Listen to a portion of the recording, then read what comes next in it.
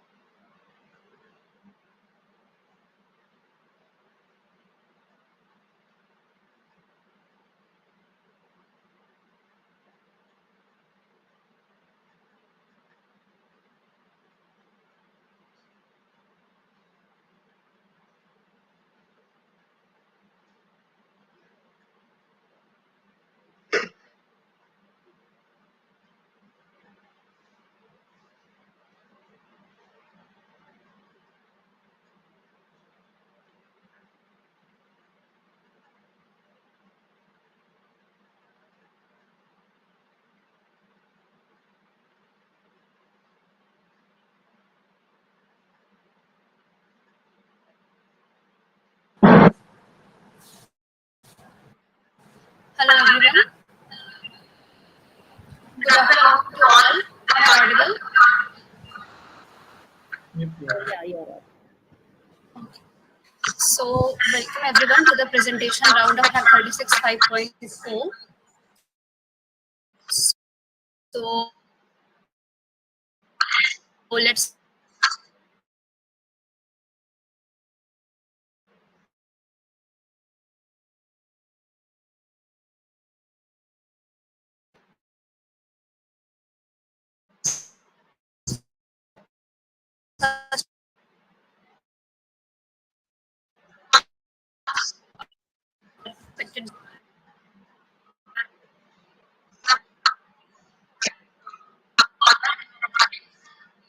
learning from Georgia Tech, Atlanta, US, and has been University Merit Scholar at MNIT. She has also been a KVPY National Scholarship Fellow from IISc Bangalore and a Young Scientist Award winner. We are very much thankful to have a distinguished personality like her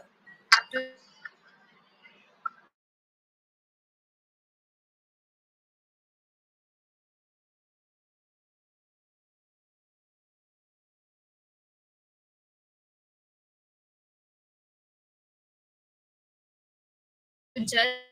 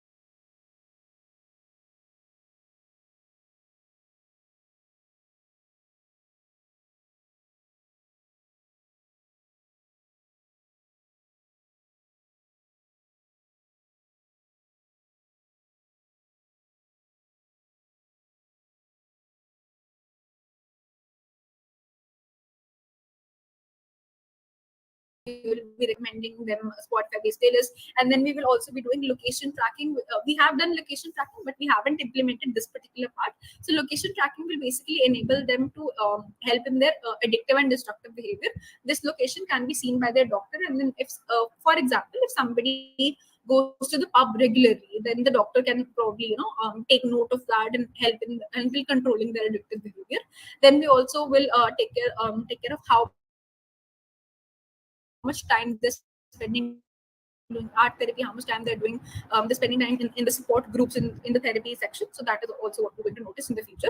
Then we will also be utilizing Alan AI, which is essentially going to make our entire application voice enabled. And the use cases for this particular thing is that people with disabilities can easily access the application, and people belonging to the older age group and the technically challenged group can access this application really well. Then this is it. And then if the submission is required, we will be adding the demo video in the GitHub repository. We're still working on the demo video. That is why we just presented with the presentation right now. So if the judges have any questions, we will be really happy to answer. And I do have videos ready, clips ready of the demos for all of the features that I mentioned. So if you permit, because in the interest of time, I'm not sure if I can play those videos, but if you permit, I can also show that. How long are the videos? The videos are small clips for all of the features. So I'll just share this tab. So it's just this one. So these are the little small videos that I have, which basically tell what's happening. So can you play some of the core features? Let's say the detection of anxiety, or like how someone interact with the app. Yeah, sure. This is basically a detection using the Twitter username. You just add the Twitter username, and then the results get displayed. So I'll just pause it over here. So for people who have we are normal things that they have those traces. So we just add, hi friend, we think you might have the following, and you need to get yourself checked from a doctor ASAP. And then we also have the WhatsApp chat one. Okay, this video is being posted, but similar thing is done. And then if no traces are detected, I'll just show it to you here as well. So you just have to choose the file, and when you choose the file, then the chart gets loaded, and then the results are analyzed. So basically, what happens is that when you're exporting a chart, you have to also enter the contact name, so that our the function that we have created to filter out only the text of the person who has to be analyzed. Because when you're exporting a chart, the chart of two people gets exported. Let's say if I'm talking to Nishtha, then I just have to mention that I want Nishtha's text to be analyzed. So we can just enter the contact name, and they are analyzed. You mentioned the precision of the models to detect schizophrenia, which is 84% if I remember correctly, or 71%. I think it was 82. Let me just quickly get back to that. 92% for schizophrenia. Okay, and what's the recall for it? Garsha? What's the recall for it? Yeah, I'm just asking one of my teammates. Like, she has the data for that. Sir, it was coming out to be somewhere 0.89. 0.89 is the recall.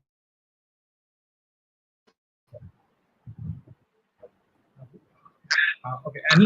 What are the competitors in this space that you have looked at, or someone already doing something similar, if not exactly the same? Yes, sir. So we have basically found out Moodfit, Rahi, and Talkspace to be the existing alternatives. But what all of these applications do is they help in people to manage, their mental health disorders. Like, they have therapy sections, they have music sections. They also send notifications with beautiful codes, and then they have chat groups. So that is what they have. But we couldn't find any application where detection of mental disorders was being done. So that is one unique factor. And then again, art therapy and passwordless authentication was also not there. Voice enabling was also not there. We haven't implemented it, but again, it's really simple to implement. It's a simple JS. So I think we might be implementing it within a few days as well. So the detection part is basically the USP that this makes me different from that. Yeah, right now it's not. Yeah. Thanks. Yeah, a couple of follow-up questions from my side. So what is your overall tech stack that you have implemented? Technology tools. Sure, I'll just get back to that slide and show you. So we have used JavaScript, we have used Python, we have used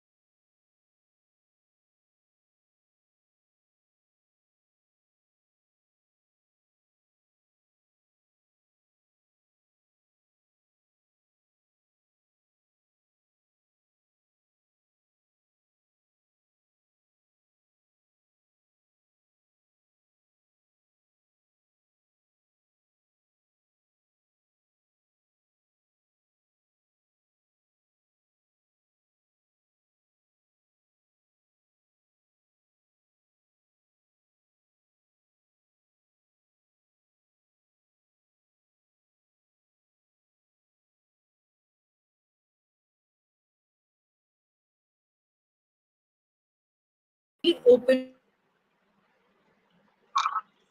be accepting that mental health troubles are not only for some people who have mental disorders, they were termed as powerful. But right now, what is happening is that people are understanding that having these disorders isn't something to be ashamed of, and that is what we're trying to capture right now. We're trying to capture in short, we're trying to capture the youth community, students in particular, and going through the research institute that is there in Tamil Nadu right now. So yeah. Okay, so you think people would be coming to this site? So not the family members, rather the people who you intend getting benefited, they will use your site, right? You are confident based on those two channels. Yes, and since like we have been working with Rahi in the past, so we have seen the response of people, we have seen the interest of people in helping their friends out in particular and helping their cousins out. So that is why we're confident that we will be able to capture this. Okay. Another question on at what level you have been able to complete the prototyping from the front end, back end, and the overall like storage, etc. of your models and all. So what's the status of your POC? So this is ready. The text extraction for Twitter as well as the voice of that. This thing is ready, and the conferencing platform is also ready. If you want, I can show the demo.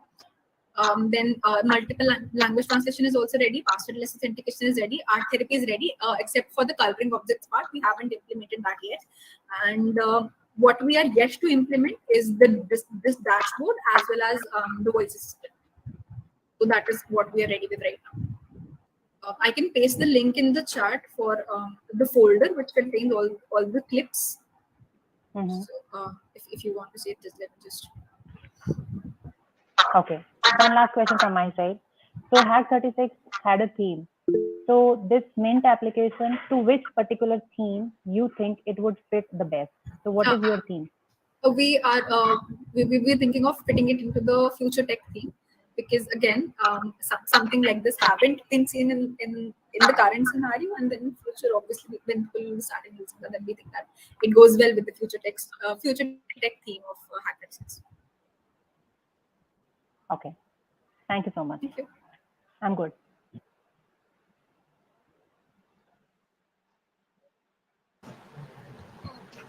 Thank you for the amazing presentation, team Pooja and Gaurisha. So after this presentation, let's move on to our second team, which is Nows or Never.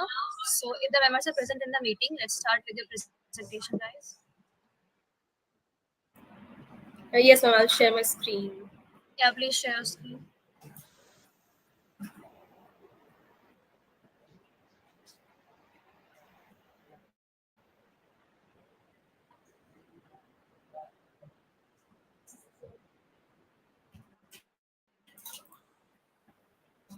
Yeah, so is the presentation visible? Yeah, it is visible. Please start. Oh. Okay. Hello, everyone. This is Team Nows or Never. We have made a project on the theme Future Tech, specifically speaking, future of e-commerce. Our website name is Shop Squad, and I am Aparna Mittal along with my team members Shreya Yadav, Khushi Agrawal, and Achal Yadav. So presently, the e-commerce, it's been a boon to the retail industry for the virtual world. But we see two major problems right now that we hope to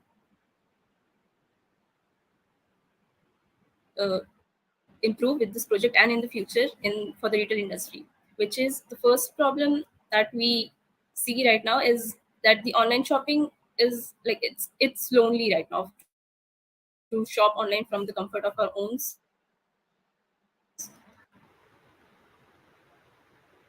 We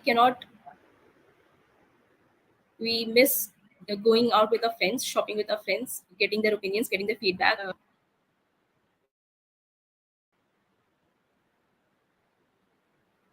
And the next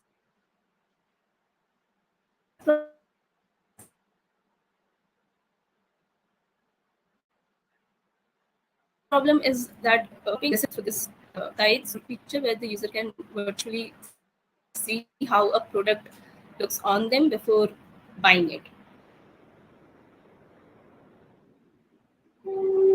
So for the solution, we have, for the collaborative shopping part, we've built a group cart feature, which basically gives user the facility to make group and invite the family or friends to join the group. Within the group, every user can add an item they like. So basically, our website will be having a user can create a group and they can invite their friends or family or anyone who they want to join in the group. And within the group, they can share the items they like. They can have discussion whether an item will look good on anyone or if they should buy it, and if they should like consider different size.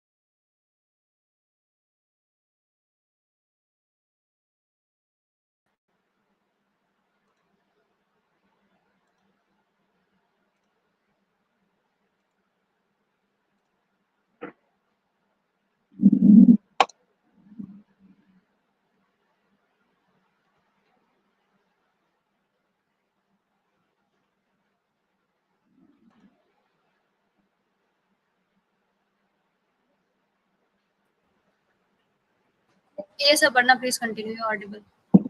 Okay. Thank you. So within the group, we have also implemented this group discount feature where user every user can add their item with their own addresses, and one of the user can check out, make them pay payment, and for a particular order, every item will be delivered to that particular address. So one order need not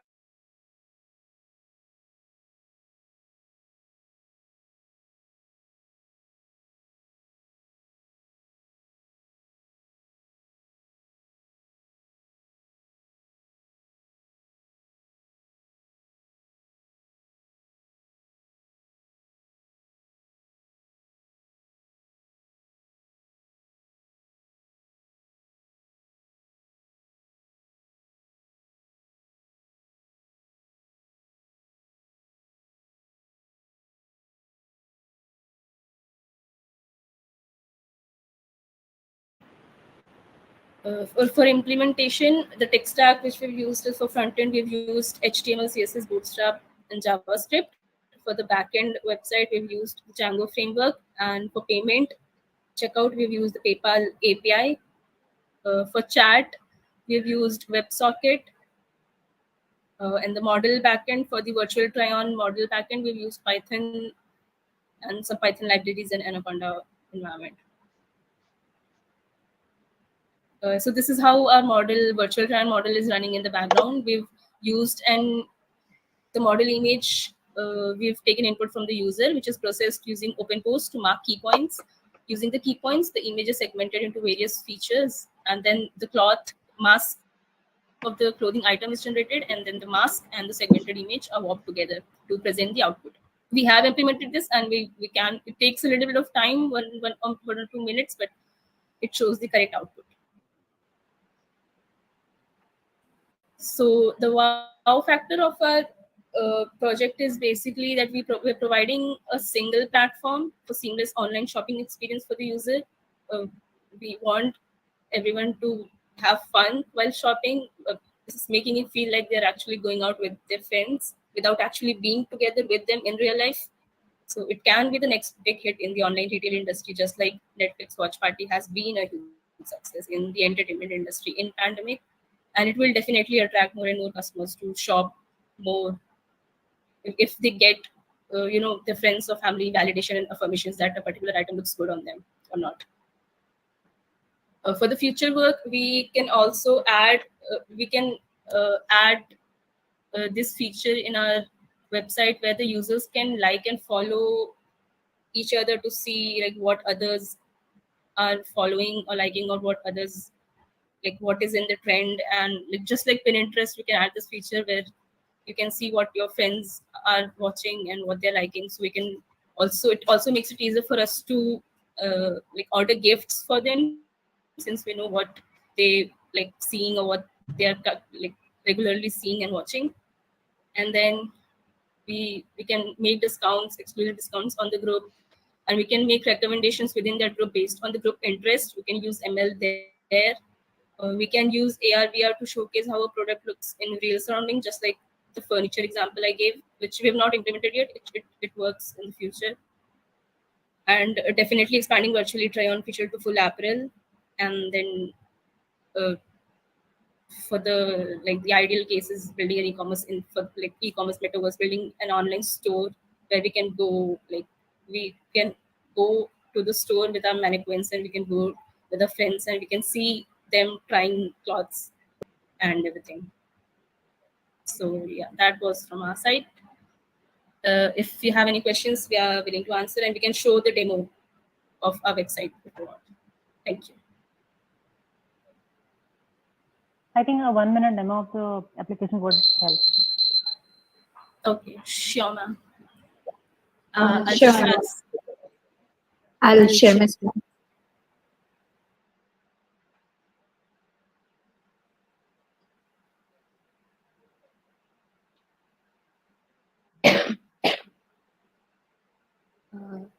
Can anyone confirm if my screen is visible?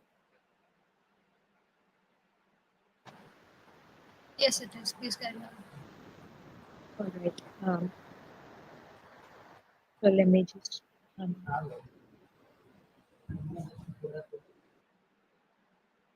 Yeah. So I hope I'm audible.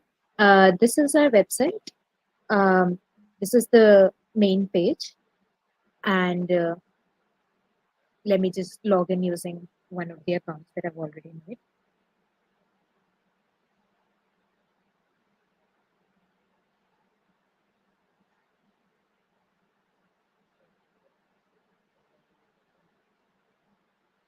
Yeah, so this is the store. We haven't added many products. There are just 6 products, and they're all tops because the model is currently running on only tops for try-ons.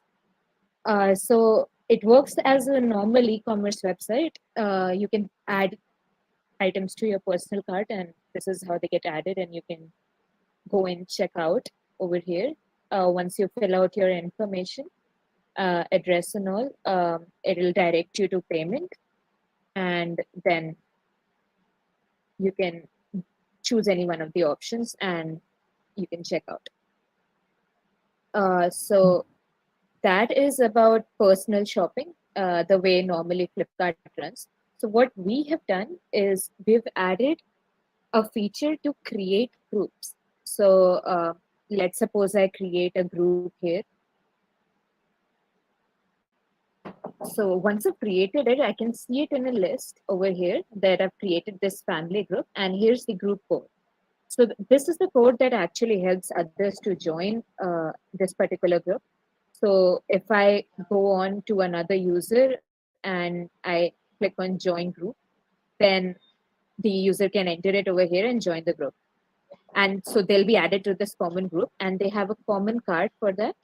And in that card, all the members of the group can add their items, and they can add the addresses corresponding to it, the quantity corresponding to it, and their particular sizes. So according to that, it'll check out accordingly. The one particular thing that we're concerned about is that you might also have in mind is that what if we add two items together and they're same in quantity and size, but they have to be delivered to different addresses. So for that, we're ensuring that each of the items that we add to a group cart individually will remain individual, regardless of whether they're the same item or not, because it might just be that two people are ordering the same shirt and they're living in different locations. So that is there that has been taken care of. Now let's move on to virtually trying out clothing items. So what we've essentially done is we're telling users to go to their profile and select a picture which they want as their default for trying on clothes. So here on there's a picture already selected. So let me just virtually try on this particular outfit on that image. So what happens is the model runs in the background. My GPU isn't actually very powerful, so it takes a minute or two to display the outfit. But what happens is finally a picture is displayed with the user, whatever image the user has selected, and whatever outfit the user has selected, both of them merge together as Aparna explained in the model, and then the outfit can be seen. And that particular image is what we're telling users to share in group cart so that they can get an opinion from others on how it is looking. They can upvote that or downvote it and get like recommendation based on that. So that is essentially what the main feature of our collaboration.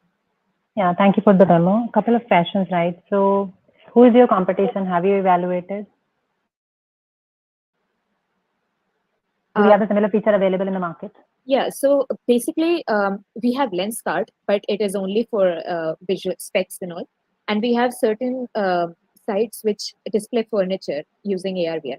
But we do not have any site that is giving you 3D output for outfit clothing. Plus, there is no such feature such as group cards or collaborative shopping presently among any of the sites. So as of now, this idea is particularly new, and nobody has come up far enough to be known for it. Okay, another question would be, how do you know that people have a need? So meaning, what is your market research here for such a kind of a novel idea?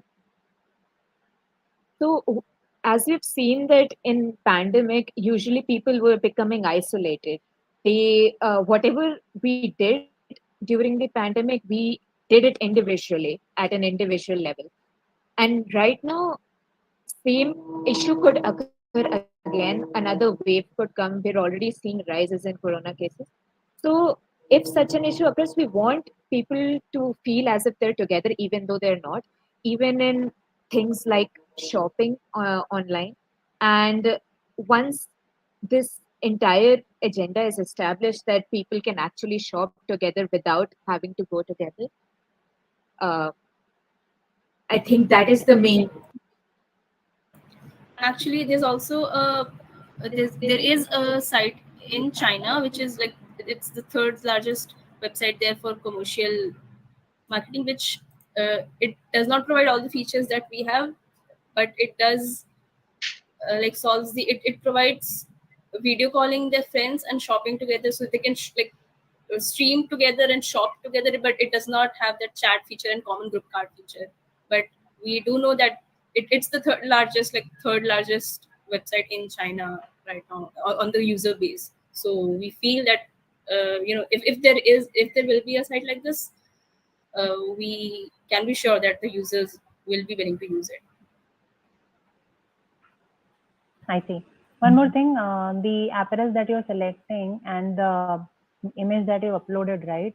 Possibly the dimensions of the images and the products would not be at the similar scale. So how would you solve? Have you thought about it? Right. So what happens in the model is there are key points marked on your image, on your personal image. So that basically identifies that this is the face, this is your shoulder length, and this is your main torso. So everything is marked point by point using open pose. So what happens is even if the apparel is not to that size, it readjusts it so that it fits perfectly onto your body. And as for the size, we're thinking of adding this feature that once the model tries the clothing on, it recommends you a particular size based on how much it has resized the clothing image. So after that, you can get a recommended size, as there's also a problem of different brands having different size for the same person. Okay, great. So I'm sure in the beginning when you will roll it out, right, there will be a lot of returns because the way product looks and feel on this side, right, might not necessarily will feel in the real world. So how are you gonna solve that problem in future? Let's say you roll this out and people start working on this application. Right now we don't really have a virtual try-on feature or anything like this in a lot of websites. So right now the return rates are pretty high than the one that will be with this feature. So definitely initially it will be high, but we'll try to have like more accuracy and we'll try to make it more efficient and convenient for the user. So we will improve our models. Yeah, that's all we can say. Right? Yeah, so this was one of the major problems, that there are really high return rates over in the present scenario where you cannot see how an item looks on you, or the color is different, or the size fit is different. So with this feature in market, the return rates won't be less, but they comparatively will be lesser than the present scenario. Okay, one last question from my side. After that, I think Anshul can ask you more questions. So this is a group card. There are a group of friends involved. You integrated with PayPal, but PayPal doesn't give some kind of a split payment model. So what is your thought process of making sure that, I mean, even if friends go together for shopping, they pay their own bills, right? That integration is not present in your e-commerce site.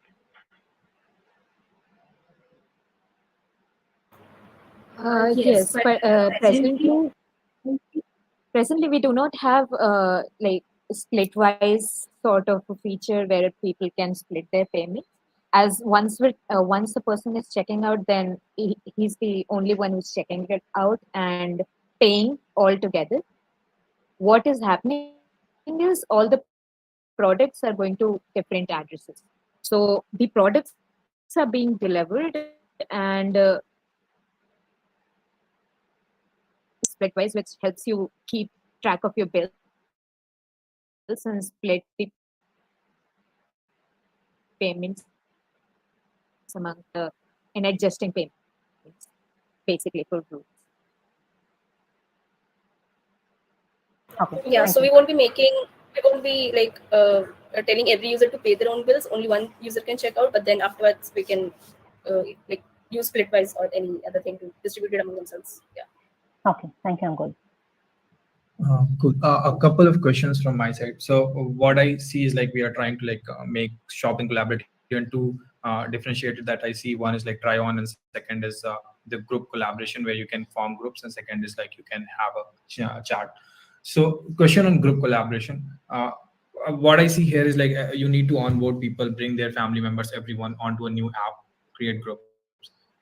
But how big of a problem that is currently? So today also like every major website provides a quick share button to WhatsApp, right? Or like Facebook's, where you already have like your family and friends group, which is already formed. There's no friction of onboarding. You can just quickly share link. It also have a preview. So what makes this option better than that in your opinion? Okay, so if they're not active on the platform, then it's definitely smarter to share the item on WhatsApp or any other party. But if a particular group is into shopping and like hangs out way more often than normal, then it's convenient for them to use the platform first of all. And even like we don't want to depend on a third party. That was our first like goal. We don't want to depend on WhatsApp. We don't want any third party to destroy our business model. So But like how? whenever What the major concerns? So I just want to understand a little bit that. So it's just like for the collaboration purpose, like you. So we already have like sharing to the groups and all. Probably if we make it more frictionless, that you can directly choose the group using the WhatsApp API and send it to them. So Right. we Right. make the So WhatsApp is basically for good. yeah. So WhatsApp is for so what I'm understanding is that what you're saying is you can use WhatsApp.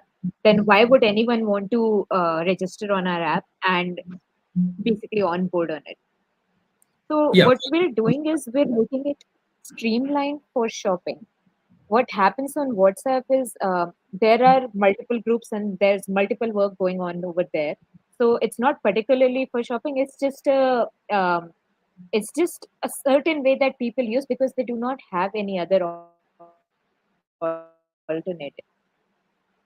Secondly, we're adding so many features that help particularly in shopping, such as upvoting and downvoting on a particular dress, on a particular try-on that you've actually shared from our own site, the image that you got, and we're also like making these. we are also giving them group based discounts, and then with like we'll give recommendations within that group based on the group interests, which will like help user to get more Uh, similar items based on the group interests. Second question I had, which was around like you mentioned, like you have already looked at other companies like Pepperfry does it for augmented reality for furnitures, and Lenscard does it for virtual try-on for specs.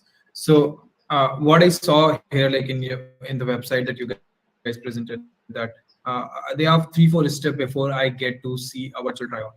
Right? While if you go to Lenscard, like you can just you have a toggle on the top, you can switch and see every dress before having to like go to those 3-4 steps to try it on for yourself. Right upfront you have, and then you can upfront all the models are present, and then you can click any and just like buy it from there, so you don't have to load it individually for each of them.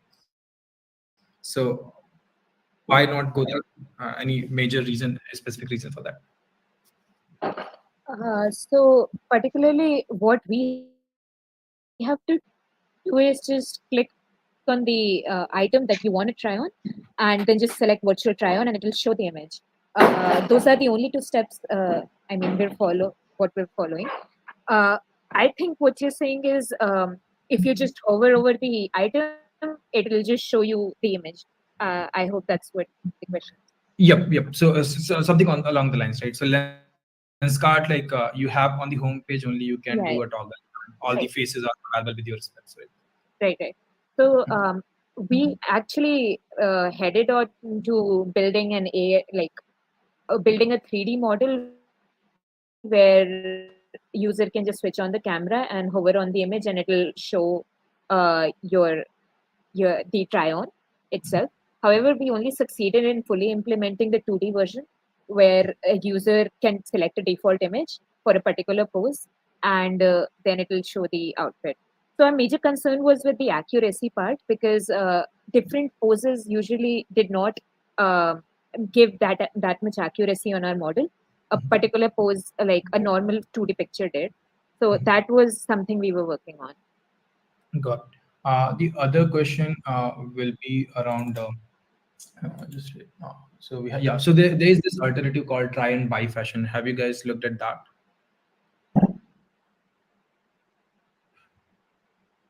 No, sir.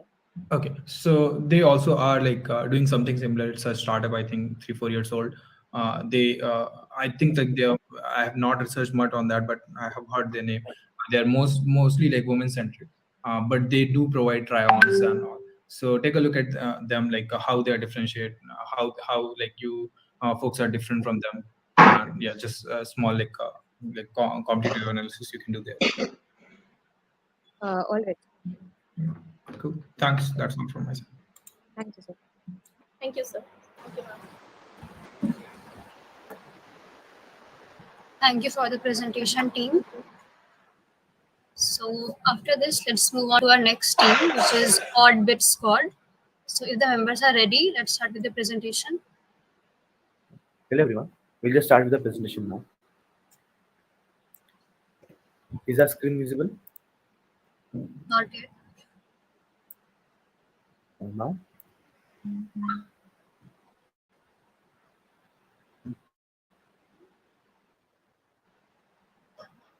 Yeah. Yes. So is it yes. visible now? Yeah. So basically, Yes, we yes. at Orbis Squad, the problem that we're kind of addressing is, suppose as a teacher, right now if you're giving lectures, doesn't matter whether it's online or offline. If you're giving lectures, you can have questions for each and every chapter or module, right? But suppose if you want to give a set of questions after each and every lecture, so what we are providing is during the class itself in real time, we will be able to generate questions from whatever you're speaking. Suppose if I just give you a sample test case, then based on that, in real time, we will be generating questions. Now, suppose as a this is an example of a student, right? We as students, we definitely use Coursera, YouTube, and everything. Now, definitely, like some sites do have structured questions, but let's take the example of YouTube. Suppose if you're watching an educational video, you wouldn't be having questions, a proper set of questions using which you can test yourself, right? So that's what we are providing in real time based on the questions or data or whatever blogs or articles you're reading. We will be able to generate questions based on that. Suppose if I'm reading an article, I can just copy the text, and using text, I will be generating questions. Same if I'm watching a YouTube video. Instead of even watching the video, what I can do is I can just take the link and just enter it to a system, and a system in real time using the transcripts and captions, everything will be forming questions. Suppose if I as a student, if I'm watching a Coursera video, suppose. No, what I can do is while watching the video, I can just turn on a system, and a system based on the audio will be generating questions. So basically, as in when you're done with your learning, you can use a system as a testing mechanism. And similarly for teachers, suppose if I want to say take attendance based on the lecture, so using a system in real time, within seconds, he or she will be able to generate questions, and based on that, you can take attendance or assess your students basically. And suppose you want to say set up question paper for any final exam or anything, using a system, you can also do that.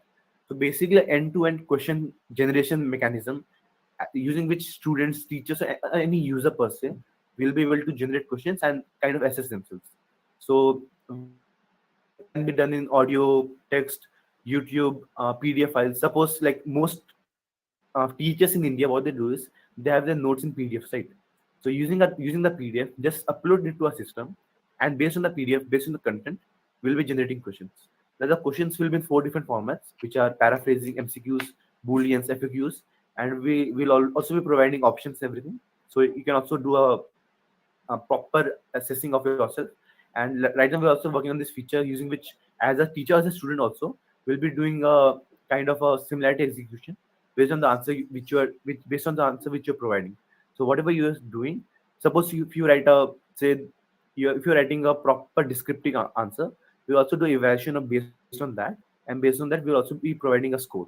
So proper end-to-end solution using which you can test yourself as well. So like currently we have used like Flask and Python for the server for the backend part. For the front end, we have used Vanilla JS, CSS, and HTML, and database MongoDB. So what we're planning to do is, suppose as a teacher, if you want that all the questions be sent to your mail or SMS, we'll also be doing that using proper SMTP and everything. So like this is architecture diagram. So like teacher, if like in real class, if you are basically giving a lecture, you're using audio, right? So that audio will be our input, and based on that, we'll be framing questions. Now, similarly for text, we will be using PDFs and everything. So as I said, a proper end-to-end system, and the output can be in CSV files, in JSON, anything. Basically, just name the format and we can give that to you. So this is the options, the wrong choices for MCQs. So just giving a brief summary of it. Suppose if I give you a word, okay. If I just say the word bat, so bat can have different meanings, right? It can be the cricket bat, it can be the mammal bat. So what our system will be doing is, based on whatever you're saying, it will first generate a sense of the word, like in which context the word has been used in a sentence. Based on that, we'll be forming proper, like as you can see in the second image, hypernyms and homonyms. And based on those words, suppose if I use bat, and in this context, it has been used say, as a cricket bat. So the relevant options can be ball, stumps, and everything, right? So based on the relevant options, everything, we'll be generating options which for the user is confusing, as well as it's kind of similar to the actual context in which it has been used. It's a proper system.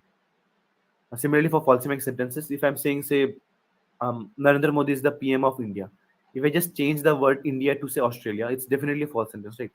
So for this, what we're doing is proper POS tag and everything has been done.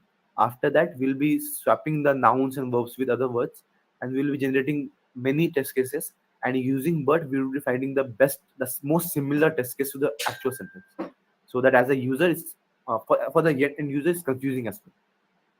So now talking about the future scope, like right now we have integrated a single data set, but as when we grow our website, the system, what we can do is you can buy proper data sets in each and every domain, using which our accuracy will definitely improve. And right now also we are using CPU, but once we have the computational power and everything, we can go for GPU, which I can assure you, using GPUs and everything, we will be able to properly use GPUs and threads and everything, so that all of this efficiency, all of the basically pre-processing, everything can be done in real time, and it can be done simultaneously. Suppose if I have 1,000 lines, so for each and every line, it can be done in a simultaneous way, so that our efficiency, accuracy will also be improved with this. So we'll just show you a live demo of it. So yeah, this is a front end. This is a front. As you can see, we have made a clean yet attractive UI. So a user basically from the age of 5 to the age of say 80, all those people will like our UI. So we have mentioned all the features that we are providing. So test yourself, get more results, increase your interactivity in the class basically. Then I will test yourself. So we are transcribing Boolean questions, MCQ questions, questions from JSONs, FAQ questions, paraphrasing questions. And we have maintained all the features that we have used, and then this is our business model. So at 49 right now, we will be providing a limited set of options, but at 99 we will be providing all the different questions, all the varying options, everything. So that's what a business model is. Now we'll go towards the demo part. So after clicking on the get started button, yeah, we'll be arriving on this page. Now, suppose like what we're targeting right now is, as a teacher, suppose you can have varying formats, right? So as you can see on the start recognition button, using this, you can use your audio to frame questions on the convert or the upload file. Suppose if you have a PDF, which I will also be showing the demo of. So using the PDF, we'll be generating questions. Similarly for say YouTube link, just enter the YouTube link and we'll be getting the transcripts, and based on that, we'll be forming questions. So live demo of that as well. This is the entire UI. So right now we'll be uploading PDF files.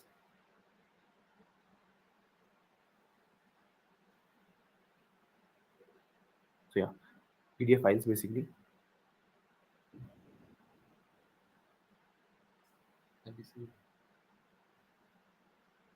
So if I just enter the YouTube link, yeah, the transcript, and as you can see, like within a second itself, we got all the captions from the YouTube.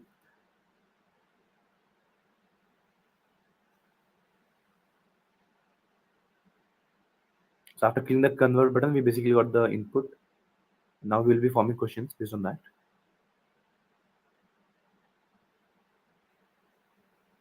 Yeah, so just save note. Now, if you click on the question type button, you will be coming to this page where, suppose if I click on MCQ,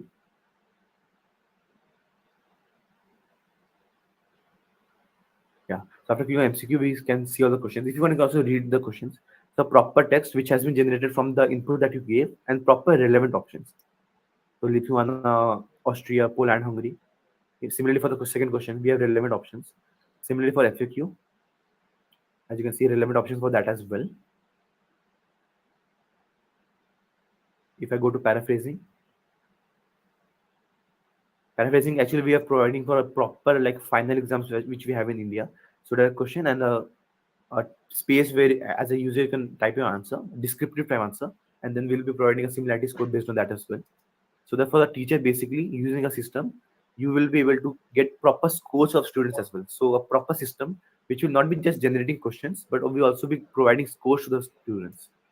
Similarly for Boolean, which is true false basically. As you can see, yeah, proper objective type MCQ, objective questions for the true and false part as well.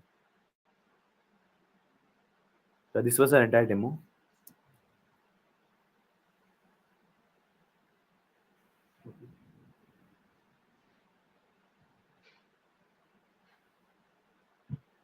So yeah, thank you.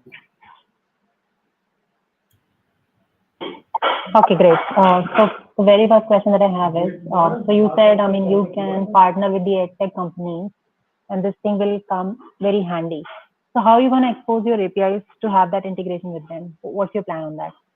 So based on that, currently what we're planning, suppose if I take the example of say Microsoft Teams, right? During lockdown, I feel Microsoft Teams, Zoom, and Gmeet were used the most. So what they can do is we can just provide an API which we have created the functions as well. So basically, what we'll be doing in the real time only, we'll be providing the functions in their app, so they can give a function like start recognition. So basically, whatever the teacher is saying in real time, just the function which I just showed right now, the start recognition button. I'll just show that as well. So yeah, just we'll be providing these 5 buttons, that is start recognition button. So suppose our teacher is saying right now, so whatever she's saying will be recorded and will be generated. So basically what Microsoft Teams has to do is, actually not even Microsoft Teams, our system doesn't even need to integrate with them. Since we're just providing a web page, right? So while you're giving lectures, suppose this is the Microsoft Teams page, you're giving lectures, that's common. Even in real class, suppose you're giving lectures, so just click on this button. You don't even need to integrate with a proper company. Just click on this button. Since the audio is the same, right? The audio is your voice. So based on that, we'll be forming questions. Similarly, say if I as a teacher, if I have a PDF file, I can just use that, right? So we don't need to integrate with a proper company. So technically, we don't need to provide them APIs. Our web page is there. Just use a web page, just use a web system, and just go on generating questions. Okay, got it. So you said this subscription model, this is for individual users, or you're gonna roll out another subscription model for the partners that you might have within this thing, right? Like long-term association, let's say yearly subscription to the company who will be leveraging this feature. What's your plan on that? So actually right now we are just targeting users because we feel like companies would be actually it's better to target users because that way we can generate more revenue, because obviously the number of users would be more. Because also suppose if I take example of again Microsoft Teams. So since even to use Microsoft Teams, you need to have a Microsoft Teams account, which not many users can afford. So that's why right now we're targeting just the users. But as you said, yeah, long time we can integrate with companies as well. So for them, we'll be providing different business models. Okay. So, I mean, I looked at your POC. I mean, you have achieved, I mean, a certain level of functionality. To make the customer experience better, what are some of the features that is on your like future plan? So yeah, like for that, what we're thinking, suppose if I'm let's take the example of Siri. Usually when we say hey Siri, basically it's a Siri mechanism starts, right? So what we're trying to do is, suppose in live lecture, if you just say the system, say the words like question generation turn on. So what we're trying to do is, if you say those keywords, based on that, our system will automatically start itself, and you can just go about doing your business. Similarly, say for upload files, like we want to do a complete voice system basically. As using a voice, you can just use the system, so that even a teacher doesn't need to use the keyboard or mouse or anything. And even as students, like right now you have a YouTube link, suppose. So using the YouTube link, you can just you have the YouTube link. So in YouTube only, what we can do is provide a browser extension basically. So just click on that extension button, and we'll be generating questions based on that as well. I see. Do you have any kind of a feedback loop or some kind of a mechanism in your process where you make the curation of the question better going forward? So what's your plan for that? Yeah, we can make a feedback system. Each question will have a like and dislike button, and based on it, we will store that data that these questions are relevant for the teacher. And then using transfer learning, we can implement a system to learn on itself and see which questions are more relevant. So like that, we can improve our system. Although we haven't implemented it, but we have thought of it. Okay, got it. Why did you choose MongoDB? Actually, the reason why we chose MongoDB was that it integrates well with Python, and also like we don't like the main reason of using MongoDB was that it's NoSQL, right? And in the system we don't have a proper SQL mechanism. We don't have a structured data. For SQL, we need a structured data, right? But in our case, the input can vary. The input files can vary as well. So for that, we went with NoSQL, and in NoSQL, we feel MongoDB is the best choice. Okay, one last question from my side. So the questions that you generate, are they deterministic, or every time when you hit the button, it gives you a different set of questions? So I want to understand whether your model is like deterministic and non-deterministic. What kind of a model it is? That's actually not deterministic. Suppose, let's say the example. Suppose if I just give you a sentence like, say, Narendra Modi is the PM of India, right? So initially, what it will do is it will do a pre-processing, like a basic POS tagging. So it will divide each and every word into nouns and verbs and everything. So based on what you're saying and based on the context and based on sense and based on the keyword which you're using. So say if I use Taj Mahal, right? If I say Taj Mahal is one of the 7 wonders of the world, so obviously Taj Mahal is the stressing point, is the keyword, right? So our system will kind of understand what is the keyword, and based on the nouns and verbs, it will do a POS tagging. Suppose if I say 7 wonders of the world, so it will be generating all of the 7 wonders of the world, which are relevant options for the MCQs as well. And suppose after the sentence, if I go on talking about Agra, since now the keyword is Agra, right? So our system will do a basic transcription of that as well. So it will create a new branch basically, which is relevant to Agra. And based on whatever you're going to say about Agra, based on that, based on the input itself, we will be generating questions. So our system, like suppose if I just type the line, Taj Mahal is one of the 7 wonders of the world in Google. So what Google will do is it will also give you questions to Agra. It will also give questions to say emperor, whatever. But in our case, whatever input you're giving, based on that only we'll be formatting questions. So suppose if the input changes by say 10 words, so our output will also change because the input now has newer words and our output will be changed based on the keywords and the nouns and everything which we saw. And also like another thing about that, yeah, this one. So regarding the architecture diagram, I'll just show you an example of that as well. Suppose if you say the word say red, so since red is a color, right? So first using the sense, it will draw basically a tree that's red in this word in this sentence has been used as a color, and within colors from a data set, it will be generating like okay, purple, red, blue, green, all of these form like come in the same bracket, come in the same category, and based on that we'll be giving you questions. So it isn't deterministic. It's dependent on whatever you're saying in real time. Okay, thank you. Yeah, a couple of follow-up questions from my side. What are you guys using for transcription, text transcription? The YouTube part. Yeah, and we are using W3 APIs, like the web API for it, because we couldn't use the Google API because it is limited and it's paid. And we also have explored the option of using a CNN model to enhance, like remove the noise from the audio. Does it work only for YouTube or any video? No, actually, the first, like suppose if I just for the start generation model, actually we have different tools for each and every part. So for the voice part, we are using W3 API, which is basically speech to text. And for YouTube, we have used a library, basically a YouTube transcript library. Based on that, actually what it's doing is it's getting the transcript from the YouTube captions file, and that is what we're using for generating questions. So for YouTube, it's different. For voice speech to text, it's different. So assuming like we are outsourcing the basically relying on the external dependencies for transcription. The next part is basically these are open. These are open source. Yeah, basically open source, not internally developed. Like basically dependencies for transcription, which is like open source, publicly available.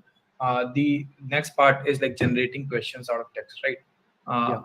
Which I feel is like a lot of other competitors are also doing. Have you looked at any of them? Like, we agree that many of the competitors also doing, but right now what we're providing is first of all 4 different options, which are MCQs, paraphrasing, Booleans, everything. And right now in the industry, like I don't think there's a proper company which is doing that on a global level. Like even we haven't heard. Like after doing research, we came to know. But if you ask just a general user, we don't feel like this. We feel that this particular domain is kind of open. Like no particular company has a monopoly. Actually, no one has a monopoly on it because no user. If you just ask a general user, no one knows a system which is doing that in real time, generating questions. So that is what our selling point is. We are doing everything in real time, right? Got it. which one is like the biggest, not monopoly, but the biggest or has start in this space, as per you, like research? Actually, there's no company, right? Uh, Exactly. Like meaning, what we came across was that Microsoft Teams started this, but they they didn't implement. Like they thought of doing it, but they didn't implement the actual procedure. Got it. So, okay. So a small feedback here. So you're looking from it end-to-end perspective, like who's converting video to question. But I'll say break it down into like who's converting text to question, because ultimately the first part is transcription, right? Which is like being solved by a lot of companies like Grain. Zoom has its own transcription. I think like Teams also has. I'm not sure. I've not used Team much. So transcription is readily available with like a lot of these platforms. YouTube has its own transcription, right? The second part comes like converting transcription to text. Which if you look at, like there are a couple of NLP companies. I think one I can recall is a Writer, which is like basically an NLP company. This is not their primary use case, but it's one of the use case. They are generally like in terms of like solving the use case of like anything having to do with like writing things or preparing questionnaires or anything. So you can like just a small feedback on your competitive analysis, right? When you're going for looking for the competitor, just think like it need not be like exact solution. A follow-up question will be, I saw in your architecture that you're using OpenAI. I'm assuming like you're using some GPT-3 model for text generation, right? Yeah. So which one it is? It is Ada, Babbage, like which one are you using? A GPT-2 model we are using. Okay. Actually, GPT-2 model has been used for auto completion, like for the questions auto completion. Okay. Which model are you using? So I want to understand the cost of that model basically, is because GPT-3 models or GPT-2 models are like usually costly, right? And looking at like $99, 99 rupees subscription, how does that cost get covered? What I want to No, understand. actually, what we're using is completely free. So Mhm. cost, you can talk about the cost as in being the cost as in number of threads and everything. But right now it's completely free. For us, it's completely free. Suppose if I just say just at the sentence which I used, Narendra Modi is the PM of India. So what a system is doing is it's identifying the nouns. It is removing those nouns. So in this case, suppose if I say India, it is removing those nouns and using OpenAI GPT-2, which is also using a squad data set and everything. Based on that, we are auto-completing the questions. So suppose India will be replaced by Australia, and that is basically our text which we are giving as output. So we are using a completely free system, and OpenAI GPT-2 is free for us to use. First, how much? It's free. It's free. It's completely free. You're saying OpenAI GPT-2 is like Yeah, free. it's completely free. Okay. Cool. I can look into that. Cool. That was pretty much from my side. One question will be how are you guys solving the syntactical problem? So basically, always generating the questions, right? Where in this whole thing, so first you are feeding to like transcribing and then getting to this thing. So how are you like where exactly in the pipeline you are the model you are like instructing the model or like train the model that it should always form the question in this form, like start with like some keywords and like end with a question mark and all that. Where is that thing is? Yeah, actually, for that, suppose if I just give you example, say if a user I can use the word Barack as BARRACK, right? And you as a user, you can use BARACK. Basically, for the input part, what we're doing is we are using Lemstein algorithms and cosine algorithms. So suppose all these keywords, let's say Barack, all the proper versions of Barack, so they will be clubbed together in a vector, which we're calling as a vector basically. And using that vector, using BERT and using similarity and Lemstein algorithms, which we have implemented. So they will be clubbing them together, and the system will be knowing that these are similar words, and they will be used in a similar fashion basically. And about the output syntax which you were talking about, so like the way basically English sentences are done, like noun will follow the verb and everything. The system basically that is what BERT is doing. So BERT is actually doing the BERT and OpenAI GPT-2 based on the English words, like we use say Google speech, like Google auto-completion. Google auto-completion, suppose if I say a noun, Google auto-completion kind of knows that a noun will be followed by a verb, right? So that is what OpenAI GPT-2 is doing. So it knows that a noun will be followed by a word. So that is what it is doing to actually generate the questions. And then BERT is of all the, suppose if I have 10 options, then BERT of all the available options based on the actual input using Lemstein, it will be generating that, okay, so this is the best option. And that would be given to the user as output. Got it. So you're using completely pre-trained. Is there any annotations need involved anywhere? Is there any internal guidelines of the questions should fit this structure, and OpenAI's generated text is not adhering with that. So is there any annotation steps involved, or is just like we are completely relying on whatever is pre-trained? So we are completely relying on what was pre-trained, and like right now we are doing that. But what we can do is we have thought of this. Right now we are kind of dependent on Reddit dataset since we wanted something which is like humanly. So we are using Reddit dataset and Squad dataset.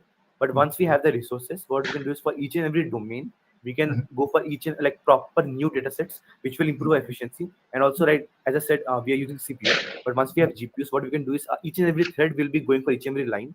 So basically, our output will be generated within like few seconds of everything. Yeah, cool. Yeah, that's pretty much from my side. Thanks.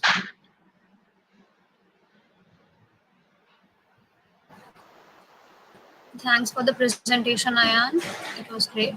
So now let's move on to our next team, which is Code Pirates. So Team Code Pirates, please start with the presentation.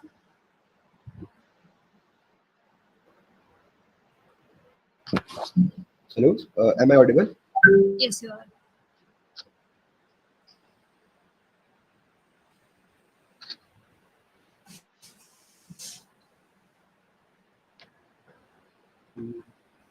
Is the screen visible? Yes, it is.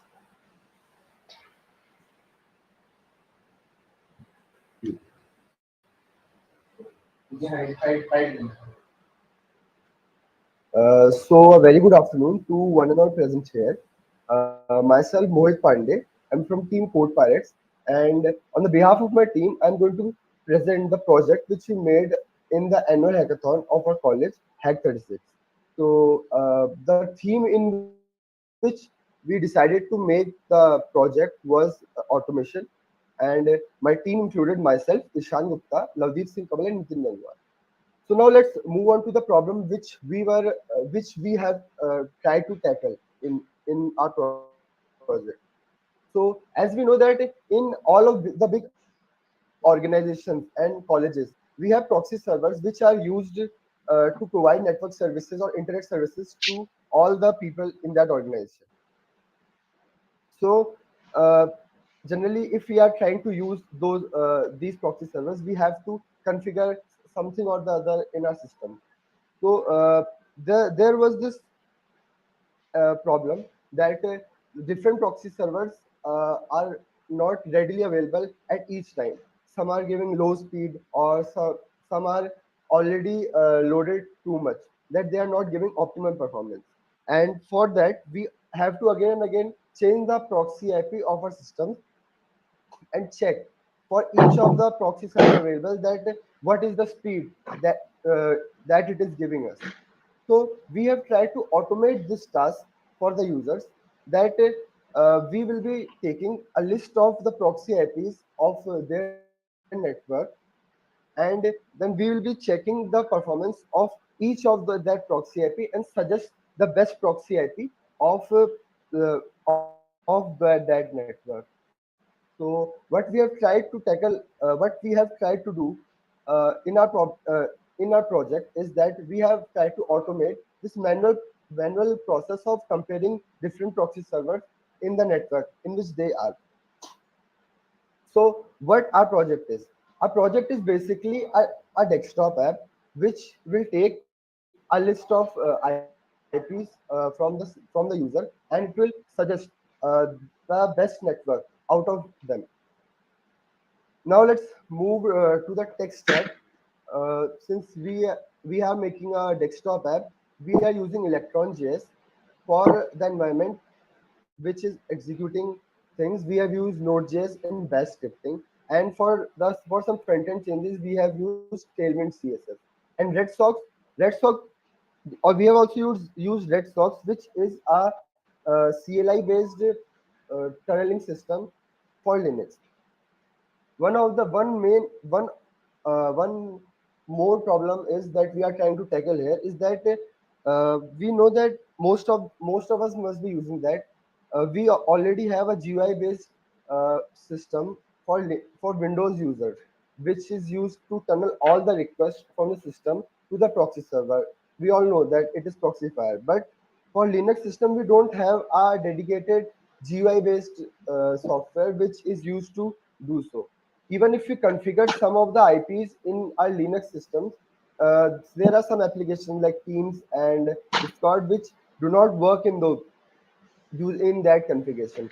But because we are using Red Sox, which is tunneling all the requests from each and every application to the proxy server, we are able to do so in Linux also. So me personally being a Linux user, this has been a really big problem for me, and we have tried to tackle that from this from our desktop application.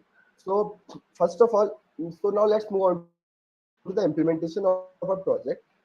First of all, as I told you that we will be taking a list of proxy servers to monitor in our application to analyze the uh, the best server among them. We are using different metrics. We are using different metrics such as download speed, upload speed, and ping. From that, we are trying to analyze which server is giving us the best performance. And then we are also, first of all, we are suggesting which is the best server, and then we are also giving him one click based feature to change the system wide proxy server IP to the user. So now moving on to the wow factor. Wow factor is basically, first of all, the wow factor is the automation that we are providing. That in one click, all whether in one click there will the system wide there would be the proxy server IP would be applied system wide. Second wow factor is all system support because it is running on Electron.js. The GUI will be supported in every system which has Electron.js in it. And the third is that I have told that it is a system-wide tunnel, that each and every application which each and every application in the system would work after using after using a desktop app. Now, if I want to go into the future prospects of a project, one of the future prospects would be specialized modes, because as you know that there are different metrics and at different when we are doing different type of work, we want something different from our network. Like for example, if we are doing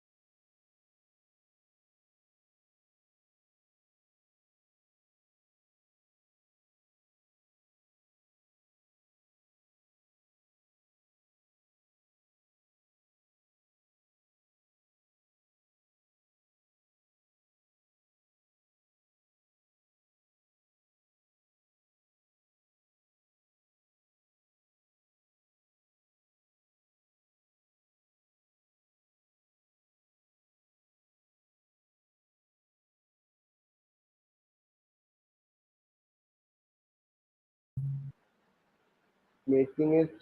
So I think we would have to make different configuration or setup files for different platforms or different operating systems. Got it. That seems to be a reliable solution.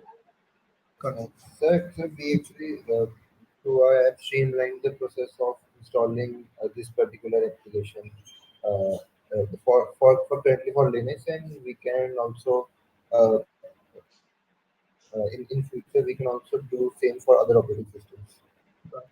Cool. Thanks. That's pretty much from my side. I think if Vinay, you have any questions? Yeah, I think pretty much you covered quite a bit of questions that I had. One quick thing. Can you show us not a very lengthy version, just a short version of your demo? How is it working? Yeah, sure, man. Ishan?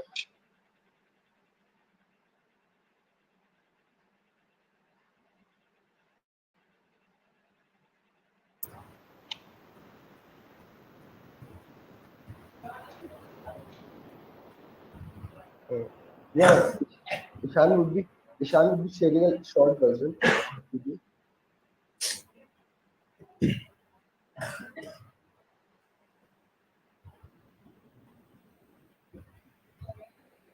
Ishan, would you be sharing your screen? Yes, ma'am. Just a second. Okay, sure.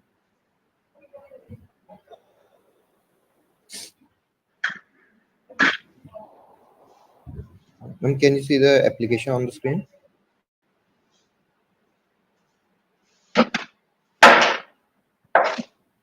Yeah, it's visible. Yeah. Ma'am, is my screen visible? Okay. Ma'am, so here is the our application. Like we can add as many proxies as we want, and by giving the proxy IP, the port.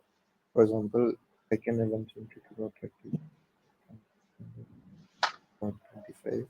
Port is 315.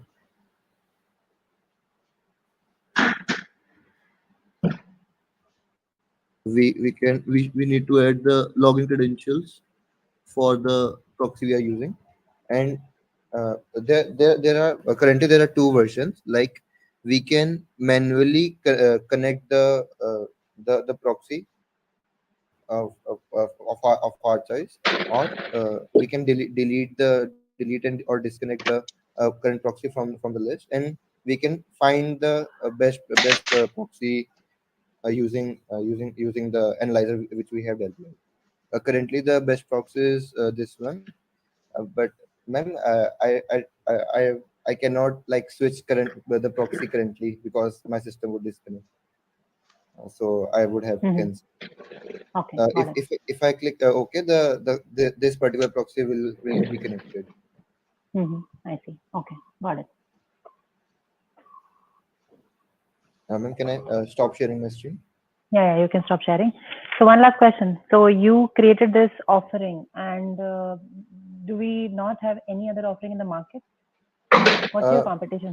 Ma'am, currently for Linux there is no such application, not even in the open source, which has streamlined the process of installing and which is GUI based. Even when we had to set up initially the command line, we took at least 3 hours to manually set up all the configuration files. But when you install our Electron app, it will be done automatically. The process is streamlined for currently for the Linux, and we can do same for even for the Mac and Windows. And it runs in the background, and all your connections get Yes, intercepted, and it automatically makes that decision to route to the right proxy. Is that the use case you are proposing? yes, ma'am. It is actually a system service daemon, which runs in background till the time you manually stop it. Okay, got it. Yeah, thank you. I think I'm done for my questions. Thank you, ma'am.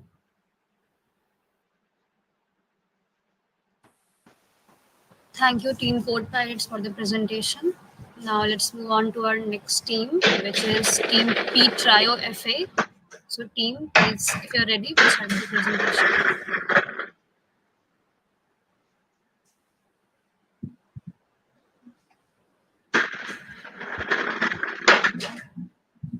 So good afternoon. Is the screen visible for all of you?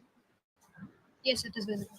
Good afternoon. We are Team Triofa, and this is our project, Maram. So the main objective of Maram is to revolutionize fundraisers, and in its core, we are an NFT minting website. So in our problem statement, we would like to bring the fact that deforestation and other environmental problems have been at large today. So we want to tackle that using fundraisers. So in a normal scenario, people would donate money to charities or foundations to recreate an environment.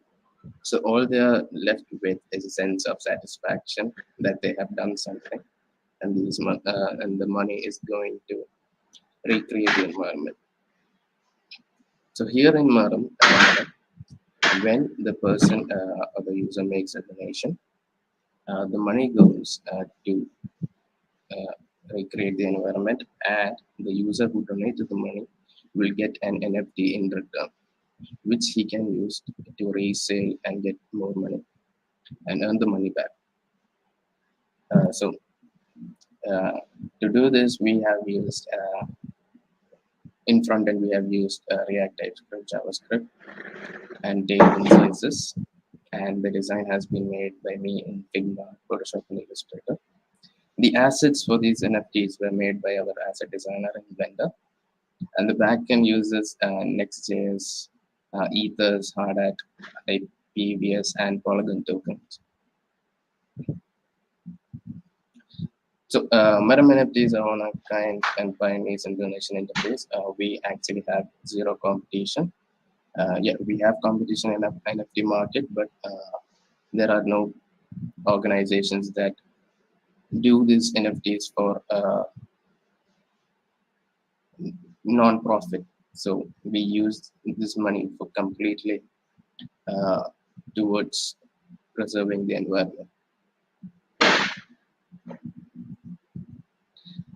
In our future, we would like to bring out billing methods in Maram NFTs and use non-conventional energy sources to combat the extreme power usage of blockchain transactions. We also plan to bring out a new token so that we can make all the transactions global. So we will show you the gallery right now. So this is how our website looks like, the home page. It's very modern and abstract. Here we have we show the problem statement, how we are trying to combat it, and the foundation, the foundation. This is the minting interface. We will here connect the wallet. To connect the wallet and pay for the NFTs, we need to have a MetaMask browser extension. So we need to, that's a prerequisite that we need to download. Here you can select the amount of NFTs that you want, and 1 Maram costs 1 Matic is the token we use right now. This is a page where we can see all the NFTs that we own and all the NFTs that are hosted in the marketplace. And this is our OpenSea profile in where the NFTs are hosted. This is a little bit about the front end, how we made it in TypeScript, JavaScript. And this is the back end, which uses Hashlabs engine to generate random NFTs.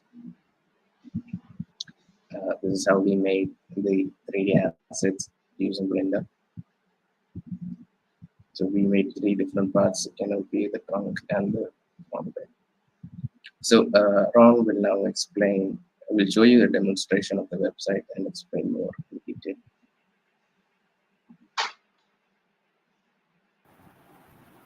Hey everyone, so now I'll be giving you a basic walkthrough of how our system works.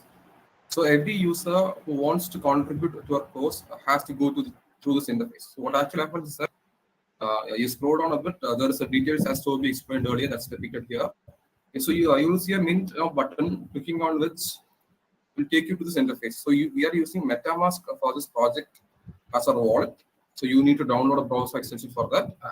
As I've already connected it, yeah, downloading pops up. And yeah, as of now, 13 NFTs out of the 500 have already been minted. and my wallet balance is around 7 MATIC. So as of now, for test purposes, we have rated one Maram at 1 MATIC. So that MATIC is a token that's provided by the Polygon network, and it costs around 105 Indian rupees as of now. So we have limited it to 10 NFTs per person, so that we can avoid repetitiveness of the owners. So as of now, I'll be minting one Maram. So yeah, I have to avoid for the transaction. Yeah. So as you can see here, the wallet pops up and it calculates the fee that I have to pay. It will take a bit of time. So yeah, so including the cost of the Maram and the gas fees, I have to pay around this much MATIC. So it will be around 106 rupees, if I'm right. So I have to confirm my checkout. Okay. So yeah, it takes a bit of time to load. The network is kind of slow as of now, so we have to wait. So this is a normal delay though. It usually happens a bit fast, but today I don't know what the issue is. And the same thing happens for OpenSea, which we will show you later on. 7, yeah, takes a bit of time.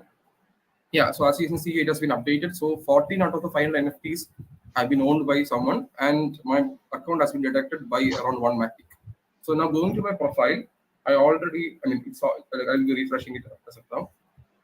Yeah, so yeah, as you can see here, this is my 14th Maram, as in so the 14th NFT and the 14th in the Maram. So what issue is that this is not actually available yet. Thank God, yeah, it is here. So it actually loaded and it's working fine. So this is the NFT that I minted now. It has different traits which are all set to basic terms as we didn't get enough time to implement it. So now, and every NFT will have a unique name, so that will add more to its rarity. So now on to the collection. Clicking on the Maram, it shows. I have to refresh it. Yeah. So we have 14 minted Marams as of now, and yeah, this is the latest one. So this is what actually our app does. This is what we actually plan to do. So now on to the main website, and in here we have a section called the collection, which again requires you to connect your wallet. So clicking on it will get you an interface which takes a bit of time. They have to register it on all that. They have to update it real time. Yeah. So yeah, as you can see here. So this is the 14th NFT that has been minted. So this is the 14th Maram that has been minted, and clicking on my Marams will get you here. So as you can see here, this is the NFT that I minted. So about the scope of a project, as Toby said, there is nothing like this out in the market. So WWF tried to implement one, but actually failed due to the surge of users. So what we are actually planning to do is that provide a platform where both the person who wants to contribute and the organization that is concerned benefit from it. So it's more like a process of mutual understanding. So as Toby explained earlier, when you donate to a cause, you lose some kind of money, and the only thing you have is some kind of satisfaction that you have done something. But by using our medium, what actually happens is that you get an NFT in return. So as you guys know, NFT is a trending topic now, and it is actually about what you're trying to do and it's also about a case whether you know how to use it or not. So if you're lucky enough, you might generate a profit from it. So each and every resale and the holding of the NFTs will get us a profit. It's more like the 5% of the charge that will be of the amount will be charged as a royalty tax and will be given to this foundation that named Gaia's Dream, which aids the cause of afforestation.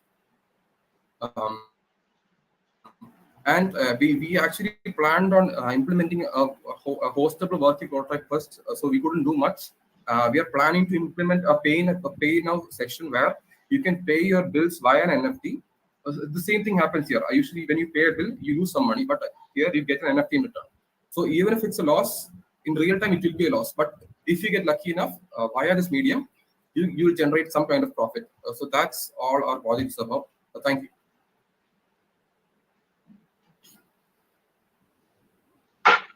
Hello.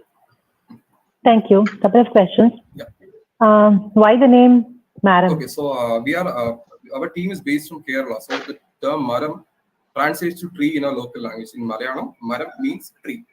That's where we got the concept from. Small. How long does it take to mint one NFT? As you can see around the minting, the 10 seconds, it's 10 seconds, but it takes around 15 seconds to implement it on the OpenSea, like I showed earlier. It's due to the network, I guess, but it usually takes around 10 to 15 seconds. That's maximum time. So what does it represent? I mean, many people can come, they can generate NFTs in 10-15 seconds. I mean, so what's the barrier in Yeah, creating NFTs? it's 10 per user. So we won't be allowing more than 10 per user. What happens is that if a single guy buys all of the 500 NFTs, it would kill off the purpose of having an NFT. So we'll be limiting to 10 users. So it's around 0.5% of the total amount of NFTs. So that's what we are planning. So I guess I will show it again now. Wallet. Yeah, so it is limited to 10. So you can't mint more than 10. So that's our limiting factor in case of minting the NFTs. Okay, so if there is an upper cap, what is the motivation for a user to come back to your site again? It's all about, like I said, imagine that you want, as an individual, you want to donate to a cause. So you go to a website, you enter your details, and you donate a kind of money. So it's like you lose some money. But in our case, even though you might, it's more like an if-else state, if-else condition. So if you lose some money, you get an NFT return. So it will be more like a memorabilia. But if you get lucky enough and you know how to use an NFT, you can generate a profit in return. So if, for example, if you spend for around 1 matic for this, if you are keen enough, you can generate around 2 or 3 matics on reselling it. So it will be more like a profit for the user. So that's, I think that would be the great thing. So as you know, basic human beings have a trait of called greediness, and that's what we are actually aiming for. That's our scope, to be honest. So it's more like you don't lose money. I mean, you might lose money, but you don't. So it's more like an FX, like I said earlier. So that's what we are actually planning to do with this interface. Okay, I'm unclear on one thing. You said you can pay through NFTs. How are you paying the value of the NFTs to equivalent of some currency? So that will be later. So we are actually, as we had, as the duration was too less, we used an external token named Matic. So we will be implementing our own tokens in the near future, which will be given an equivalent to the IR money. So as of now, 1 Matic is around 105 rupees, and our tokens will be having a base value of around 50 and more rupees. So what happens is that we will create an interface where a user will enter his details, which will work more like Google Pay, but we will have to work on it. So what happens is that if you want to pay a bill of around 300 rupees, you will get 6 Maram tokens, for example. It will be Maram tokens as of now. So if you want to pay a bill of 300 rupees, we will get you will have to mint 6 Marams. So what happens is that once you do it, we send the contract address to the required organization, the concerned organization, and they validate it. So it will take it will take a bit of time to set up. So we are actually planning to do it on the near future. As of now, it's systematic. That's what about that. How would you ensure that somebody is not fudging your system and people are allocating NFTs against their name? Yeah, I can get it. Can you get it? Are you talking about the authenticity of the program? Or, I mean, other people using our name to scam, that kind of thing? No. So NFTs, if they are equivalent to currency, how are you ensuring that, people allocate NFTs against their name? Yeah, I would like to add in, and NFTs are not money. Our tokens will be equivalent to money. Okay, so those are generated separately. Yeah, it will be generated separately. I mean, we will be changing this to Matic. We will be, instead of Matic, you will be using our tokens. So that's like an assurance from our side. I'm pretty sure that you can't argue that. That's it. Cool. Okay. This Matic will be converted to Maran tokens. So that's it. Okay, I'm done. Thank you. So I see we are dealing with 2 different blockchain concepts here. Like you are also like proposing your future tokens, and you are dealing with NFTs here. Yeah. If my understanding is currently, like if I donate using your platform, generate and give me an NFT, which as per the proposal I can sell and probably make some money, right? Yeah. So the NFTs that are being generated, those images that I saw of the animated images, those are algorithmically generated, or those are like people uploading as a No. We actually use an engine named Hashrix engine, where we give in the assets assets which will generate the NFT in return. So we actually programmed it, modified to our liking, and we have around 25 into 4 into 4, 25 into 4 into 5 assets. I'll show you an example if you want to. That's right. Yeah. That's right. Okay. So what makes us think that those images will like earn us value in the future? So I mean that's what the main part of this NFT concept. We are not assuring anything. It's more about we are sure that it's more about you might do some money. We are not emphasizing that you will get some money. It's not a scam plan or anything like that. It's more like if you use our interface, you might be able to generate some kind of profit instead of using the normal ones where you will lose money. Via meeting, you might. It's more about a case of might. So it's all about luck and the timing and all that. So we are not inferring on the fact that it will gain you profit. So that's the main thing. So there won't be a 100% assurance, but we can assure that it is NFT, and even a small spike in the charge on reselling it will get you a profit. So it's a win-win situation in every aspect. Got it. So actually NFT will at least in the long term, in the sustainability point, we can only yield you money if the artifact that you're saying NFT is just ownership of the artifact, right? This artifact is owned by you. That token approves. So it only can yield you money if that artifact is used by someone. So it's very similar to like how Shutterstock or anyone sell images, right? Photograph. To use that photograph, they can pay to get that photograph from Shutterstock, right? Similarly, like this generated image that the engine is generating, if someone wants to use this image somewhere, they can pay me money to get it. Forget about the current like market fluctuation of NFT and people going crazy about buying it, right? In the long term, like it's only useful if people want to buy that particular tree image that is being generated, right? So, can that be like so? What I'm trying to understand is like that the probability of that is like very low because it's a engine generated image, right? So what's the biggest motivator of people moving from? So if someone is already motivated enough to like donate using a website, what's their motivation to like get to that very small probability in your? I just want to understand.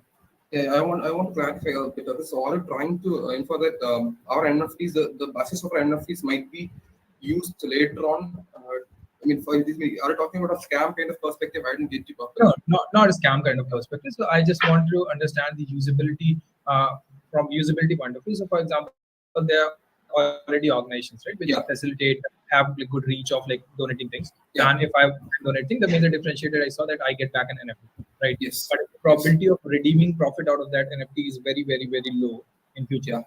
What's the motivation of moving from an already established brand to Maram? Okay, so so that's so the main issue is that as of now it's NFTs, but later on we will be, as I said, we'll be implementing tokens.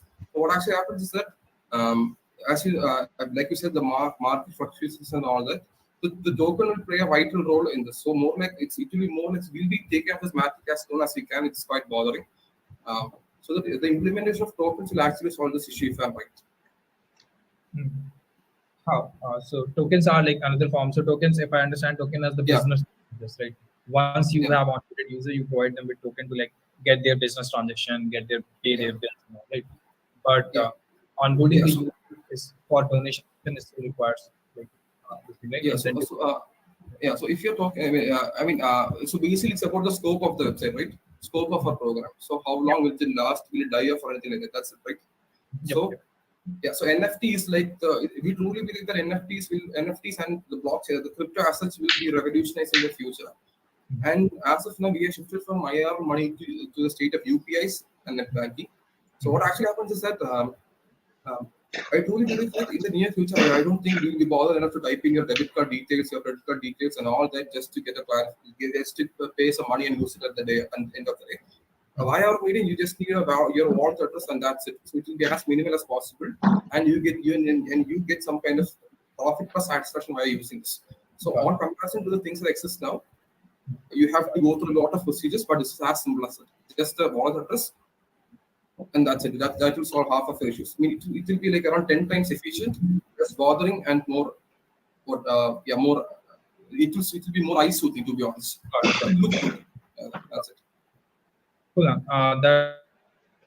That's pretty much from my side. Thanks.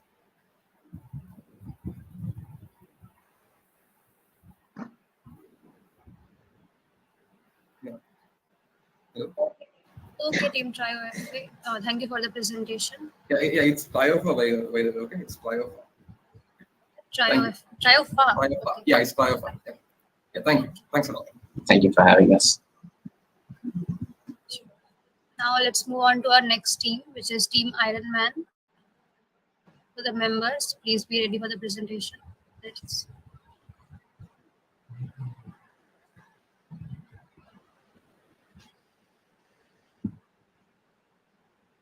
Hello, good afternoon, everyone. Yes, it is. Is it visible? Yes, it is. So, good afternoon, everyone. I am Rishabh from Team Ironman. With me, my teammate is Tushar Chauhan. So basically, sir, can you jump on the next slide? So, without wasting any time, let's directly jump to what we are doing. So, basically, we are developing a e-voting platform, a futuristic e-voting platform for us. You can see like voting is the one of the major process in our democracy, and each and everything depends on that. So basically, our just system that we are we are developing is like a consist of, it's very verified and transparent, easy to use and interactive, min maximum touch type because you need to type anything, and based on current election commission 3-step process. So election commission, usually what we do, we go to the election commission office, we give the stamp, we directly give our thumbprints, and we show the voter ID card, and we give the vote. So basically we are trying to copy that. After that is multilingual, accessible, illiterate friendly. So as you know that it's a tech only, so operating any computer system is not accessible by all. So it is, it's multilingual, accessible, illiterate friendly. And next is we are concerning about security and privacy too. So Tushar, next slide please. So basically what our approach is, our 3-step approach is, we will be taking the inputs according to the accessibility. For example, if first of all I will be taking the biometrics. For example, if my voting is on day 3, then day 3, third day of the month, then on the day 1 user have to register with the biometrics, and on the day 2 it will be verified by the election commission, and day 3 voting process will be done. Because the thing like voting is not an easy like a task that which all should be automated. So we are keeping the essence of the physical process also. So we are solutioning that how you can incorporate this futuristic approach in the current election commission process also. So next slide, Tushar. So now coming to the point is accessible, inclusive, multilingual, and accessible and illiterate friendly. So next slide, Tushar. So basically here you can see our demo. One animation, it is showing that what the user has to do, and after that you can just need to click new user or registered user. For example, if you are on the voting day, you are a registered user, and if you are registering, then like it is a system for kiosk. Simple thing. You need not to go to sit on your home, and you can directly access this on the laptop. The whole software we are making is like a ATM machine, which can be set up on any kind of any Aadhaar center or nearby ATM. Okay, so next slide, Tushar. Okay, so so we are also incorporating one chatbot so that if a person is face any problem, so that he can interact with that. Next slide.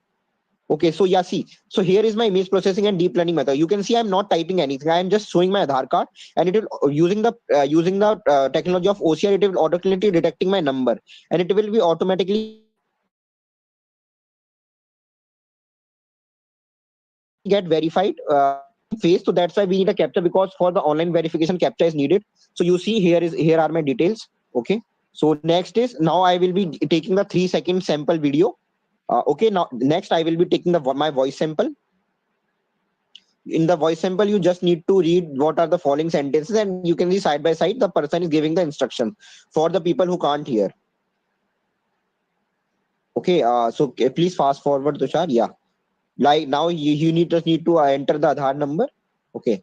So yeah, his data set has been collected. Now each and everything, face recognition and speech recognition will be done on the voting process. So please stop here.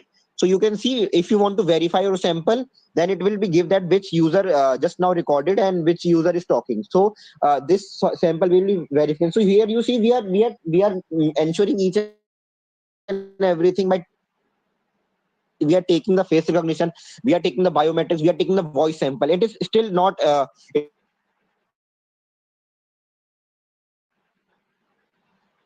incorporated with the current process who assigned the responsibility is given the vote.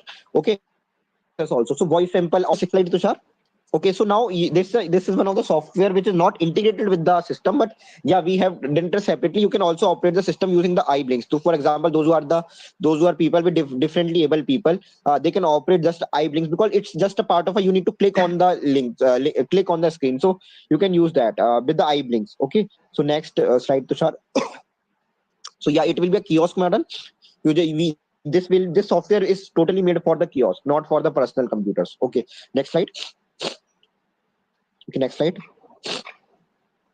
So yeah, this is the kiosk like Aadhaar kiosk. Okay, now for the kiosk center, one software which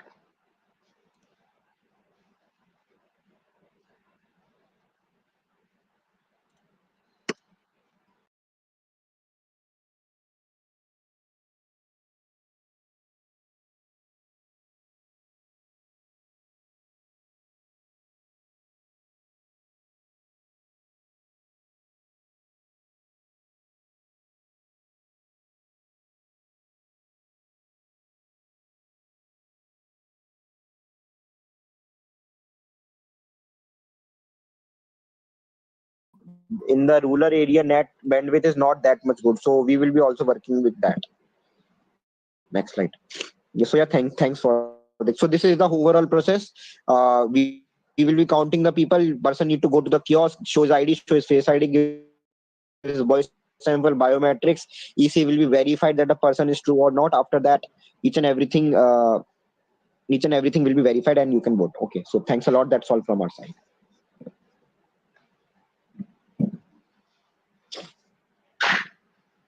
Okay. So Tushar, quick question. So you said kiosk model. So you are saying your application would be available as a web application on those kiosks through which Yes. model that you're Yes, supporting? ma'am. Okay. So let's say for a certain person, the kind of security that you have envisioned, right, is not working for some reason, and they Yes, want ma'am. to vote on an alternate platform. I don't know whether that would be electronic or physical. How are you gonna integrate the input from both sides of the world to prepare the results? I mean, what's your view on that? Okay, got it, ma'am. Like how the result from the other platform will be combined here. Okay. Yeah, that's precisely. Yes, ma'am. That will be that's a very good point, and that will be a drawback for this. For as of right now, I simply accept that, but we will definitely try to improve that because we are collecting the results in the form of blockchain. If we give somewhere else, then definitely we need to see that how we can integrate in that blockchain. And that's a good question, ma'am. So we will try to cover that also. Okay, got it. And the ballot that is happening, the dashboards of output results for the candidates, let's say there are 10 candidates going for election and all, would that be a real-time kind of a transparency you are expecting, or some kind Yes, of a ma'am. batch Ma'am, there model? is a transparency because real time, because it can be real time also, and it should be verified by the election commission also. So basically, yeah, it will be a real time only, ma'am. Okay, cool. How are you going to manage the volume? India Ma'am, is a populous country, right? yes, ma'am. That is the issue. Oh, ma'am, because ma'am, see, yeah, it will be it is a issue, but not a very major issue, because you see, side by side, we are scaling everything. Like you see, because scaling is not a problem here, because you see, ma'am, still there are many big major platforms that are running, that user are using, because you see, as I told you, it's the futuristic approach. So we are calling, there are millions of the crores of people who are calling each other. Still the networks are working a bit fine. So yeah, ma'am, that is also scaling is also a thing which should be in the roadmap also. But we right now we are using the AWS with this, and if for the AWS instances we are using the auto scaling of that. Okay. One follow-up question. Somebody has voted and is not voting again. How are you ensuring that? How are you locking out a system person who has already voted? That is the blockchain, ma'am. If the hash is changed by the right person, then definitely he can't vote again.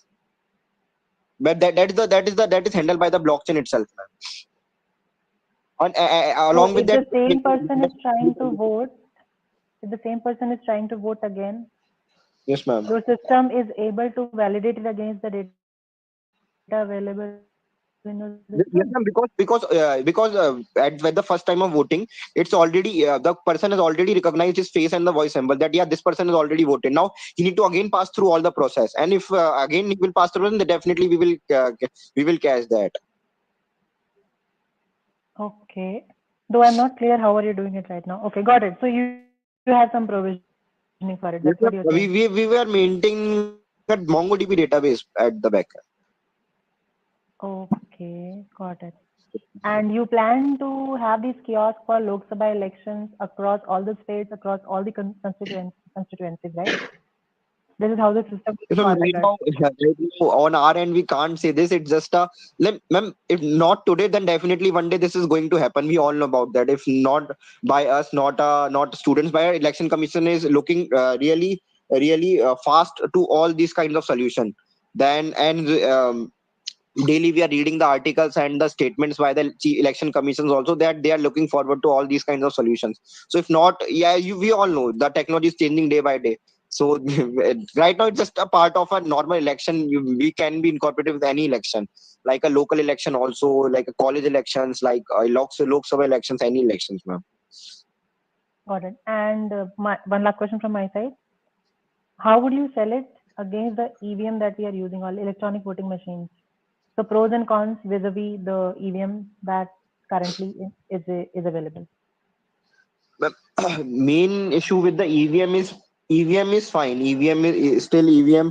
EVM is a good having a good security, but still, ma'am, booth capturing is also present in our country. Still, we see like many states there are the cases we are seeing. So all the integration, like a face recognition thing, voice sampling things, these are the necessary steps we should take. If we are keeping a camera on the booth, then why not to integrate a machine learning also with that, which will support that. So yeah, this will be a game changer in that side, like a booth capturing thing. Okay, thank you. Cool. Couple of questions from my side. First of all, what's the major motivation to use blockchain here, and why we need it exactly? Okay. So, Major, because sir, we are using an e-voting platform. So, e-voting platform, first of all, the first point is it's trending also, and again the second thing is, if we are making something online. So when it comes among the voting and the security, so blockchain is like we can say it's making the system more and more secure. So that's why it's a point, sir, because we have incorporated here an IBM blockchain platform, and along with that, it can be auditable by the election commission also. So, see, security can come up from a centralized system as well. The major thing what blockchain brings in the on the table is it's distributed, not controlled by a It's distributed, yes, sir. But what I see here is like the kiosks are owned by election commission. Is that correct? Yes, sir. So all the nodes in your like distributed systems are owned by a central entity. Right? So Yes. what's the harm if we just encrypt all the data from these kiosks, just like ATM machines are controlled by central, like HDFC's ATM machine are controlled by HDFC server. Let's say all the kiosks are controlled by election commission. I encrypt all the data, send it to election commission, and it's getting distributed in a central server. What major benefit I'm getting by using a blockchain? Okay. So, sir, the major, sir, we can also like say like see whenever we talk about the EVM, someone say that EVM is hacked by some people and the results have been changed. But if we are using the blockchain, then election commission also it's a bit difficult by the election commission also to change the results, because as we all know, if we know about the working of a blockchain, it is based on the hashing. Encryption is based on the hashing. If someone is trying to change the intervene in the hash chain, then definitely it will it will raise a concern there. So basically that the thing is, and along with, if I'm saying that if a particular EVM machine में अगर इतने cases आ सकते हैं, if we will saying that we are using a centralized database, then definitely there can be many issues on that. But if we are using a decentralized system, then definitely the objection with that will be less compared to that. Yeah, so that's where the major problem I see with the system. It's not decentralized actually, because all the nodes are owned by a central entity. So blockchain like is truly decentralized system is like where every node is like. So blockchain, what does it do? It solves the Byzantine general problem, right? We can't do that fully also, now, because somewhere government should also hold some kind of like it can be a debatable issue. Yes, sir, it can be a debatable issue. Yes. Cool. Yeah, that's all from my side. Yeah. Yes, sir.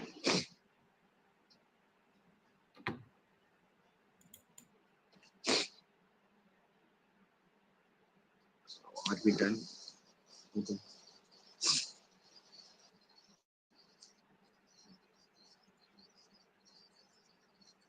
So thanks a lot. If any question is there. Okay. Thank you, team. Thank you. Yeah. We can move on to our next team, which is Team Potata. Hello. Yeah, are you audible? Yeah. Okay, ma'am. Thank you.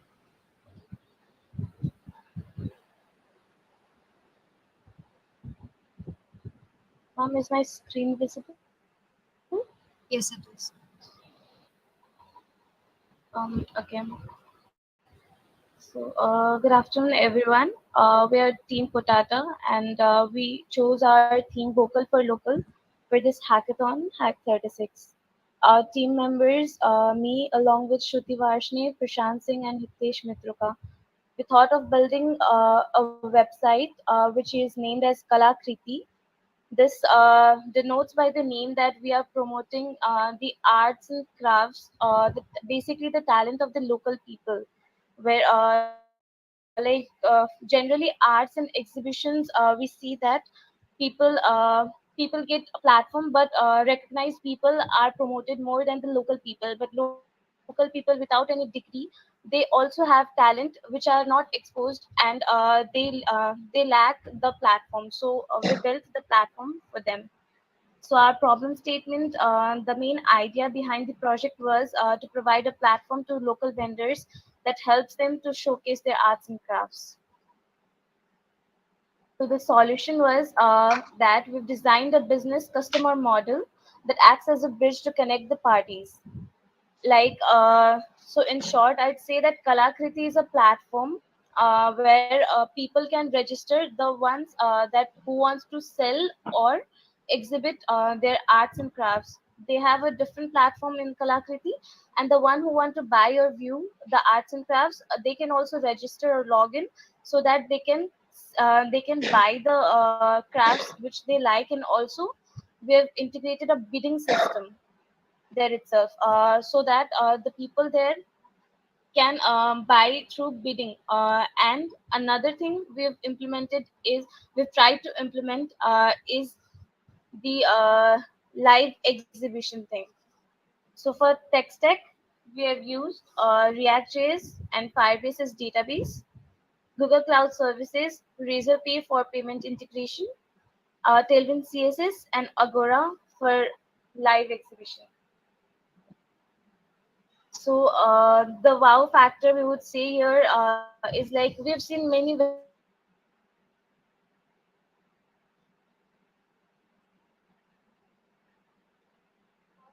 websites. Auction is also available, but it's not in the same platform. So we've decided that we can do this all in a single platform. So that's why we built Kalakriti here. And here we can say that it helps for live exhibition and auctioning, as I mentioned, and visual presentation. People go to art exhibitions, they pay lots of money, but we can do here live. And also people who cannot afford expensive exhibitions, they can also take part here and exhibit their talents through our website. So the future work here is that we have planned to integrate our independent payment gateway. For now, we are using Razorpay, but we have planned to implement our own independent payment gateway system. And simultaneously, we've thought of using machine learning to collect user data and provide the best possible outcome by their algorithms. Also, another thing could be that we can see people do buy and sell arts, but there are a lot of plagiarism available in internet. So for that, we can do the art plagiarism detection. We've thought of implementing it in future, and also the AR VR, so that exhibition could be more fun online. So that was all from our side for the presentation. Here's a short demo of the website. The services, as mentioned, auction, live exhibition, buy and sell. We'll be listing the products which will be coming from the backend database. The login sign up part. Here, since the admin is logging in, will be redirected to the admin dashboard where the bidding sales will be recorded and be showed here. Similarly, the products will be listed here, and the user can upload its image along with the bidding price and the images, and up to when the user want to sell, the availability of the products. And also the live stream, unfortunately we could not complete the live streaming because of some issues, so we've not listed it yet, but we'll be soon completing it by removing all the errors we're facing. Yeah.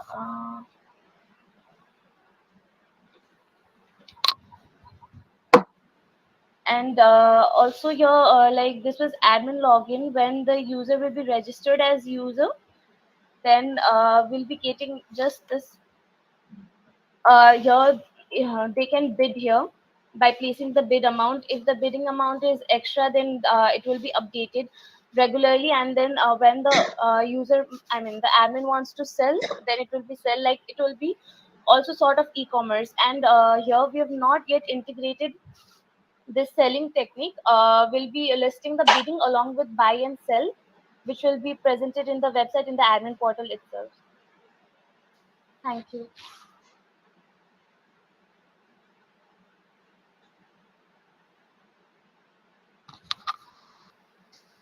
Hello. Okay, Shruti. So you're done from your side, right? Yes, sir. Yes, sir. Yeah. Okay, so quickly following up on few things. You said your team is planning to add their own payment gateway. So your business model is vocal for local. You want to establish a site where people, buyer and seller, can connect, and the best bid takes the, gets the, that Yes, item, ma'am. right? Yeah, So, actually, it's a long-term thing, the payment gateway. So for now, we've used Razorpay, but the long-term thing would be like we can integrate more features in our website so that it would look more great, and maybe it would be more efficient if we have an independent payment integration. So that's why we thought of that. If we complete everything we've planned off, then at the end we can also opt for the payment integration, independent payment integration. okay, so that's precise my question. There are payment companies who are only solving for payment related problem statements. So don't you think if you try to do that, you will spin off as another company? Because that's a big problem. If you see PayPal, one of the provider, Razorpay, BharatPay, PhonePe, Google Pay, lot of players just solving payments. Won't that be a difficult Yes. challenge? Yes, ma'am. That's why we pushed it to the like maximum limit for the payment gateway. First, we thought of that we would make it more interactive with the exhibitions and the bidding, and then at the end we would opt for the payment integration. Okay, got it. Now coming to the live exhibition thing, right?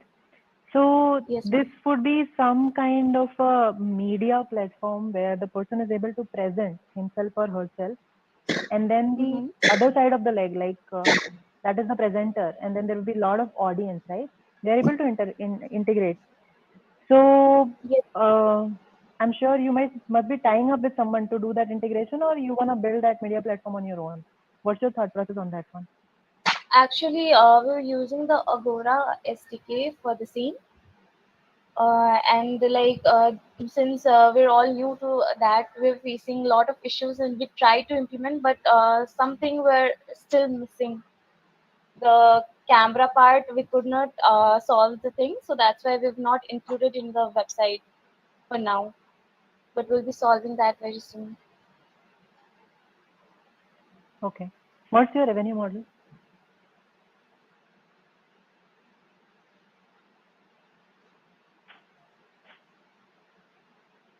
Shruti, my question is, what is your revenue model in this whole integration? uh, Sorry, ma'am, could you repeat it? Actually, I got my So network what is your connection. business model, revenue model?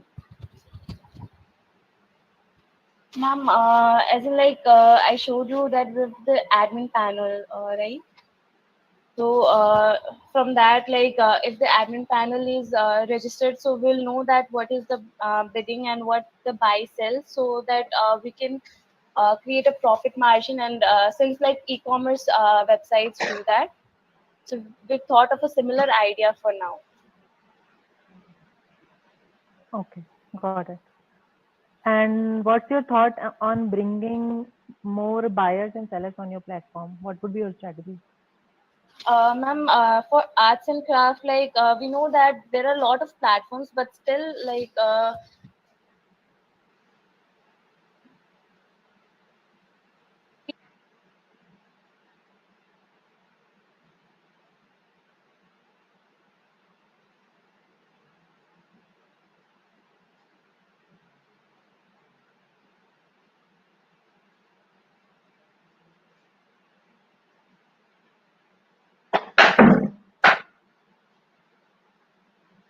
I'm not sure if I'm able to hear Shruti.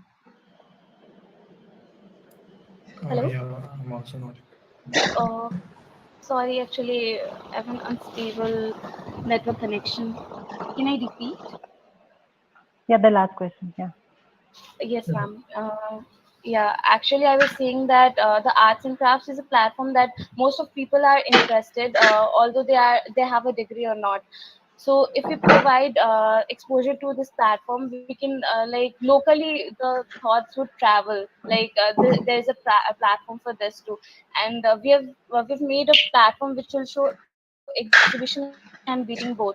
So when people will hear about it, when it will come into action, then I'm sure that people will hear from each other and they'll be registered to this. Also, we can do marketing kind of stuffs through social media, which is quite useful. Okay. So one last question. After that, I think Anshul can take it over. Do we have any other bidding system available in the market at this moment? Bidding system. Yeah. Ma'am, according to the research, we don't have a bidding system right now. Our research, actually. Okay. Got it. Yeah. Thank you. Yeah. Thank you. Cool. I think most of it has been already covered, so I can just quick follow-ups on like couple of questions that previously were there. So, for example, like we talk about like competitors. So there are two things we are providing here. One is auction, and second is like connecting artists with buyers online. In that space, like I think Etsy is a well-known and very very big competitor. How do you plan to go against them? Like, Oh, sorry, sir. Could you repeat the last part? so you know about Etsy, ETSY? Yes, sir. Yeah, so Etsy is a very big in this domain, right? Selling artworks. They have like a lot of they have global coverage, right? They connect like Indian paintings to external painting to all over the world. So when you're Yes. going into this domain, how do you? What's your strategy to compete against those? Like, what's the unique like selling point? Sir, and for this, we can say that Etsy is a large platform, but we don't see the bidding auction thing in Etsy, right? And also that would be a plus point in our platform. And then like it has targeted every sector. Like we can see it as personalized gifts and everything, right? It's not just focused on handmade arts and stuff. We are mainly targeting to the local vendors where people make goods out of scrap and they are quite good, but they are not getting the platform. So that's why like we are mainly targeting to that. Otherwise, the personalized goods are also available on Amazon, Flipkarts. We can buy it from everywhere, right? But arts and crafts, they don't have proper exposure. So that's why Kalakriti is a place where you can get proper exposure. Like small people that come out from villages or rural areas, they can also, if they have talent of drawing or like anything, painting, crafts, they can be available at Kalakriti. Got it. Cool. So no more questions from my side. Just small 2 cents on this. I think the major challenge that you guys will face will be the user acquisition because you need to bring lot of artwork so that people are interested, and then you need to bring even more buyers so that the artwork gets sold, right? And that will take some time. And as Levina also mentioned earlier, you don't want to be focusing on the problem that are not core to you, what you're solving, like building payment gateway, right? As one such example. Try avoiding those unless like you are at the volume of doing millions and billions of dollar worth transaction. It's not worth it. So yeah, just be focused. That's pretty much 2 cents. A feedback or advice. Thank you, sir. That was quite helpful. Thank you, Shruti. Thank you for the presentation. Thank you. Now let's move on to our next team, which is Team Yaggiseni. Team Yaggiseni, please start with the presentation. Hello everyone. Myself Nandini, and dear panel, I want to let you know that all of my team members are in same room. So we are joining from single device only. Okay, no problem. So, let me present my screen.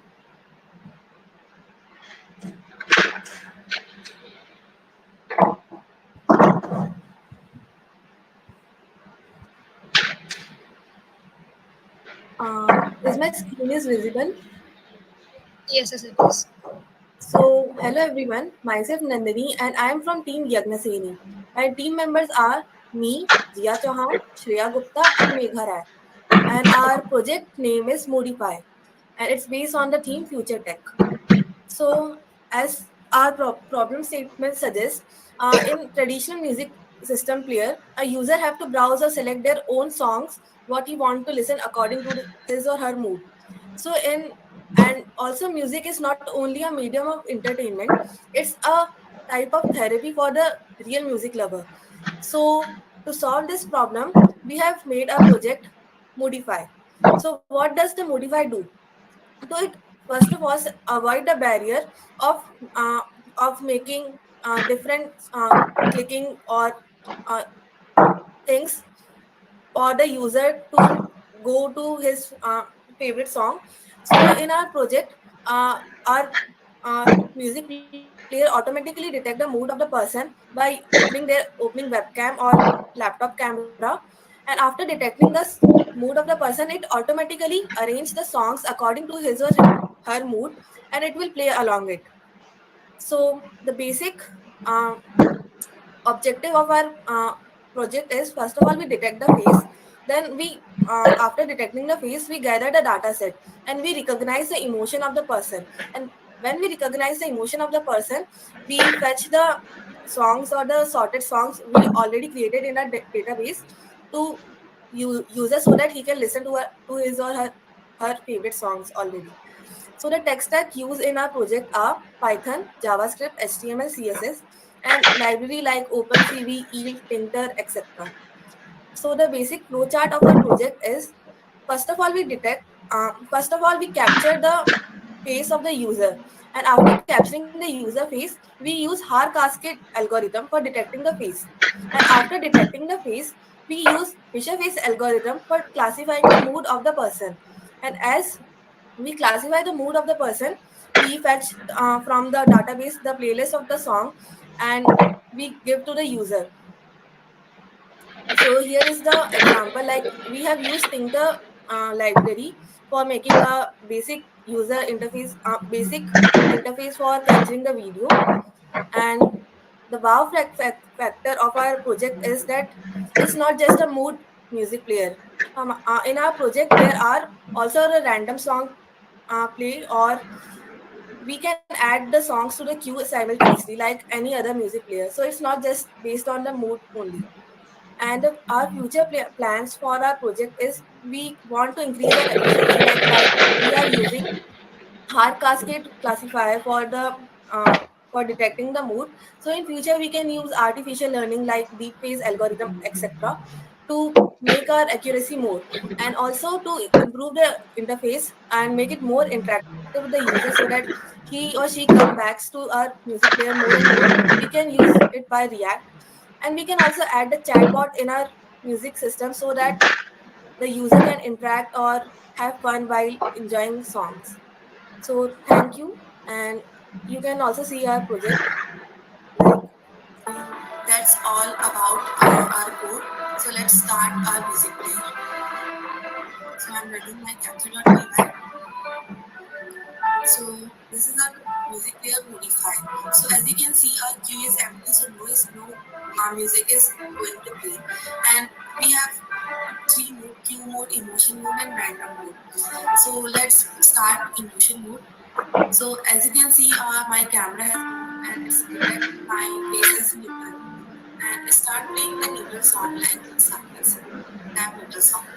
So I can also add songs which I want to listen later in queue. So like by pressing on plus, the song is added in queue. And as you can see, I'm moving on the song. So as I'm moving on the song, the information of the song is also getting displayed.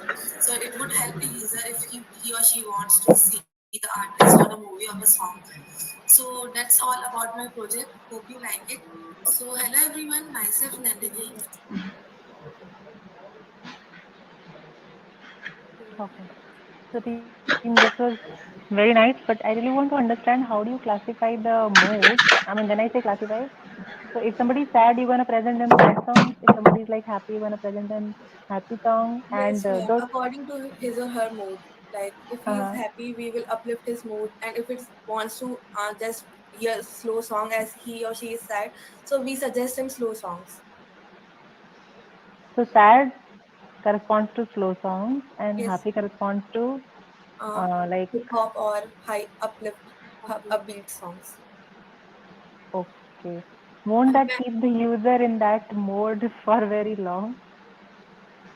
Uh, Ma'am, we can add more songs to our database by using Spotify API or any other music player API, so that we never face a lack of songs in our music player.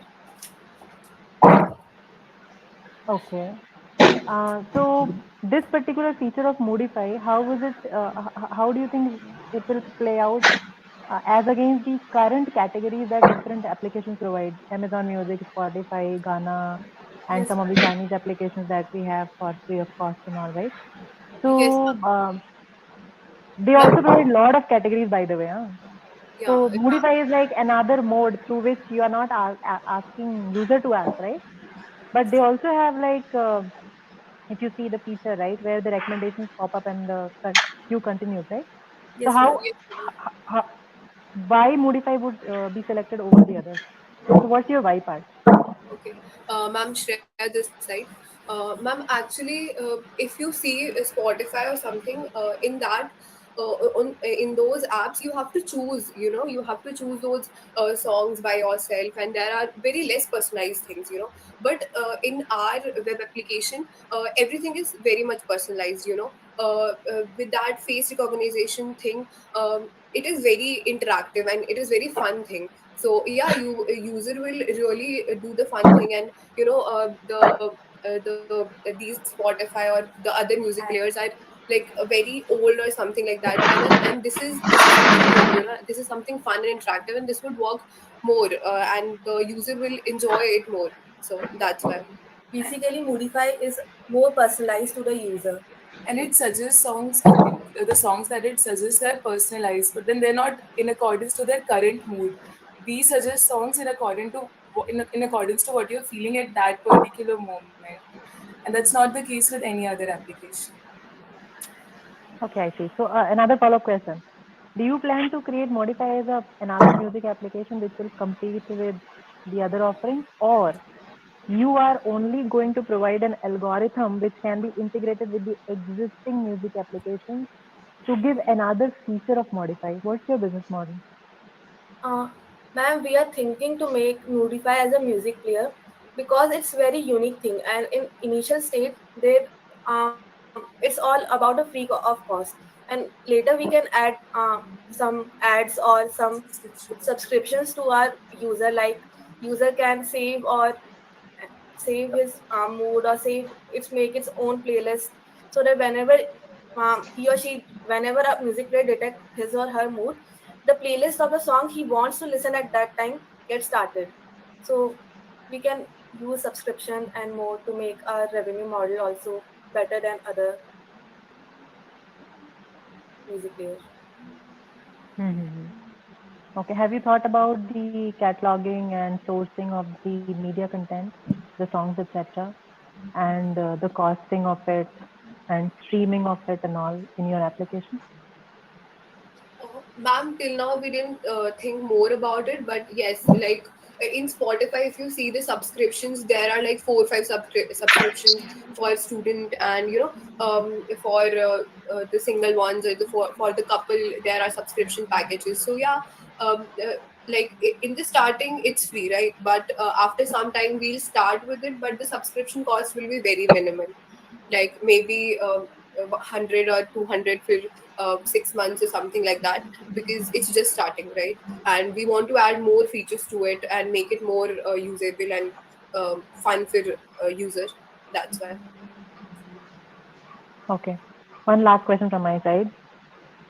So you're going to use some kind of a detection algorithm, right? What is your feedback loop and how are you going to make it better going forward? How are you going to gather that Ma'am, information in your... initially we are using machine learning. So in future, I'm going to use like artificial intelligence or neural network for detecting the face or mood of the person, because they are more accurate and efficient algorithm than the current we are using right now.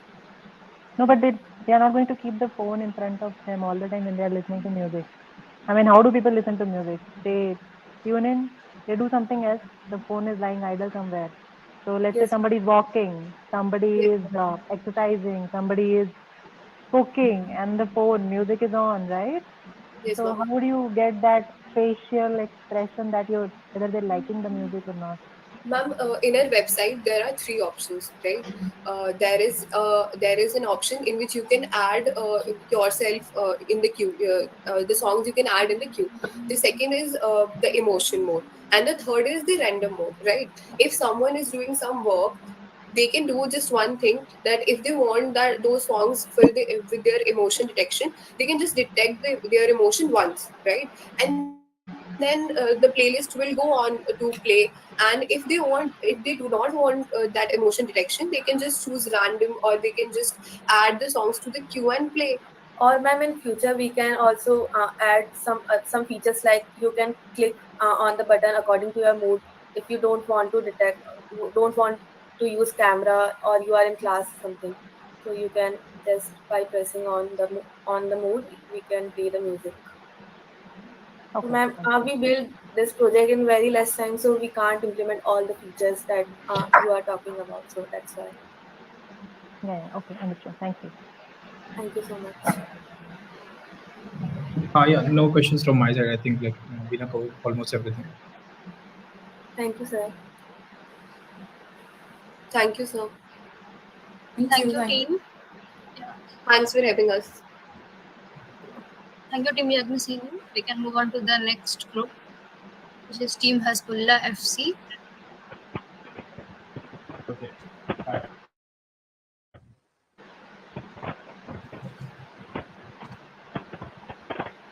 Is that stable? Yes, your screen is visible.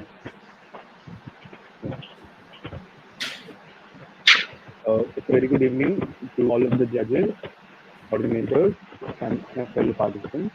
This is Team Hasbullah FC, and we are here to present our.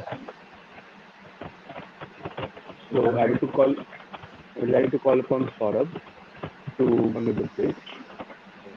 Saurabh. Excuse me, Saurabh. Oh, sorry. I think I got distracted. Distractions, a very common phenomenon today, thanks to technology. It was fine right now, but imagine a scenario of distracted walking near traffic or other sensitive places. It can end up being tragic. Our problem discusses the same. In our problem statement, we consider the fact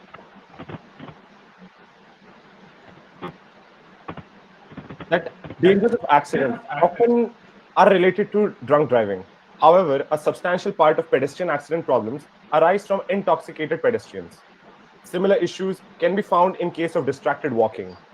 This behavior includes texting, calling, gaming, etc., which cause fatal injuries every day. For example, you might have heard of Pokemon Go. It has similar issues. This sheer lack of focus due to intoxication or irresponsibility causes significant loss of life, and something needs to be done. We have taken that something and we are going to do it. We propose an AI-based solution to the previous mentioned problem, which will be an add-on to the phone's security measure. The first thing we want to clear out is this is not a monetary app. This is something which we want the phone companies to have inbuilt in their phones. Using the phone's linear accelerometer, we will create a model that will classify the user's movement into 3 categories. We can extend this to multiple categories, but for now, we have managed 3 simple categories: drunk, distracted, and normal. Using this model, we created an Android app that will notify and alert the user in case of any distracted movement. Similarly, for a drunk person, if the model detects unstable motion, after a certain threshold, it will generate an SOS call, which will notify the user's emergency contacts regarding the user's location and other details. I'd like to call on Abhyuday for the implementation details.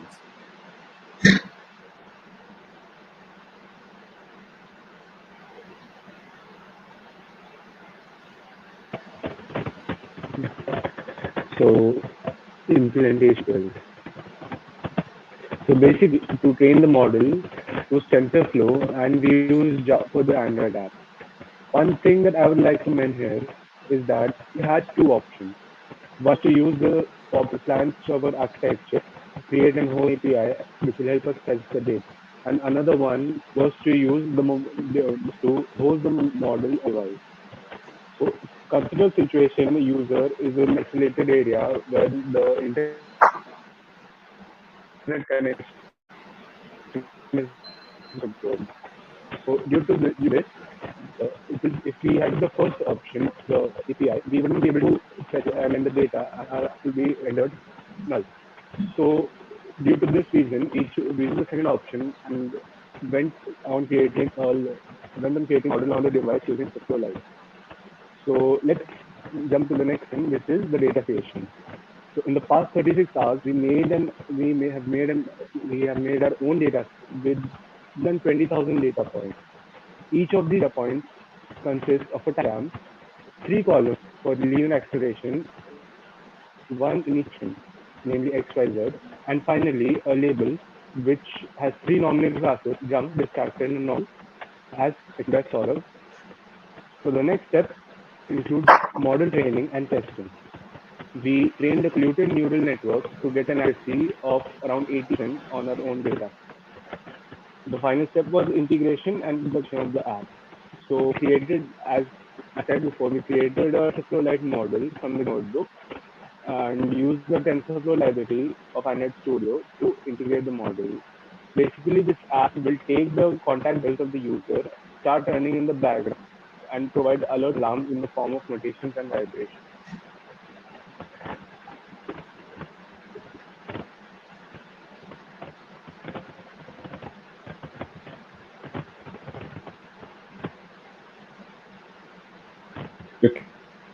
Camera.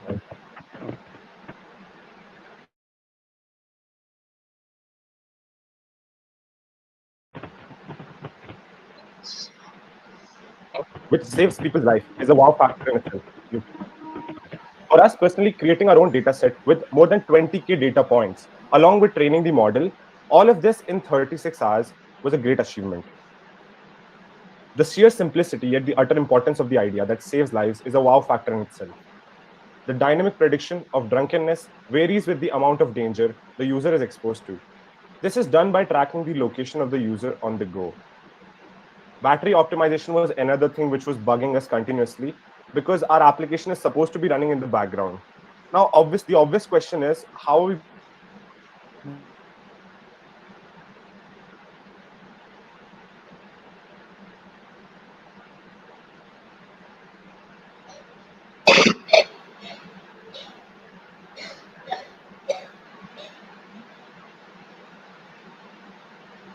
I'm not able to hear Saurav.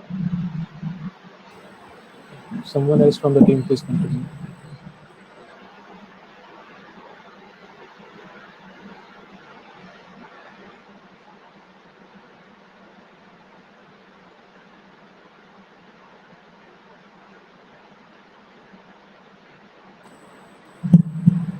Aditya? Yes, sir. Just give us a moment. Just 1 minute. Okay.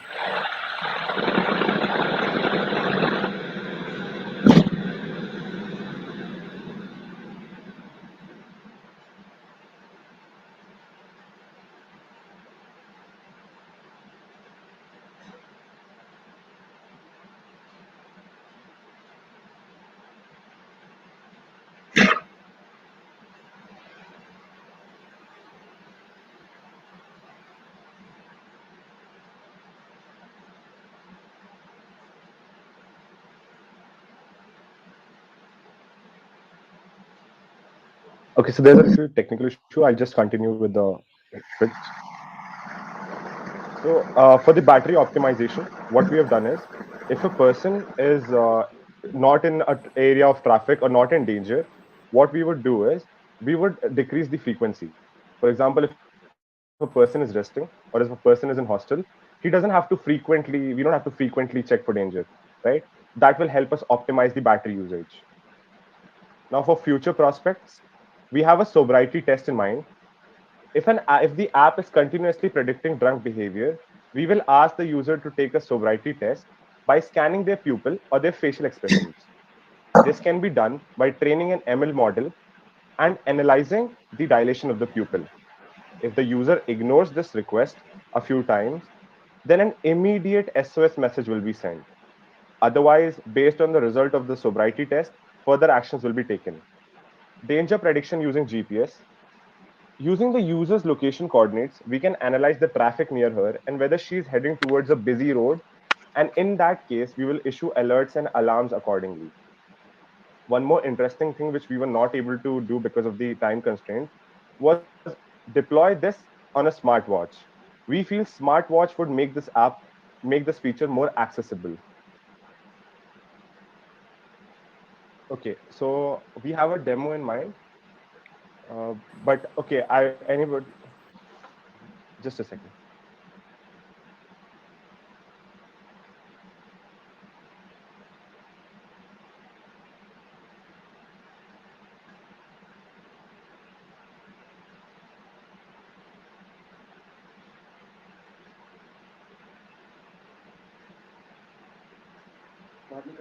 Okay, actually the hostel internet issue is here. There's a power cut here. So we are not able to show the demo here right now. But right now, anybody has any questions they can ask. We'll show the demo in a bit. Yeah, sure, we can get started with the questions. So my first question would be the adoption of this thing. How many, I mean, did you do some kind of research? How many people in the demographics are into drinking? Okay. And if they are into drinking, what's their motivation to use that smartwatch or that Android phone which comes with this feature, where there is a call raised to their emergency contacts when they are into that state? What do you think about it? What's their intuition to have Actually, this? yes, ma'am. Ma'am, actually, in every smartphone, there's an emergency contacts thing where you add a special friend or a special relative. So what we thought was the demographic information which we checked was mostly from foreign sources, because a lot of research, there has been quite a few research on this topic, like drunk pedestrian walking or distracted pedestrian walking in foreign research, foreign universities. So this turned out to be a very neglected area. But if you see areas like Las Vegas, so in that of all accidents, or of all traffic accidents, 49% of the times, someone is drunk, either the driver or the pedestrian. So everybody talks about the driver, but very few people talk about the pedestrian. And it was not only about drinking. We also talk about distracted people. Like, if a person is distracted, he's not paying attention on the road. So he is distracted by his phone, right? Or his, so we thought that maybe we can, vibrate the phone or give a notification so that the person's attention, suddenly is on the road finally. So it was a mix of both. Like it was basically more about a lack of attention span, or a person who is inattentive either because of drinking or because of other reasons. So his phone can help him by analyzing his motion. That was our main area where we did our research. Mm-hmm. Okay. So why not create some kind of a Can we show you data? a small demonstration? Yeah, go ahead. Ma'am, the internet is back. Can we show? Thank you, ma'am. Abhijit, please share the screen.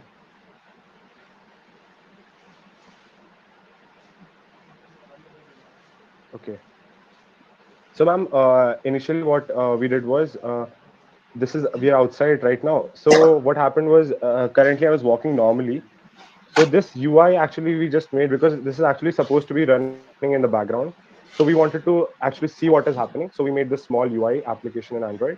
So here the latitude, longitudes are being shown, and the person's information is being shown, whether the person is distracted or whether the person is walking normally. So in the first one, I was walking normally. So it was predicting normal. Currently, I'm distracted. So it was predicting distracted. There was a little error in because of our data set. We made our own data set, so there was a lot of issue with that. Now I was trying to walk like a person would do if he's not sober, or if he's not, if he's drunk. So in that case, what we were doing was, when the model continuously predicts that a person is not sober, there would be a notification which would be generated that, okay, you are probably drunk, you should take care.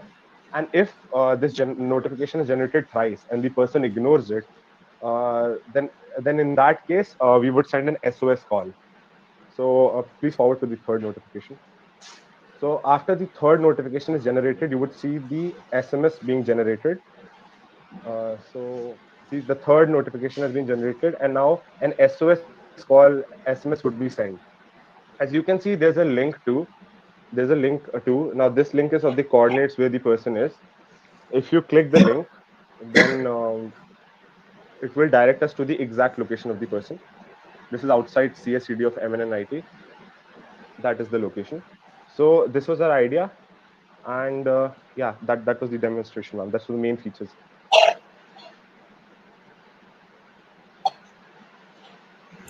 Got Any it. questions? Yeah. So one follow-up questions on that. So what about like, so currently what I'm saying is like, if someone is drunk, right, we are like generating an SOS and we are sending it to probably the emergency contact, probably can send it to authorities as well in future if needed.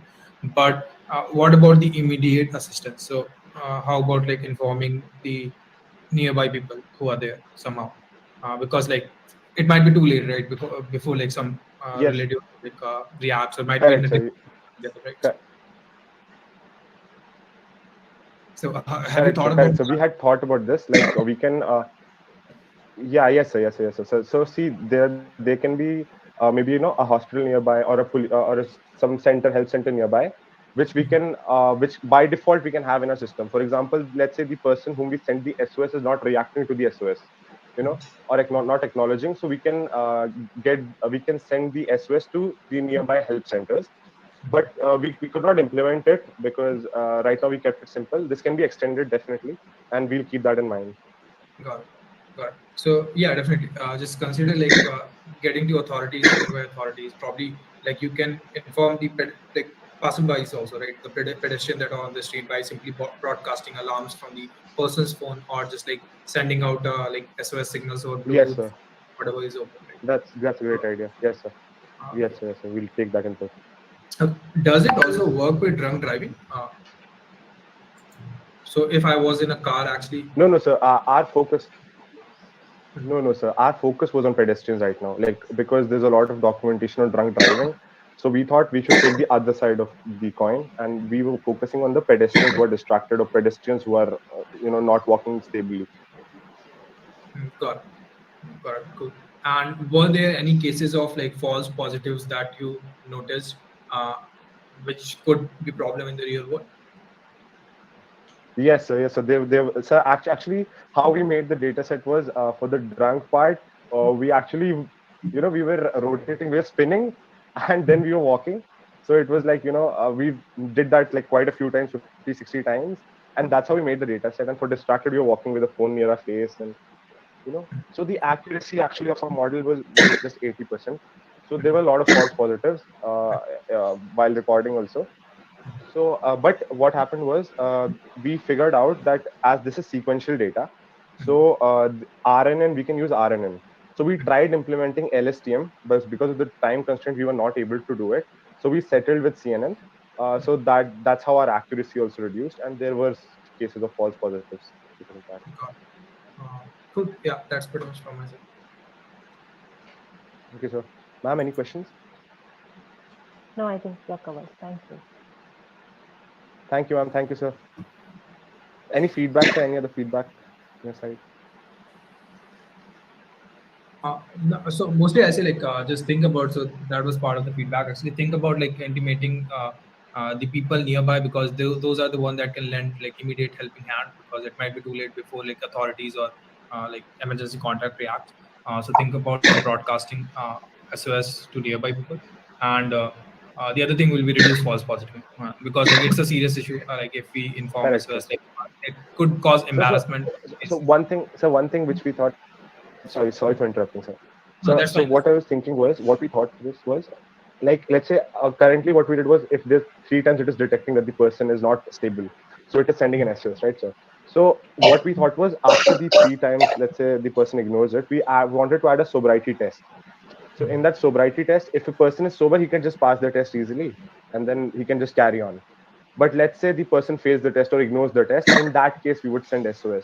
So that would reduce the false positive in the case of, when a person is drunk. When a person is not drunk, he's just doing something, and there's a false positive. So he could just solve the test, and then the software would know that, okay, he's not drunk. He was doing something else. Got it. That was Cool. one more step which we thought. Yes, sir. Thank you, sir.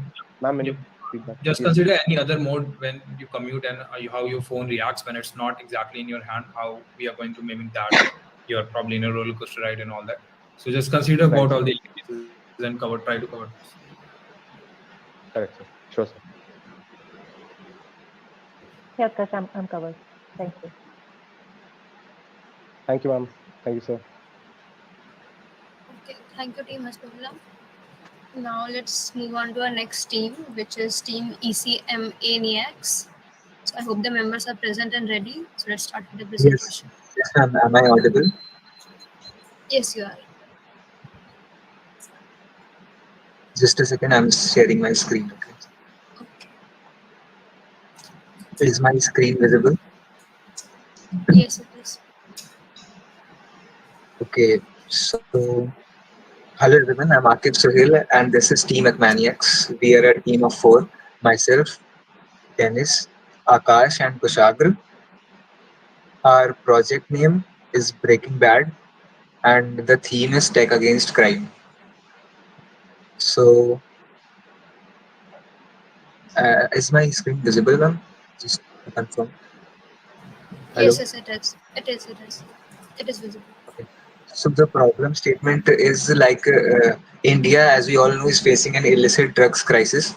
Drug addiction is a widespread health issue for India, and the major reason behind it is drug trafficking and drug trade, which occurs. So we have identified that currently there is no digital way of reporting drug trafficking. Like for the common people, the only way is to reach out to the narcotics squad physically or to the police station, or just to do a phone call or something. But these methods like are not feasible or effective because in these methods the identity of the user is revealed to the police, and like due to fear people restrain from doing this. Also, they are not ready to spend their time physically at the police station and all.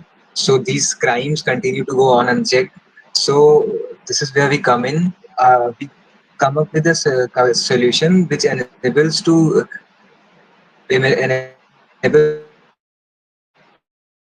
public to report these drug traffickings anonymously, completely anonymously, and this anonymity is ensured using Web3.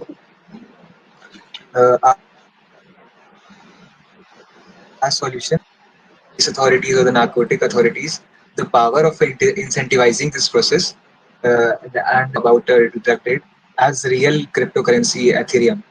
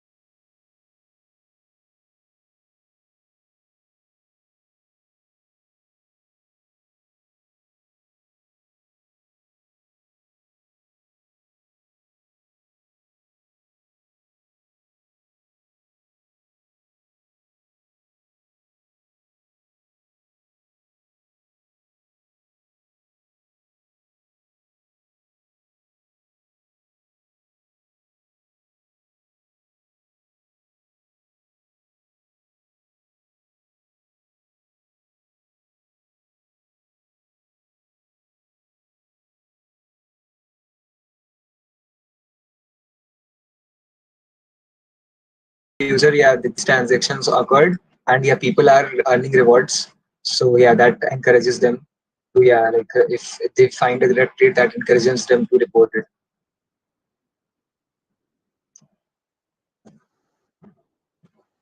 That's pretty much it for the user part. Now I'll like log out of this account and I'll log in through my account one, which is an admin account, meaning which is a police authority account.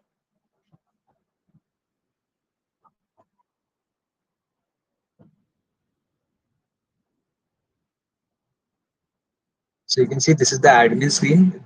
This has access to all the complaints or reports made by anyone anywhere.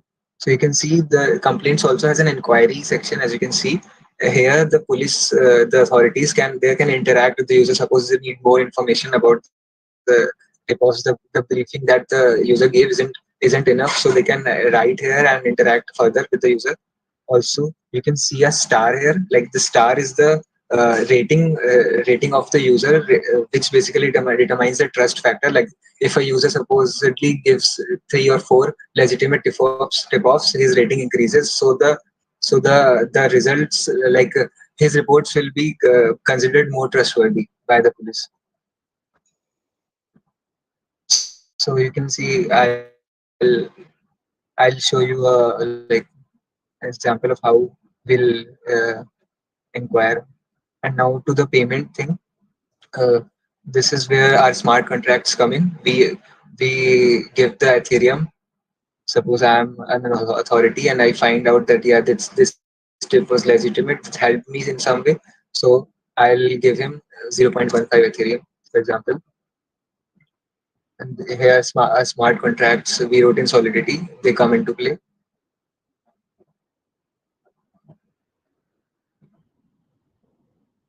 So the transaction is going, and yeah, the transaction is done. So now I'll show you for the confirming the transaction. I'll show you my account 2 balance has been updated. Just a second. Yeah, account 2 balance is now 0.15 Ethereum. You can see it received 0.15 Ethereum from account 1. And yeah, that basically completes our app. And this is just our deep learning model, and we wanted to show that it works. So here is you can see it predicts the correct results for a meaningful text and successfully classifies meaningful text from gibberish. You can see. Yeah, so that basically completes our video. And now to the wow factors which are left. So wow factor, as I told you, 100% anonymity because the logins are through Ethereum wallets, and even we as developers don't have any data. We only have a hash of the user. We have a rating system which I told about. The rating increases as the user makes more and more legitimate tip-offs, and this helps the police prioritize their targets. And the deep learning model, which I already mentioned, to eliminate spam. Coming to the next slide, which has future works. So we know that in this thing there is an issue of false reports. Like people can pull off false reports, obviously. So since this is a prototype and we didn't have enough time to do that, so it's in the future. It's in our future plans to make an ML model which will predict the severity of a report. Like if a report is, we'll fetch it with data from surveys, national surveys. Like demographic surveys according to which drug is consumed more in which area, and that model will be able to predict like this. Yeah, this complaint seems more legitimate than this one. So that will help us to eliminate false alarms by people and make the process of the police authorities easier.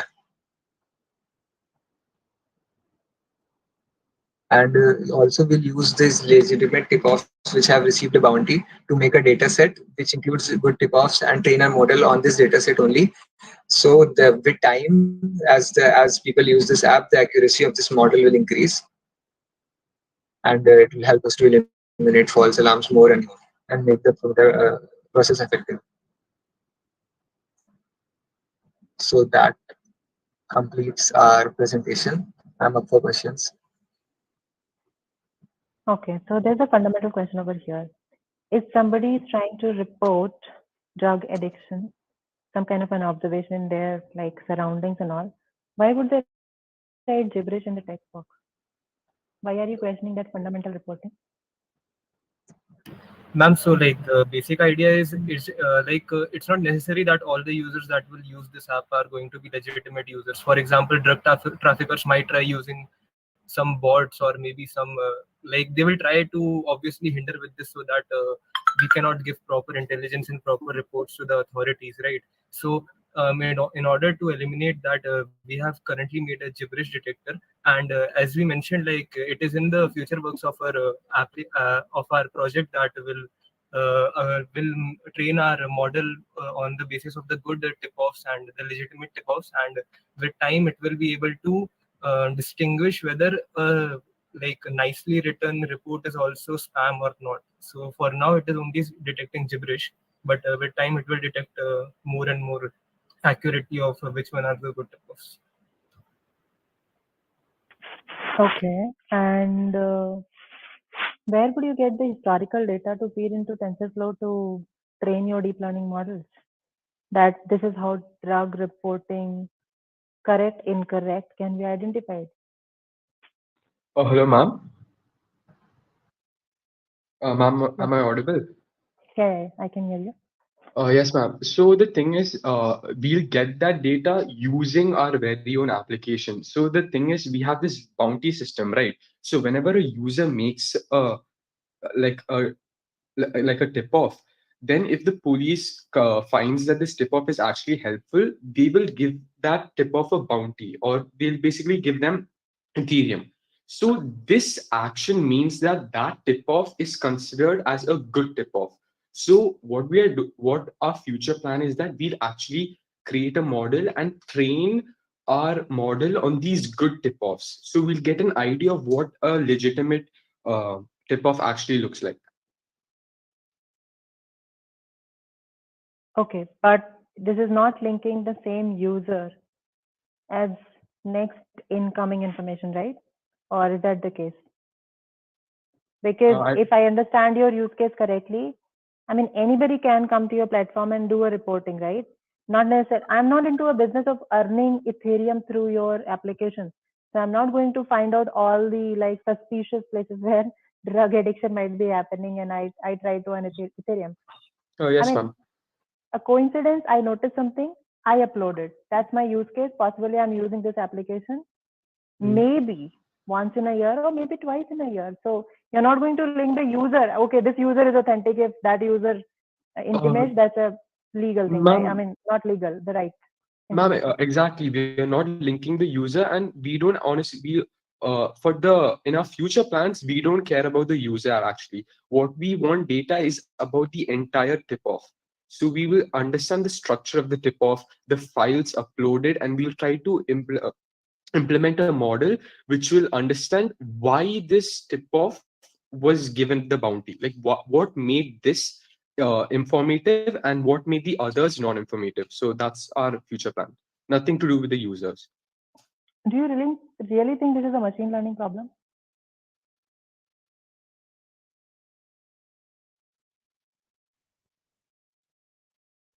Yes, ma'am, because it can like a good tip-off can be considered by the way how we phrase the sentence, right?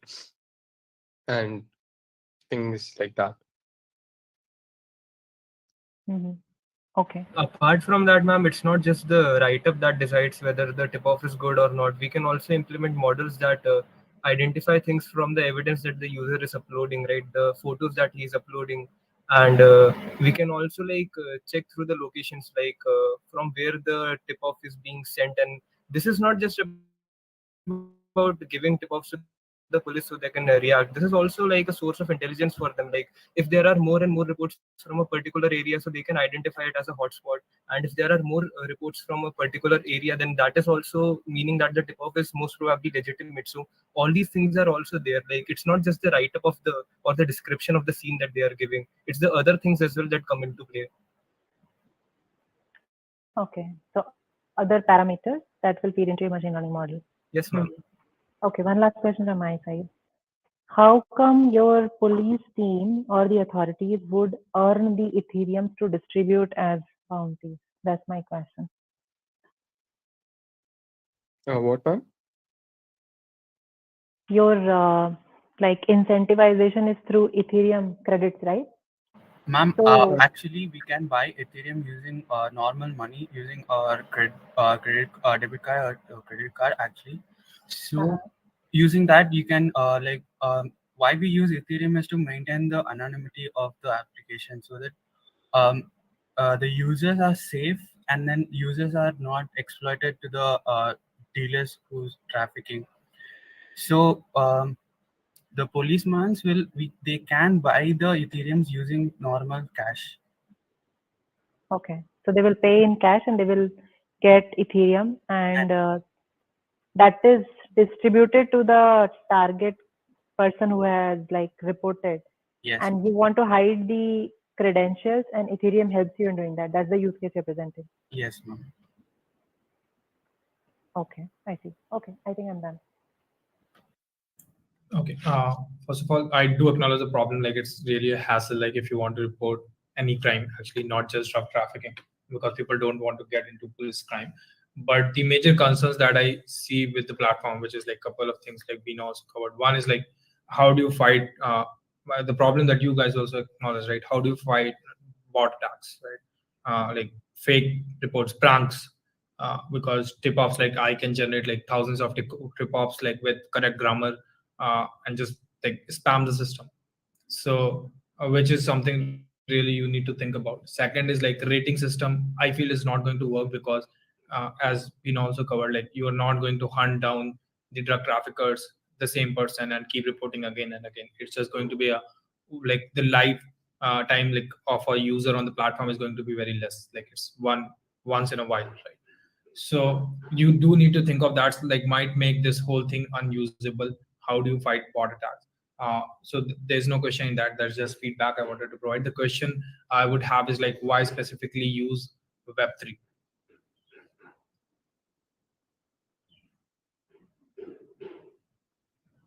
So first of all, to maintain the anonymity, and second of all, like all the transactions are decentralized. Everything is decentralized, so everyone has access to the transactions, like on the blockchain. So the other users can also see, yes, the police paid this guy this much because he reported correctly.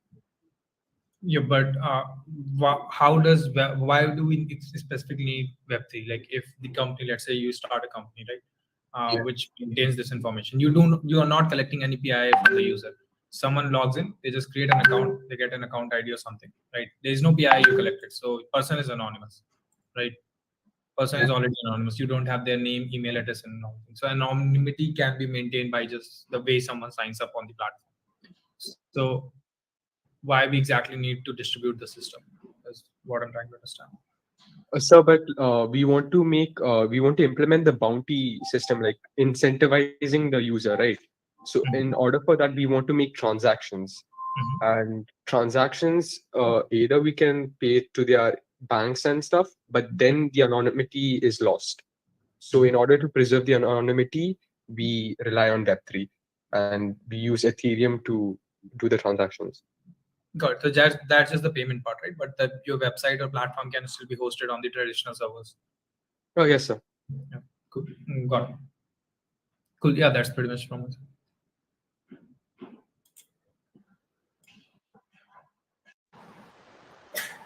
Okay. Thank you, Team EC Maniacs. Thank you. Thanks a lot. Thank you, ma'am. Thank you, sir. Thank you, ma'am. So now let's move on to our next team, which is EDC owners. The members, please share your screen. Yes, ma'am.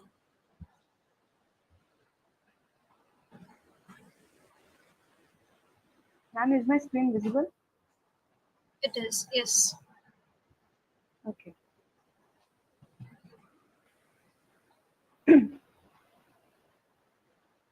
Good evening to one and all present here. We are team EDC owners. The name of our project is DocLock, and the theme which we have chosen is Future Tech. As we know that Necessity is the mother of invention. And that's what we have thought while framing our problem statement. As we know that throughout the span of our college life, a lot of documents and certificates come our way. Many documents are submitted by us, and many more are provided by the institute and other event organizers. The entire process is quite cumbersome and time consuming. Also, they are not organized in a single place. For example, we took the example of our own college, which is MNNIT Allahabad. We receive our semester certificates only in hard copy mode. Also, the transcript which is available on the site is not well formatted when downloaded as a PDF. The certificates we receive for events like Avishkar, Kalrav, Eloquence, or Hack 36 are provided to us in a single drive link, and it becomes very time consuming for us to search for our certificates. Also, the event organizers cannot assure the fact that the participant or the winner has received his or her certificate. And this process can be solved by our app named DocLog. So what we do in our app is that the DocLog is a dedicated one-stop solution for all these problems. The administrative overhead would be reduced at each step, starting from the process of registration to semester results, event certificates, and many more. All these things would be just a click away, whether you want to instantly show your credentials for your skills in an interview or just want to safely save your important documents. DocLog will come to your rescue. But there is a catch to it. These documents will not be stored in a centralized database. Instead, they will be stored in a decentralized manner. For this, we'll be using IPFS as its content addressing enables us to store large files off-chain and put the immutable permanent links in transactions, timestamping and securing content without having to put the data itself on the chain. We plan to build it in such a way as to automate the file upload system by the admin. So the concerned documents are linked to that user's registration number and get automatically uploaded to the IPFS. So what we have done in our project is that it's a kind of a college level digital document wallet, which is owned by an organization. The admins can automatically upload the necessary documents for each and every user. And the user does not need to search for his or her documents every time a new event or a new semester or any other thing takes place. So it would be a one-stop solution for an organization. Such things have been quite demanding because nowadays many organizations are demanding for apps like this, and not only colleges or institutes. We can in fact implement this system in many companies also. So let's talk about our implementation details. The tech stack which we have used to implement is Node.js, Express.js, IPFS, which is the interplanetary file system, Bootstrap, and MongoDB. Now I would like Prakhar to explain about the IPFS system. Hello, good evening, everyone. Am I audible? Yes, Prakhar. Yes, Prakhar. Carry on. So the thing that we have used of the file system that we have used is called IPFS. It is interplanetary file system. So what is the click of this system? The system uses a distributed storage mechanism that provides the extra security and availability of the database that we are using. For example, in the file we can see that there is a user A and B that have something in common, like they are from the same institute. So when the user A will be accessing some file, it will be it will not be usable as a location, but a hash would be produced that will be in the blockchain. So the blockchain will contain this hash tables. So what the hash will do, it will provide extra security and availability of the file. So there is a directed acyclic graph that is implemented by the blockchain that implements the request and download functions of the file. So the main feature of IPFS, we could have used any system for this, but what IPFS does is it is immutable. Means the file that is authorized, like our ID card or our institute certificate, they are immutable. Means they are very secure data that needs extra security. So as the institution size becomes larger and larger, there is unlimited traffic, as we have seen in our college also. When the results are announced, the sites can crash, but this IPFS system solves the problem very well. There is no risk of damage, and it is fast and secure.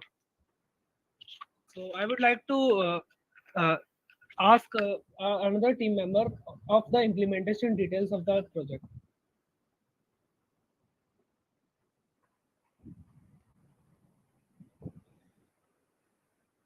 Hello, Abhishek. Okay, I will continue with it. So the features which we have implemented during the hack are as follows. So first of all, we thought of making a complete one-stop solution. So starting with the registration process, we have made a separate login for the students and the admin panel. So the credentials will be provided by the admin to the students so that any false user or unauthenticated user cannot sign up with it. So when the student will log into the website, then he or she will have to upload the documents while we upload during registration, which are done in the offline mode. We can do this in the online mode also itself in our website. Now, if there are any events which happen in our college, then the documents which are named with their registration number, they will be automatically uploaded to their profiles. So the student will not have to search his or her certificate anywhere. They would all be collected at a single place. The students will receive a notification directly about it, and they can view it from his or her profile at any time, anywhere. And the same goes for the semester results and the transcripts. The other implemented features are also, we try to implement an option for the students to save some important notes also, which they can save on their personal profile. Other users can't do it. That's simply for the student. And now talking about the wow factor of our application. The wow factor is basically that currently many organizations are looking forward for an application like DocLog. For example, recently IIT Kanpur has tried to implement this in their entire college. Other colleges are also looking forward to implement such kind of system in their institute. So this can become an opportunity for us because we have made a template.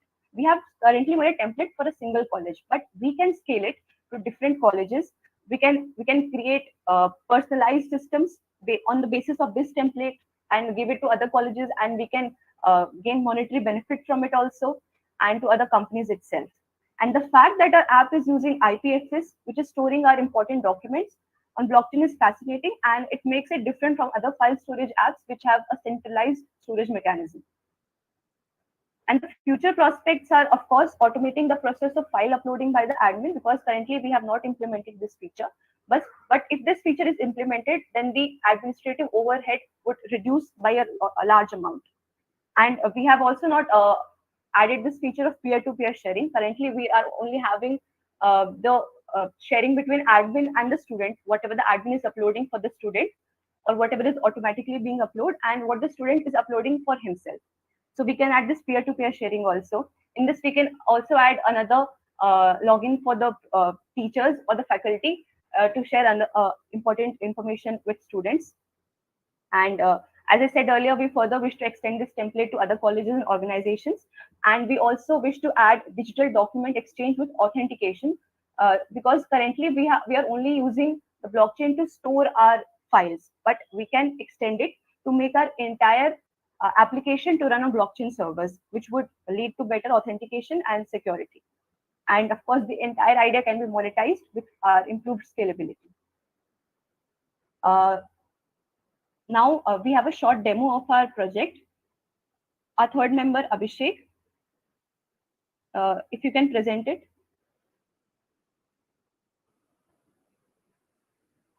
Hello, Abhishek. Yes, sure. Just share the screen. So this is our homepage, and we have two types of users, which are students and admins. So it is for an organization like college or any company where certificates are provided by the admins of an organization to the users. And if we take the example of our college, we have registration number, so we map the documents with the registration number in case of colleges. So I have uploaded admit card and my JEE Mains result and any kind of documents which are authenticated and which are must for us and which we don't want to be deleted in in decades or in for next years. So like I stored these my documents in IPFS, which can be opened through the Excuse links. me, Abhishek. Sorry to interrupt. We have a time limit for 10 minutes for presentation. So 10 minutes are already up. So just be quick with your demo, okay? Yes, ma'am. Yes. And so we provided two types of data feeding. That is, one is data documents and one is the text. And for which we use two different type of IPFS. That is Malaris, and one is IPFS Mini. Now it is a admin user, so he can upload the document on behalf of a student, and so he will add the registration number and the file name that will be stored, and the hash will be saved to the student database. And for the database, which we used MongoDB.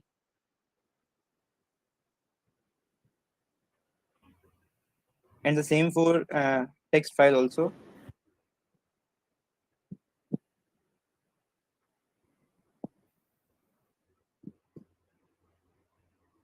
We have tried to implement as many features as we could during 36 hours and maintaining a perfect UI UX experience for the user. So that's it from our side. Thank you so much.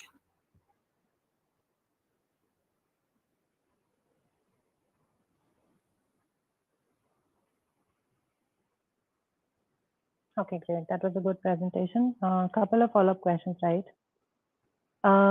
So you want to create it for an organization, right? Some kind of a wallet, which is controlled by admin, and admin will provide the information over here. Have you thought about the retention policy and how long they're going to store this information on that cloud solution for their organization? Yes, I would like to answer the question. It's a really good question, and we had faced this problem, and we were thinking about it. So what we could do is like once the student passes out, we could have by his registration number we could implement like an automated system that it will go into the permanent database. It will shift from the IPFS to the permanent database of the college, which is currently done, but the colleges do not use IPFS. So it is the same thing, but after the student has passed out, we could have done a time limit, like after 1 or 2 years it will be shifted to the permanent database. Okay, so that's how you're gonna like make it available. Yes, sure. Okay. So what is your scalability model? I mean, is this something that you can deploy on cloud and organizations can integrate with their platform, and you can spin off multiple instances per organization, something like that? So what's your plan on that? Yes, that's a very long range plan. Like the colleges have their own websites in which they post these things, like the college results and the IDs and the certificates, all of these authorized things. So it is mapped by a primary key, like it would be a registration number or a roll number. So we could tie up with the colleges and provide them this feature and ask them to upload the things that would automatically come to the IPFS, and hashes would be produced that is extra secure. Okay. On your demo screen, I saw JEE admit card and some results and all.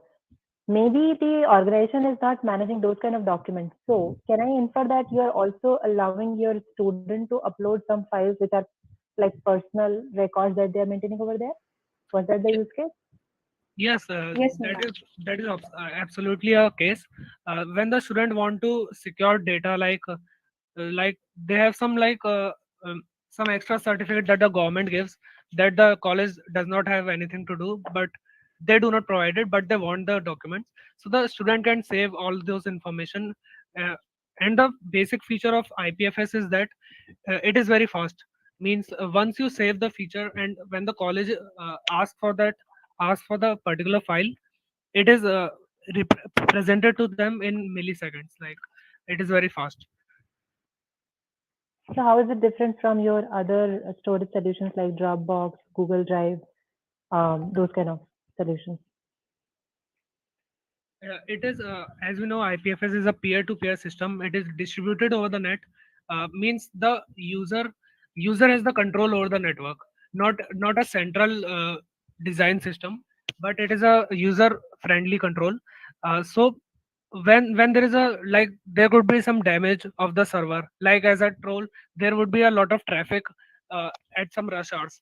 So during that time, when you need some sudden information, you can easily rely upon the IPFS system.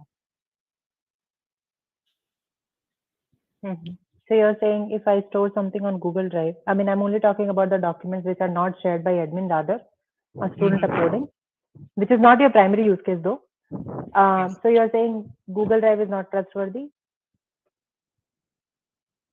As we know, Google Drive has some storage, like it could be in America or something like that.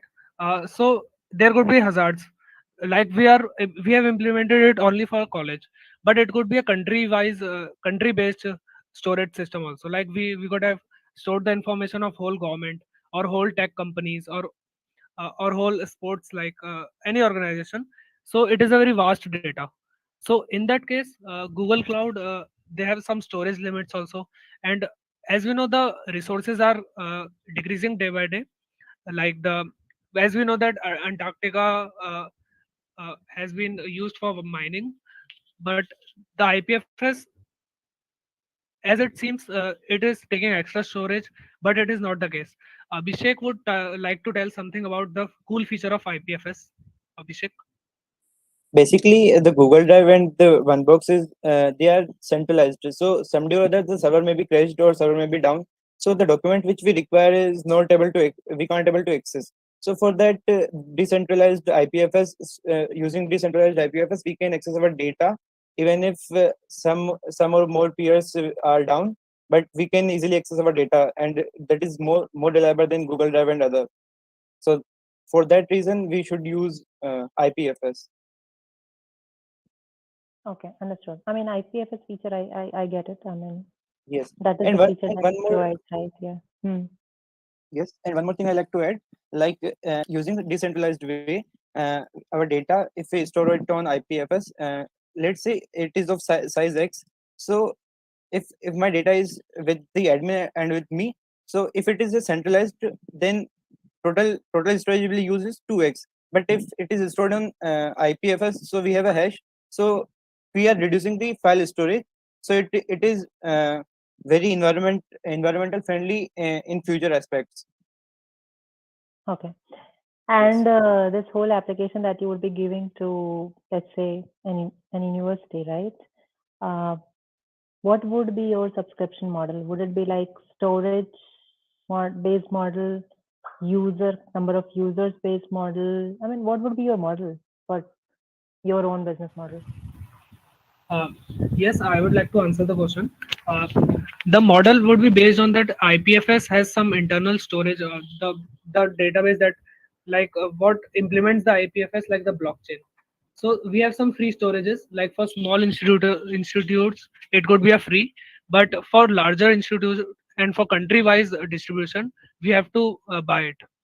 So yes, it will be something costly, and there are also some drawbacks of IPFS.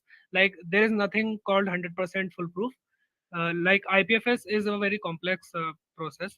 Like it is a peer-to-peer system. So a lot of peers are being connected as the population is also increasing and the number of users are increasing. So it could be something costly. Okay, got it. Yeah, I'm good. Cool. I think most of the things are covered, but I do have one question, which is, so you mentioned that after the lifetime of the that user is over in that organization, we moved it to permanent database, which is owned by the authority, like let's say the college, right? That's correct, right? Hello. Is that correct understanding? Yes, I got the question. No, the question is not yet there. I was just asking that understanding is correct, right? Yes, the understanding is absolutely correct. What is our purpose of using IPFS in the first place? So two aspects you mentioned during the IPFS, like one was security, second was availability. If for the longer term the availability goes down when we move to the internal storage. We have taken the example of a college that is in general 4 to 5 years, but some data lasts for years, like 70 to 80 years, like for the whole lifespan of a person. like a government system could be there that uses IPFS. So in that case, using the IPFS is beneficial because it is fast and secure. The security is the primary issue nowadays. It is more than the cost of the system. The security matters the most. So in that case, IPFS will, and it is also foolproof. Like no censorship. Like there was a case in uh, there was a case in 1970s where the Wikipedia was banned from a country. So if the IPFS could be there could not be such a censorship issue. Okay, so our primary use case is like to addressing the document storage. So I won't get into censorship basically. Let's say we are talking about certificates and all. So you mentioned like security and availability. So just a small like feedback I'll say there, right? So one thing that we mentioned, like I heard like one of the teammates mentioned that it can get you documents in the milliseconds. Usually that's when you're sharing the documents or something, that millisecond latency difference is not much of a difference, right? You can access document in 1 second, that's also fine. So because it's not a programmatical system, there's a human in the loop. You get what I'm trying to say? Yes, So, sir. Yes, sir. so that's one thing. Second thing will be when it comes to availability, just check out the SLAs of like existing systems. So for example, like Google Drive, we are talking about availability that's less available, more available. Check about the SLAs, right? So how much, what is the percentile they are available? Let's say they are available for 99.9%. That's just like 8 hours downtime in a year, right? Which is not. Two things that I say, like since like we are using centralized storage after moving, like which is a cold storage glacier kind of thing, which defeat the purpose of IPFS using in the first place, because most of the time the certificate that colleges are issuing you, you will be using less in the college, but more after the college, right? So any like degrees you have, right? Any mark sheets you have, you will be using more. The use case of that comes mostly after you finish the college and less before you finish the college. So just think about that. Yes. Sir, I want to say something. That was a use case that we shift our all the certificates to a centralized storage, but we can keep all the certificates and the documents of IPPS throughout the year without shifting it to the centralized. But that was a use case that we can shift it to the centralized system, centralized storage. Got it. And do you have any numbers around the cost of how what's the pricing system of this IPFS underneath file system that we are using? So it depends. If we talk about an organization, it depends on the number of users the organization have, and plus the number of files per user is uploading on the IPFS. Got it. Yes, sir. Got it. Cool. That's pretty much from my side. Thanks. Okay, sir. Thank you. Thank you, sir. Thank you, sir. Thank you, ma'am. Thank you, team EDC owners. Okay, so before moving on to our next team, let's take a 10 minutes break. After that, we'll continue with the rest of the teams. So let's meet again at 4:35. Okay.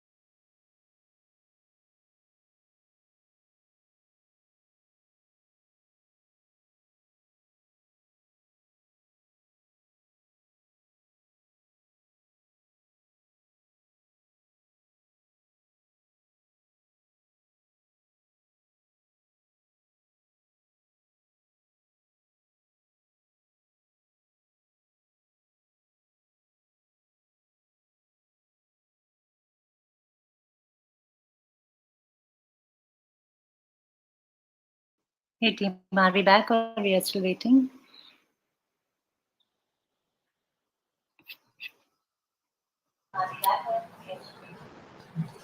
Hello. Yeah, sure. Are we still waiting? Yeah. Shall we resume now? I mean, as you wish. I mean, see the participants are there on the Yeah. Yes. Okay. So welcome back everyone after the break. So our next team for the presentation is Team Dart 9000. I hope they are in the meeting and ready. Yeah, we are ready. Okay, so let's start. Please share your screen. Yeah.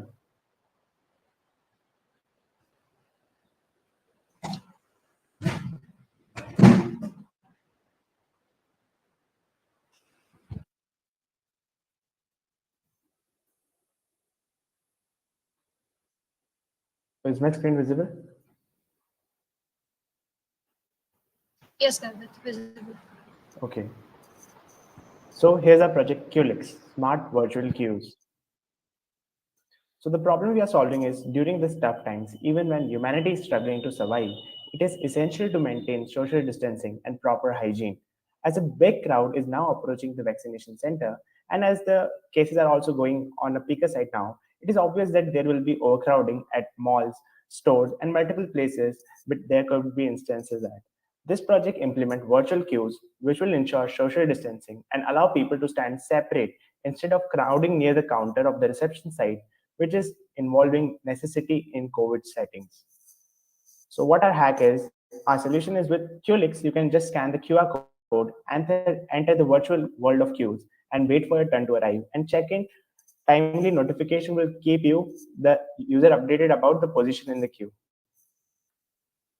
So here's our overall flow that any admin over our platform can create queues, and a unique QR code will be assigned to each queue admin, and that QR code could be pasted at the entrance of the reception site or wherever the use case is there.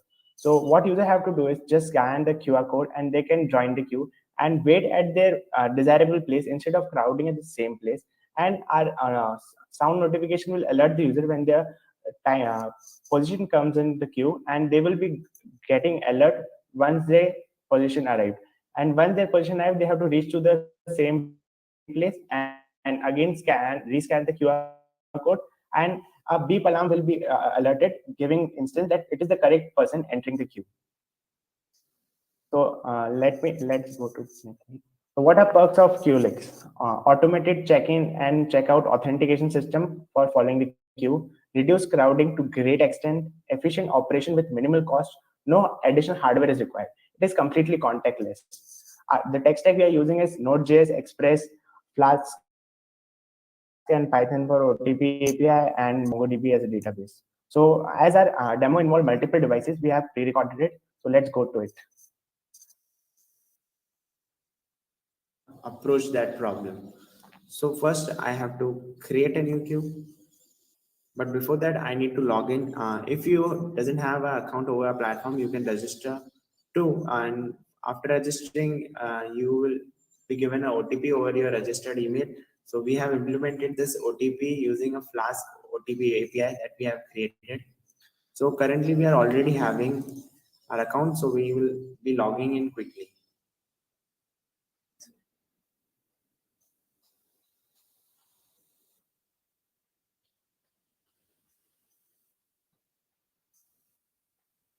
So after logging in, I need to give a name to my queue. Let's say it queue 9000. And the max number of people who can join the queue will be around 50. Then I will press create. So my queue is created and I can manage my previous queues. These are the queues that I have created prior to recording this video. So this is the queue we just created. So this is the admin portal for the queue creator. As you can see, the next turn is for empty queue. Currently, no one is in the queue. Here's the queue code. Here's the queue name. Here's a QR code, which we'll be using shortly and seeing what are its implementation. and it is also showing the number of people in the queue and maximum number of people that can join. We can also delete the queue, and we can also pause and resume the queue, that people can stop entering the queue and pausing the whole workflow of that. Now let's just quickly take a look at how people are going to join the queue. So this was our admin portal. Now let's go to the user perspective. Now let's suppose I am the user who want to join the queue for a shop or any queue of that sort. So first I will have to open my QR code scanner from Google Lens. So this is our admin portal, of which the QR code will be pasted at the entrance of that shop. So as you can see, it has scanned the QR code. Now I myself have to log into the queue because I am also a user.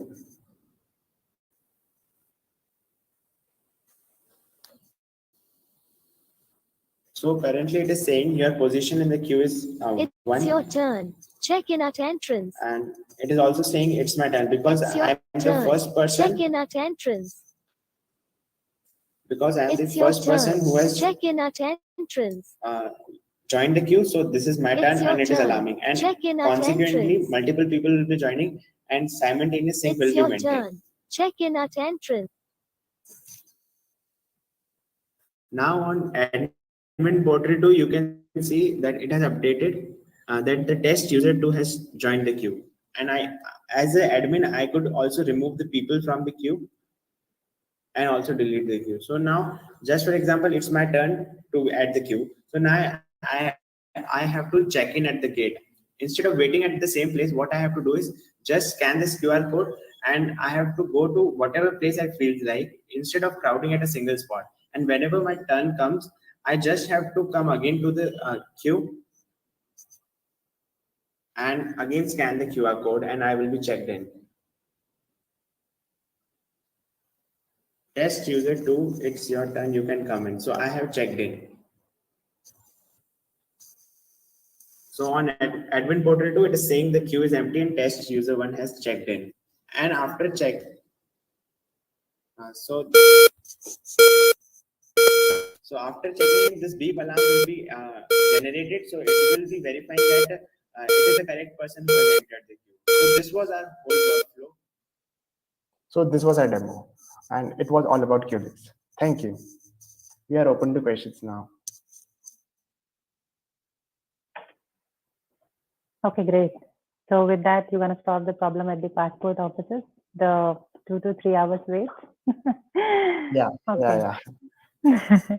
Okay, cool. Couple of questions. So what's the expiry mechanism? Let's say somebody created entry for queue and they're not present at the center to check in. Yeah, so basically our expiry mechanism works like that. If their turn comes in and they doesn't check in within 1 minute of time, their position get expired. And we are still thinking on whether to remove them explicitly or just shift their position by some gradual amount of time. That could be figured out by doing experimentation. Let's say a person gets busy because there was sort of a lot of wait time and the person is busy with, let's say, bio break or a samosa break, or that person wants to extend the time. So this 1 minute expiry doesn't sound very user friendly. Can't the person get queued up again? Yeah, in our current setup, what we are doing is after 1 minute expiry, its position is shifting back after a set limit of, like, if there are 10, we have set the limit to 10 users, then its position will be shifted 10 people behind. Okay, got it. Okay. So you're implementing in the queue fashion. So that person goes to the bottom of the pile, right? Something like that. Yeah. At the end of the tail of it. Yeah. Okay. Have you implemented something from where there could be multiple consumers from the queue? So meaning you pop out first one person, but so the thing is, can we simultaneously? So let me give you a use case. SBI has multiple counters. They can handle, let's say, 10 people at a time. So from the queue, you can get 10 people. So, I mean, those kind of scenarios? Currently, we haven't designed it that way, but we can integrate in that fashion too. Okay. Got it. And this QR code, can you explain? I mean, what does it represent in your implementation? Basically, we have created a unique ID for each queue, and it is creating a link with which the user can join. What our plan is in future is to instead a user logging into our system, we will be creating a unique session for each browser. So any user who want to join the queue even does not require to log in into our interface. He can just scan the QR code, and its position will be saved and stored with its browser's cookies. Okay, got it. Have you also thought about the future potential of the data that your queue management system would generate, using which you can make some efficiency suggestions? Yeah, well, like we could help in advertising brands, like where people are going. As data is the new oil, we are having statistics of people where people are waiting, which shops are at high priority. So basically, that could be a business model. Okay. So what are the different flavors of your queue? Like, I mean, for example, shopping places have a different kind of a need. Passport office has a different kind of a need. Banking has a different need. Hospitals have a different need. So how are you gonna create the different offerings? How are you gonna curate it?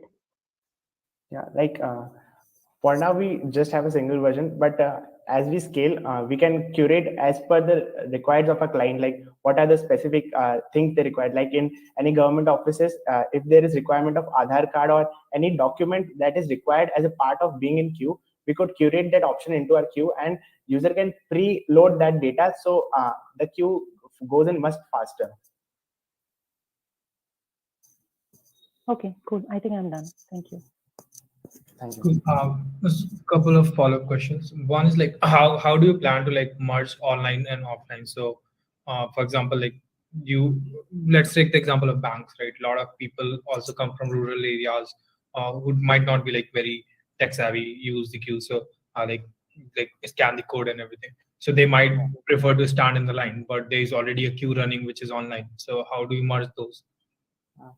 Yeah, it's basically a problem in our current setup, but I think most of the user case we are having a basic smartphone with a Google Lens setup in it. So you just have to scan the Google Lens code. So with our no login setup, any user with no prior knowledge about logging into account or creating any account can just scan the QR code and join the queue. So as far as offline queues has been maintained, it's quite challenging merging the offline data set and our online data set. Got it. Yeah, a couple of small suggestion there. Like you might consider like setting up something where like person can setting up something on the counter itself, where the person who's physically like standing can put their entry right easily, or person on the which merges those, right, so that actually the fairness is ensured. Second thing would be, how do you plan? So because like we are talking about queues, right, and in a lot of cases like the passport centers or BFS offices and all, you are not allowed to take your phone inside, right? But the queuing and the problem of this social distancing and everything remains same. So can we somehow like build a version of it? Have you thought about it, like where you might it might work without having a smartphone? Yeah, like if we have to limit the smartphone access, we have to bring in some or another hardware or any kind of code that is unique to a user. So the all of the logic part goes into a hardware device that is fitted at the center, and any user having that specific QR code or represent that user in that world, our virtual setup. And anyone who want to join the queue just have to tap in that QR into that hardware, and it will allocate its position. Kind of, we have to bring in some hardware perspective in that if we have to limit the smartphone access. Got it.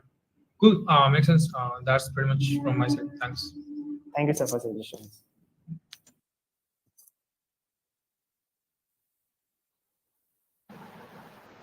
Thank you, team. Thank you, Dart 9000, for your presentation. Now let's move on to our next team, which is Team Dev 334. Hello, am I audible? Yes, you are audible.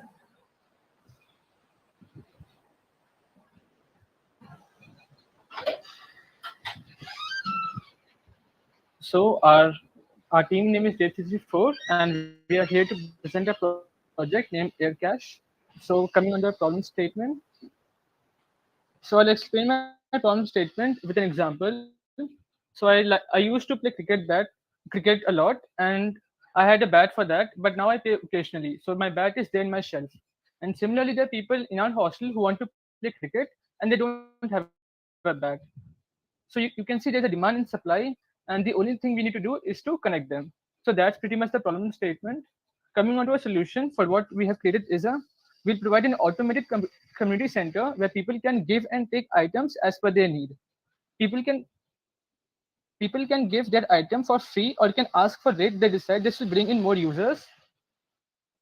And we have implemented, and for security part, currently the item owner can decide a minimum security money for the item which they are giving in the community center, and the borrower has to have that minimum amount in their wallet, so that we can ensure that even if the thing is stolen, the person or the person who has given the item still gets the money back.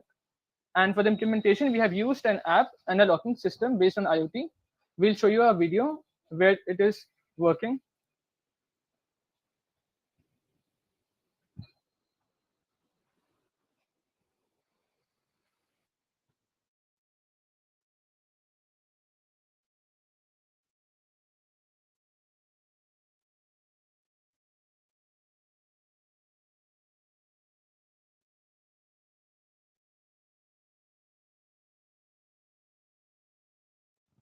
So on the hardware part, we've used a Node MCU with a servo motor.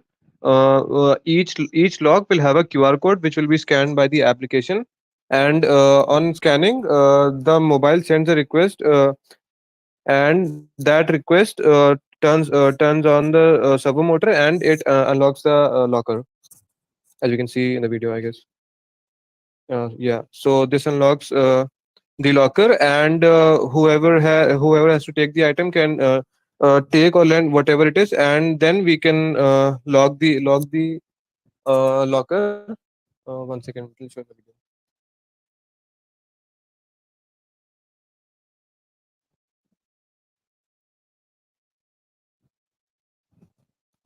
Yeah, after we're done with the business, we can lock the locker, and yeah, that's it.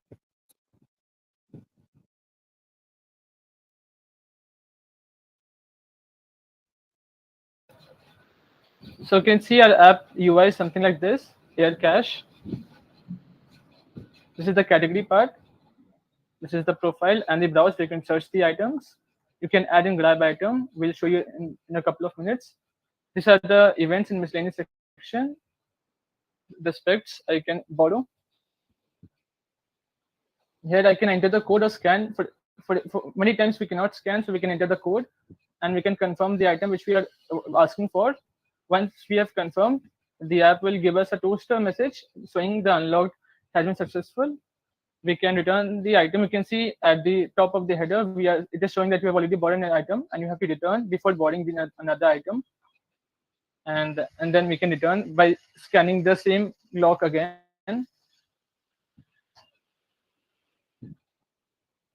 And that's it. Add item, grab item. You can add an item if you're giving to someone.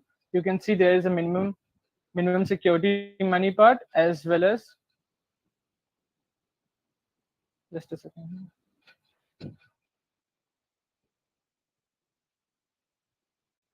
Yeah, minimum security money, the rent price which we are asking for a day, and uploading an image of that, and the category in which the item lands in. That's how we have implemented the entire system.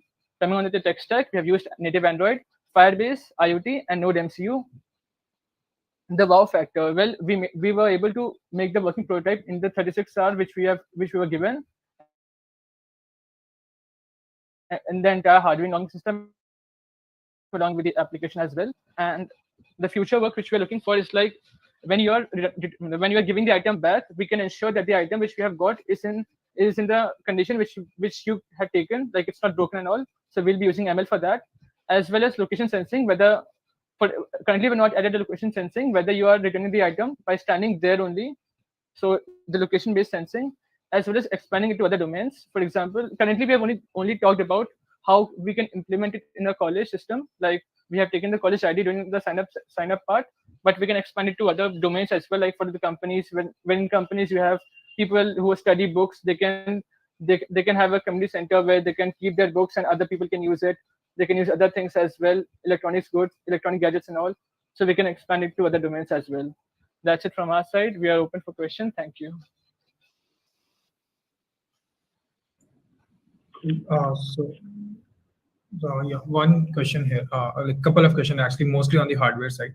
So what protocol are you using to communicate between the device and the phone? Sir, first of all, we'd like to say that ESP, we were using Node MCU. So originally it does not, it cannot connect to the internet, and it only supports communication in local network. So we used REST API to connect the Node MCU to the internet, and that's how we're communicating with it via the mobile. Okay, so they both are talking to us in a server, right? Yes, sir. So have you thought about, since they both are in the same proximity and all you need is to communicate with the device? I mean, the phone need to communicate to device that you have scanned code, and then you just need to instruct the device to unlock itself. What about using some close proximity protocol like Bluetooth or Wi-Fi or ultrasonic for that matter? So we have to tell the server as well, whether the locker is open or not, so that every person in the college knows that that item has already been taken by someone else. Yeah. So that's why we have used that system that way.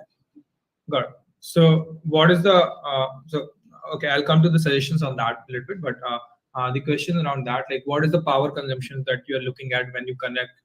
Because if you're connecting to the server, then your device need to be continuously be connected to a Wi-Fi module at least, and be powered for communicating to the server. So what is the power consumption you're looking at? That's the first part. Sir, just the basic power consumption, whatever the Node MCU requires, the 12-volt power supply, that's it. And the servo motor is connected to the Node MCU itself. Got it. And 12, so that servo motor is 5 volt? We used a 9-gram servo motor. Okay. It uses 3.3 volts of power supply. 3.3 volt. So, and how are you planning to power this device? Using your batteries or using something else? How are you planning to power this? Sir, in the working prototype, we only managed to power it through the wall adapter. We did not try to use a battery system.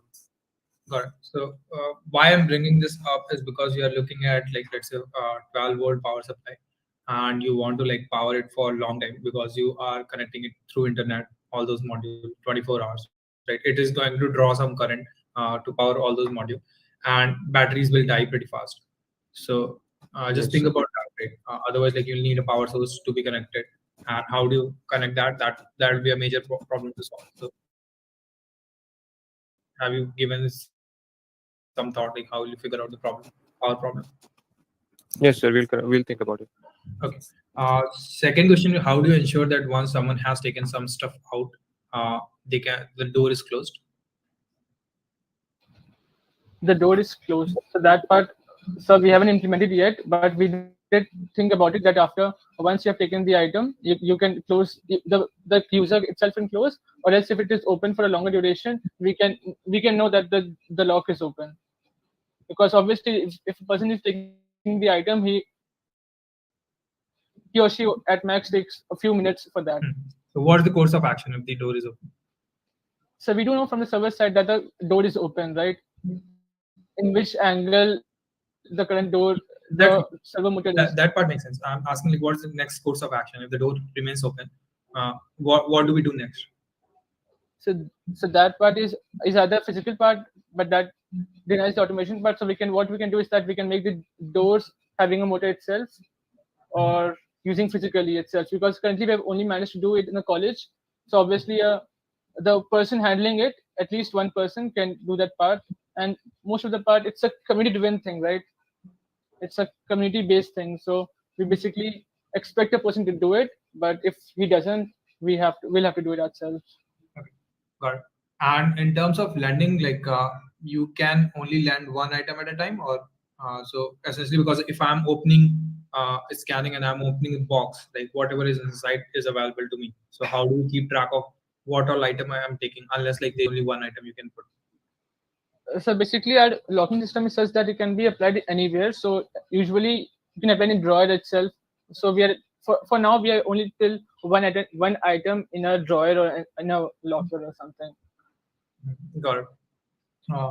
Cool. I think that that's pretty much all my questions. Couple of feedback point. I'll say like figure out the problem that is going to be a Yes. challenge. Second will be like for self-closing doors, you don't essentially need to figure out like a lot of IoT tech and all. You can think of like some traditional technologies like hydraulic hinges and all, right? Yes. Just Yes, like sir. you use in your drawers, they pull back. Or yeah, that's pretty much. And I'll say like the major part that major suggestion I'll have like try to not make your device communicate to server.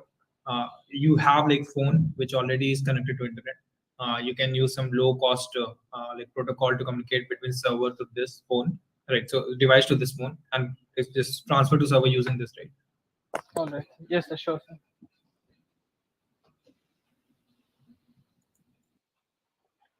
I think I'm good. I don't have any questions. I'm covered. Thank you, sir. Thank you, ma'am.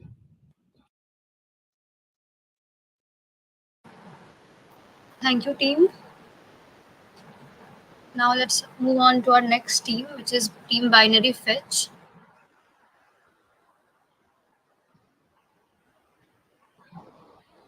Yes, ma'am, I am audible. Yes, you are audible.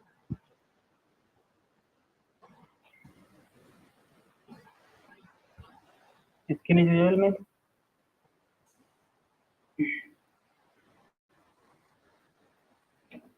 So, hello everyone. This is Team Binary Fetch. We have made a project on the theme of future tech. Our website name is Bookbank, and I am Dharmendra, along with my team members.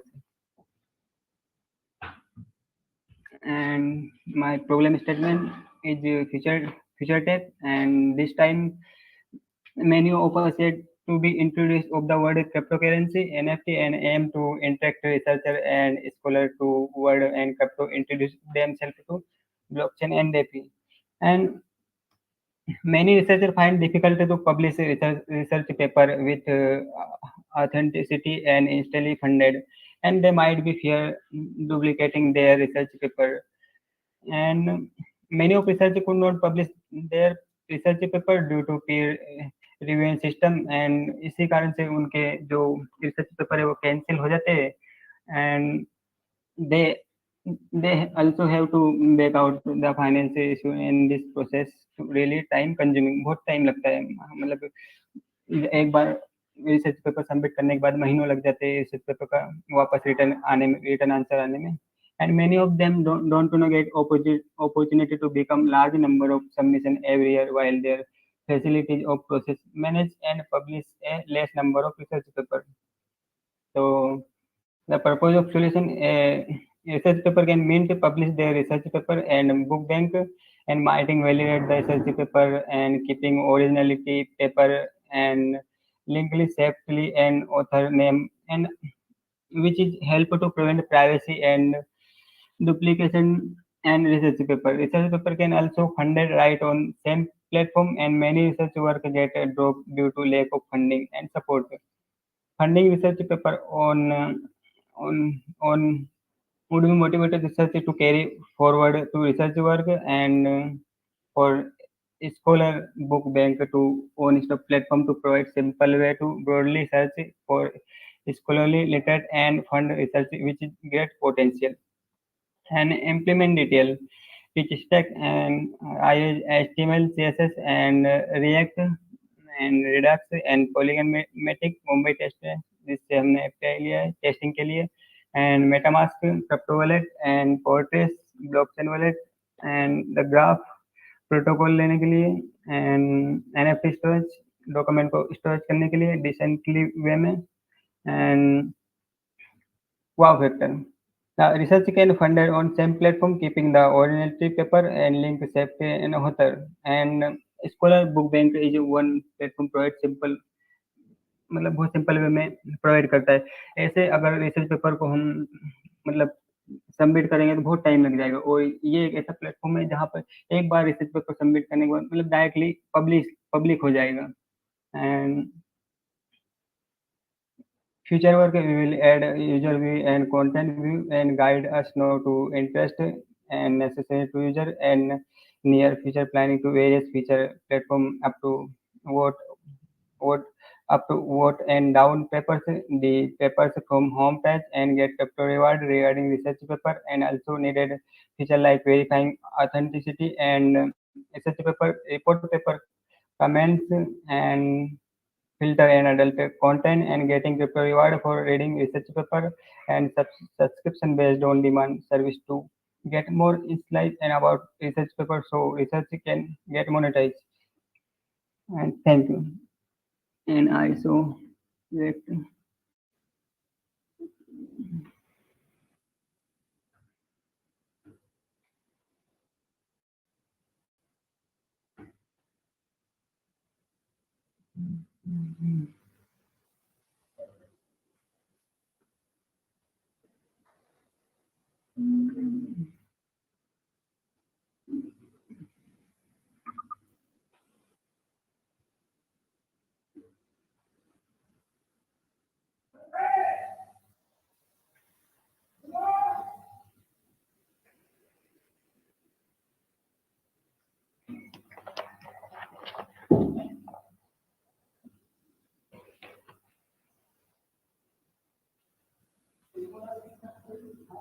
and this is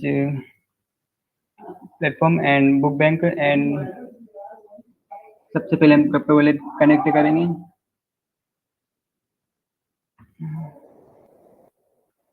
crypto wallet MetaMask से add करेंगे MetaMask.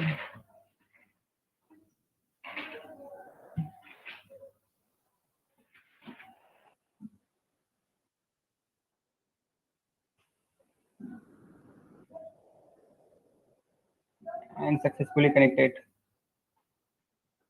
and some simple research paper and my profile में user जो activity करेगा and जितने भी अपने paper डालेगा, जितने भी पेपर पब्लिश करके डालेगा वो सारे माई एक्टिविटी में रहेंगे।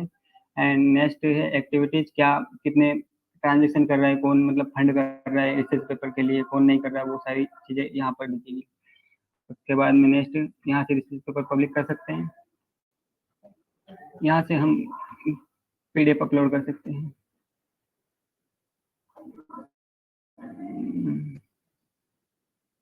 And thumbnail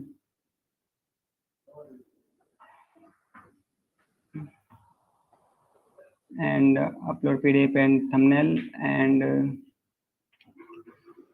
and title, book bank and author name,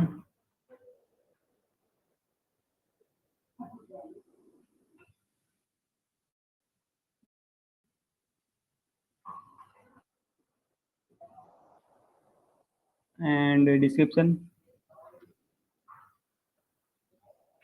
and different type category. अगर रिसर्च पेपर साइंस से रिलेटेड है तो वो, एमएल से रिलेटेड हो, स्पेस से रिलेटेड है, मेडिकल से या कुछ भी एंड अदर। एंड उसके बाद में अलो टू फंडिंग, अगर हमें किसी से फंड लेना है तो हम अलो कर सकते हैं, अगर हमें फ्री में प्रोवाइड करना है तो फ्री में प्रोवाइड कर सकते हैं।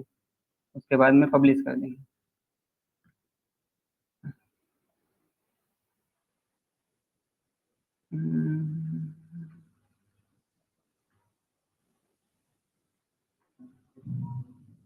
Sometime.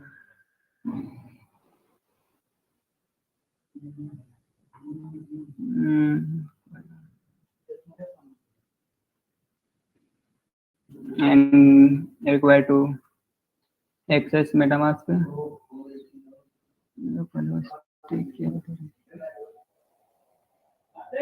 Some needed.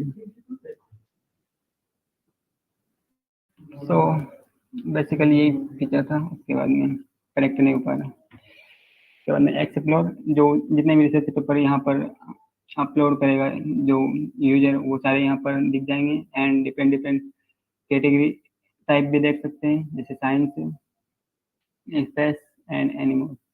And this is paper.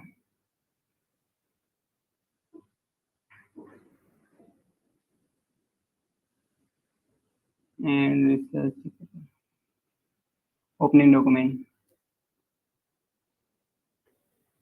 And all transaction view, कितने ट्रांजेक्शन हुए, कौन फंड, किसने कितना फंड किया है, वो सारी चीजें यहाँ पर हर किसी के रिसर्च पेपर अगर ठीक लगे तो।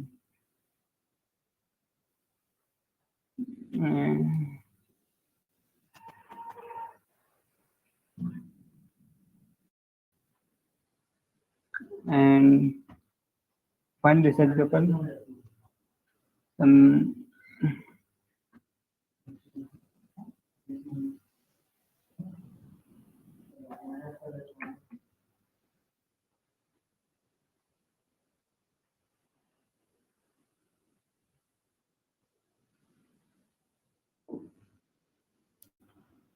fund the one research paper and MetaMask. Some issue and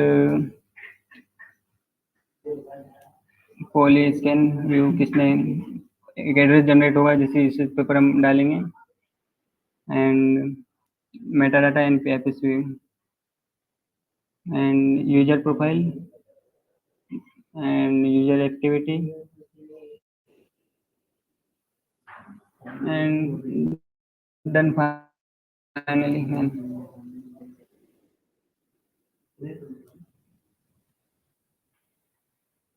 Hello. Hello. Yes, Yeah, sir, Ramila, done. you're done? Okay. Yes, sir. Okay, Anshul, you can go ahead. I can ask my questions later. Sure. Thanks. So yeah, the basic question is like initially you mentioned कि क्या करते हैं कि platform है like for the security or if you are publishing your paper तो दूसरे लोगों का भी सेम पेपर होता है, right? Yes, sir. तो हाँ, तो रिजेक्ट बहुत ऐसा अगर सेम होता है तो बहुत बार रिजेक्ट कर दिए जाते हैं। Yeah, और इसमें so वो एक अच्छी चीज है, right? If there is plagiarism happening तो yes, sir. रिजेक्ट हो रहा है प्लेटफॉर्म पे, then that should happen, right? So यहाँ पे क्या हो रहा है कि like distributed system है, everyone can upload, सब कोई कुछ भी अपलोड करके। यस सर, क्योंकि बहुत बार ऐसा होता है कि बहुत टाइम लगता है मतलब रिसर्च पेपर पब्लिश होने में, तो उनकी यही प्रॉब्लम सॉल्व करने के लिए प्लेटफॉर्म बनाया गया है कि डायरेक्ट वो पब्लिश कर सकेगा आकर, मतलब उससे कोई रिस्ट्रिक्शन की जरूरत नहीं रहेगी। ठीक है। सो द प्रॉब्लम जो मेरे को प्रॉब्लम दिख रही है इसके साथ वो ये है कि लाइक क्योंकि देयर इज नो कोई अथॉरिटी नहीं है बीच में जो कि पेपर्स को रिव्यू कर रही है, ठीक है, तो people can easily copy the content of other paper. नहीं सर, अथॉरिटी रखेंगे ना, जैसे कि हम साइट के बैकएंड को मैनेज करेंगे तो हम पहले प्लेटफॉर्म पे ऐसी चीजें लगाएंगे जो पहले मतलब जो प्लेटफॉर्म है उसको मतलब जैसे कोई रिसर्च पेपर डालेगा तो उसको एक बार चेक कर लेगा कि पहला ग्रीन मतलब कॉपी तो नहीं किया गया कहीं से। So, कैसे चेक करेगा सर? ऐसा कुछ बोर्ड बनाएंगे जो चेक करने वाली। So, लोग चेक करेंगे या फिर कोई नहीं, और? बेसिकली कंप्यूटर चेक करेगा, एक ऐसी बोर्ड बनाएंगे चेक करने के लिए। तो कुछ सोचा उसके बारे में लाइक कैसे बनेगा वो बोर्ड? अभी सोचा तो नहीं, बट ये तो सोचा है कि बोर्ड तो बनाएंगे चेक करने के लिए, क्योंकि अगर ऐसा नहीं होगा तो फिर बहुत सारे कॉपी कर देंगे, फिर वही डाल देंगे, तो फिर वही तो वही मैं चीज कि जैसे जो भी अथॉरिटीज पेपर पब्लिश करने में यूजली टाइम इसलिए लगता है क्योंकि जो भी तुम्हारे कॉन्फ्रेंसेस होती हैं वो पेपर तब एक्सेप्ट करती हैं जब वो अपनी ड्यू डिलिजेंस कर लेती हैं कि ये पेपर डुप्लीकेट नहीं है या फिर इस पे ऑलरेडी रिसर्च हो चुका है या कुछ नया ला रहा है ये paper, right? So I feel कि वो वाला जो पार्ट है वो अकोमोडेट करना in democratic self publishing platform will be very challenging, so think about that. उसके अलावा I think the funding part is fine. The other one thing that you mentioned ki like searching scholars, literature, and also have you tried Google Scholars and like since they are already a very big database there, any integration with that to bring in the search result or कुछ ऐसा सोचा है? Yes sir, अभी तो सोचा था but अभी इतना फीचर इम्प्लीमेंट नहीं कर सकते। ठीक है, ठीक है, that's pretty much from my side. बिना आप पूछ सकते हैं। हाँ, तो धर्मेंद्र ये बताइए, आपने बोला ये डेमोक्रेटिक प्लेटफॉर्म हम बनाएंगे, Yes, ma'am. so what is your competition and how you gonna scale this application? I mean, what is your business model? Because if you have no money, तो आप इसको रन कैसे करेंगे और इसको scale नहीं कैसे मैम, रन होगा करेंगे? ना, जो जैसे आपने मेरी वेबसाइट पे आके पेपर पब्लिश किया, उसके बाद में जैसे पेपर पब्लिश होगा, अगर कोई उसमें फंड कर रहा है तो उसका 5% हम लेंगे और बाकी का उसी को जाएगा जो जिसने पेपर पब्लिश किए हैं। अच्छा, और आपका हम्म। जो कस्टमर ऑनबोर्डिंग है ऑन द बोथ साइड, एक तो स्कॉलर्स हैं जो अपने रिसर्च पेपर पब्लिश कर रहे हैं, दूसरा पीपल हु आर कमिंग और वो उनको रिव्यू कर रहे हैं, and if they अगर उनको वो रिसर्च रिव्यू कर रहे हैं पसंद आ और रही है, हाँ हाँ, रिव्यू कर रहे हैं, और जिसके बाद में अगर पेपर हम जो रिसर्च पेपर है ना वो पूरा नहीं बताएंगे, मतलब थोड़ा सा उसका डेमो दिखाएंगे, और अगर यूजर इंटरेस्टेड है तो उसको पढ़ना चाहेगा तो कुछ फंड की जरूरत होगी, और फंड अगर करेगा तो 5% हम ले लेंगे उसमें से, बाकी का 95% पेपर वाले को चला जाएगा। तो आपका मॉडल ये है कि अपलोड फ्री है, बट जो व्यूइंग है, मतलब जो बाकी हाँ, के हाँ। यूजर्स उसको रीड करना चाहते हैं, हाँ, वो उनको फंड अनलॉक करने के लिए हम्म, फी पे करनी पड़ेगी, राइट? सम काइंड ऑफ हाँ, फी yes, based model. yes ma'am. Okay, and आप लोग इसको मतलब इन रिसर्च पेपर्स को सर्टेन कैटेगरी के लिए बनाना चाहते हैं? आई सॉ आपने मुझे दिखाया उसमें कि टाइटल कैटेगरी एंड ऑल आप डालोगे। हाँ, सो आपके एल्गोरिथम में searching algorithm and all intelligent कैसे हैं, और मतलब for example if you are searching for certain keyword and all, auto completion and all those features, I'll give you one very simple example. जैसे Prime Video a couple of years back उनका जो searching था वो बहुत ही poor था। Yes, आप ma'am. किसी keyword के लिए सर्च कर रहे हो तो एप्लीकेशन मतलब मूवीज या फिर रिकमेंडेशन प्रॉपर्ली दिखता नहीं था, राइट? Yes, उसी जगह अगर आप नेटफ्लिक्स का सर्च देखते तो that was very superior, and prime video did a catch up game वहां पे, और उनका अभी रिसेंट में if you compare they are very, मतलब I mean I both of them have a cutting edge kind of a searching algorithm. ठीक है, तो Yes, ma'am. आपके एप्लीकेशंस में इसको आपने कुछ सोचा है इसके बारे में? मैम सोचा तो है कि जैसे कि किसी यूजर ने 15 मंथ पहले वो उसका रिसर्च पेपर पब्लिश किया है और किसी ने आज किया है, तो आज वालों के लिए हम रिकमेंडेड रखेंगे, हर हर जैसे भी साइंस कैटेगरी है तो इसमें रिकमेंडेड रखेंगे कि सबसे पहले उसी का दिखे जिसने आज अपलोड किया है, उसके बाद में फिर नीचे जाता जाएगा जो जिस टाइम में अपलोड करेगा। और सर्चिंग का ये है कि अभी तो ज्यादा कुछ सोचा नहीं है मैम, अभी तो यही सोच रहे थे बनाने का, और कॉपी पेस्ट वाला देख रहे थे कि कोई ऐसा ना करे कि कॉपी करे ना फिर वही डाल दे। ओके, और फ्रॉम यूजर पर्सपेक्टिव अगर कोई आपकी साइट पे आता है और वो एक सर्टेन थीम से अलाइंड है, for example let's say what we can sustainable ecosystem और समथिंग लाइक दैट, एक थीम है उस पे मान लीजिए कोई यूजर है वो बहुत इंटरेस्टेड है कि मुझे ऐसे रिसर्चर्स को फंड करना है, ठीक है, तो वो यूजर उससे रिलेटेड सारी रिसर्चर्स को कैसे देख सकता है? क्या आप हर रिसर्च को देखने के लिए उससे फी लेंगे? क्योंकि वो नहीं तो वहां पे फंडिंग देने के लिए आया है, तो how would you incentivize that behaviour, मतलब वो और प्रमोट कर सको आप, इसके लिए आप क्या प्रोविजन करोगे? तो मैम उसके लिए ये हमने डिफरेंट डिफरेंट कैटेगरी बनाई है ना, जैसे कि कोई सस्टेनेबिलिटी के लिए आया है तो यहाँ पर वो जाएगा और फर्स्ट सर्च करेगा कि कैटेगरी सर्च करेगा कौन सी कैटेगरी में जाना है उसको, जो अच्छा लग रहा है जैसे कि एमएल में जाना है तो एमएल सर्च करेगा, एमएल की जो भी सारी चीजें वो नीचे सर्च होके आ जाएगी, और जो मोस्ट अच्छा व्यू व्यू वो पेपर रहेगा वो सबसे ऊपर रहेगा, तो उसी को फंड कर सकता है वो आपका user. Okay, got it. Yes. So you have different, so ये यूजर का सेग्रीगेशन आप डिफरेंट रोल्स के थ्रू करने वाले हो, और या फिर आपके पूरे प्रोविजनिंग में जो आप रोल्स एंटाइटल कर रहे हो लोगों को अपनी एप्लीकेशन के फीचर्स पे, वो जेनेरिक है for all kind of users? मतलब क्या थॉट प्रोसेस है आपका वहाँ पे? मैम मैम एक बार रिपीट करना, मैं समझा नहीं। मतलब एक रिसर्चर का upload related activities related sections हैं, उसकी एक्सेस होगा, एक रीडर साइड है, एक एडमिन साइड है, ऑल दैट, ठीक है, तो उसमें जो फीचर्स हैं आप पूरी तरीके से सभी को दे रहे हो या फिर मतलब उसमें आप कुछ कस्टमाइजेशन कर रहे हो?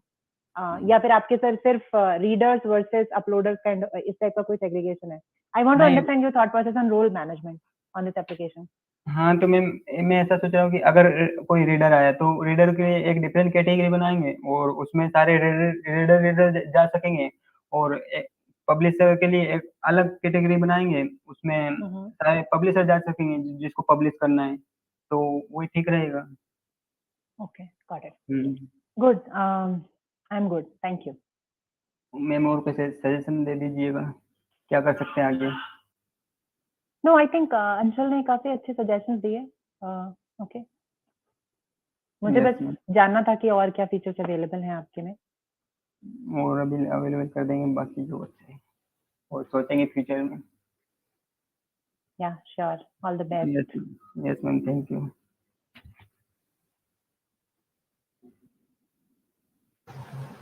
Okay, thank you, Dharmendra. Thank you, team. Let's Thank you, move ma'am. on to let's move on to our next team, which is team Content Hidden. Good evening, everyone. Okay. I'm Rohit from Team Content Hidden, and I would like to share my PPT with you.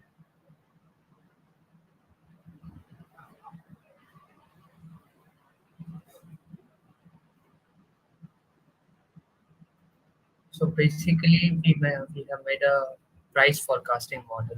First, I would like to introduce my team member, Sanskar Jam. We were just team of two, Sanskar and me. And our project in the Hack 36 can be a classical example of how a project in Hack 36 really happens. Like we went on with some other topic, and we didn't get the data out there. Then we were there for some time, and we were thinking of what to do. Then a senior came around our final year, and he was talking about something about ARIMA models and it.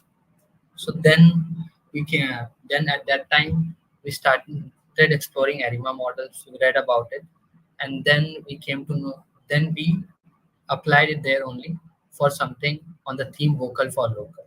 So I will introduce what's my problem statement is. Like we are trying to solve the problem that is very real point of view when you think about the small sellers and the MSMEs. Every big business of Amazon and Flipkart e-sellers have on time they have a perspective that they want to sell every good through their warehouses by optimizing their sales. For that, they reduce their warehouses rates. They also collect data so that they can know which product is selling how much and what prices they can differentiate to gain whatever maximum profit they can have. This puts into a disadvantage to other people who are very low, who don't have such such good at technology. So for such people, we have tried to come forward with a solution for them. Like we will try to predict what the rate of their products will be from the next fortnight or 30 days, so that they can plan ahead. They can step up their production or downgrade their production depending upon what the prices are.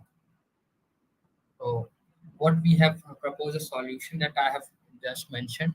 This will increase their profitability, and also they will bring them a fair ground where they can play with these big players and still be competitive. So what we have done here is we have used the ARIMA model that we just learned last night and about. So we were up till 6 a.m. in the morning reading about the ARIMA model on the first day, and then on the next day we applied it. So we used the ARIMA model. First of all, we just met the data is stationary or not, and the data set that we used to basically train our model was for the rice prices that fluctuate on the commodity markets. As of we don't have any good web scraping technologies and also we needed some time for the data points to gather. So we used that the commodity prices of the closing and closing commodity prices, and that was a time series, and that can be applied in an ARIMA. So what was a wow factor was that we, instead of generally when we are implementing an ARIMA models, we generally make it specific with the models. Uh, like we are predicting for rice, and when I will go for a wheat and other time series, then the models will, then the model change. Then we have to change the entire code. So here we have to try to make almost a general model which can be applied over multiple on multiple data sets. Also, there are a lot of future work in it that we have thinking of integrating the exogenous variables and also changing about the ARIMA model as well with LSTM and other models. Like we will have to read about it, but we have to just thought about to change and check what the accuracy is about there. We are also planning that how can we make this a model that people can use. So just by making the model, no one's going to run our model and use it for their purpose. So we are just trying to we will make a website or something that people will buy on a subscription basis, and then we will manipulate their prices on their websites, or if they are on something e-selling platforms such as Amazon and Flipkart, or there also. And we will also try to implement some good web scraping technologies so that we can better collect the data sets and to train our model. Thank you. Is there any questions?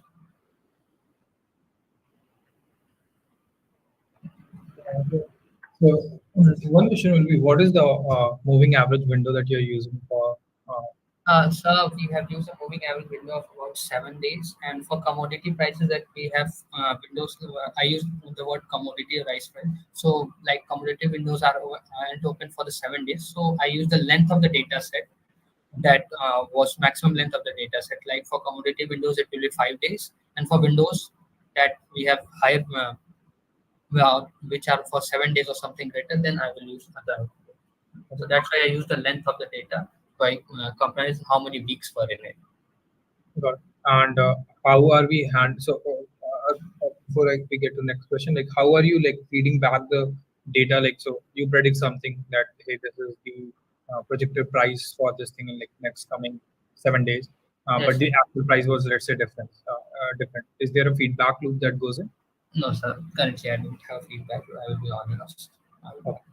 And how are you planning to, or if you are currently also handling like the seasonality of Sir, currently I'm not handling, but that is something which I came up, and I will that I have to do.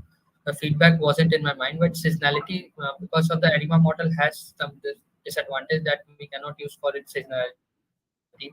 It doesn't go well with the seasonal data sets which have seasonality in it.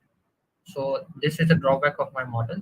But for that, that's why I told you in the beginning that I am exploring other models such as LSTM or SARIMA that takes into account seasonality as well. Got it.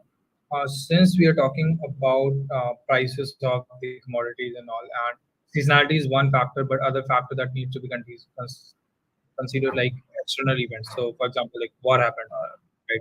Fuel prices went up. Exogenous variables you think. Yep. So, is there any plan to how you can handle those, like manipulate those automatically? So that was in my presentation of the future works. I have to that.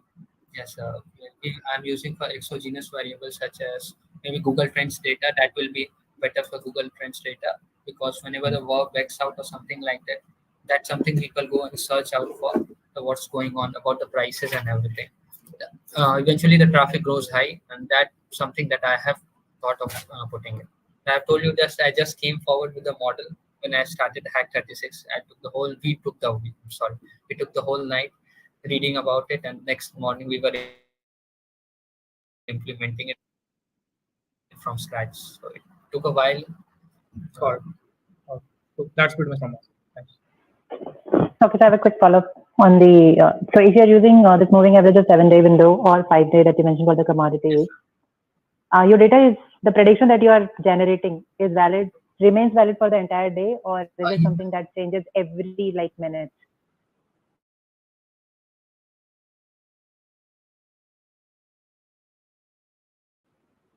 Oh, ma'am, too much. Every minute there will be too much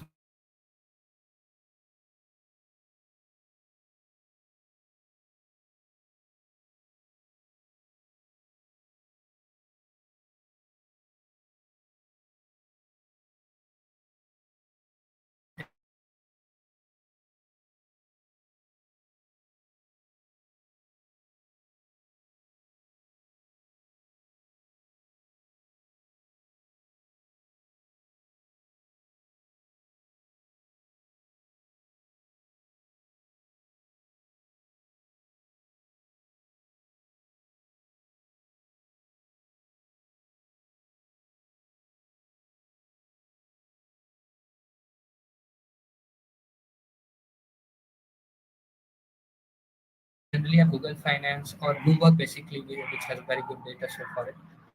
So, ma'am, basically these are paid options and these are for commodity trading. I just told you I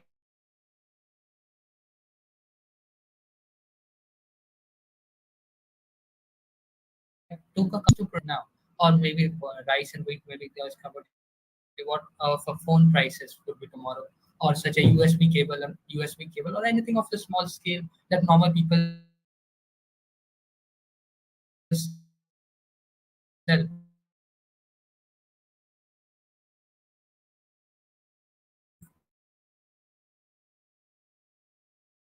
or MSMEs manufacture, they can hurt a seller. So that's where the disadvantage comes for the small scale seller, because they are not going to check every day what's going on and what the prices will be.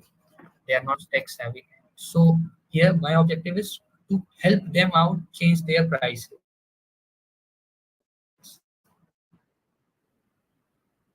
So that they can remain So competitive. that updation happens automatically, or is this something you just on some dashboard they can search by product? Okay, rice, That's wheat, something and the all. future model, and that will So happen you're gonna simultaneously. integrate within Yes, ma'am. your. Yes, ma'am. I'm going to integrate with the website so that I can make those changes. Now, tell me one thing. You are not a platform where you are selling these products, right? You are just a price forecasting model. So how would you integrate with updation? I mean, I'm not clear on that part actually. So I mean, what I'm inferring is you are projecting for next 30 days what would be the price of rice based on some historical data set that you regress through your machine learning model, right? Yes. Okay.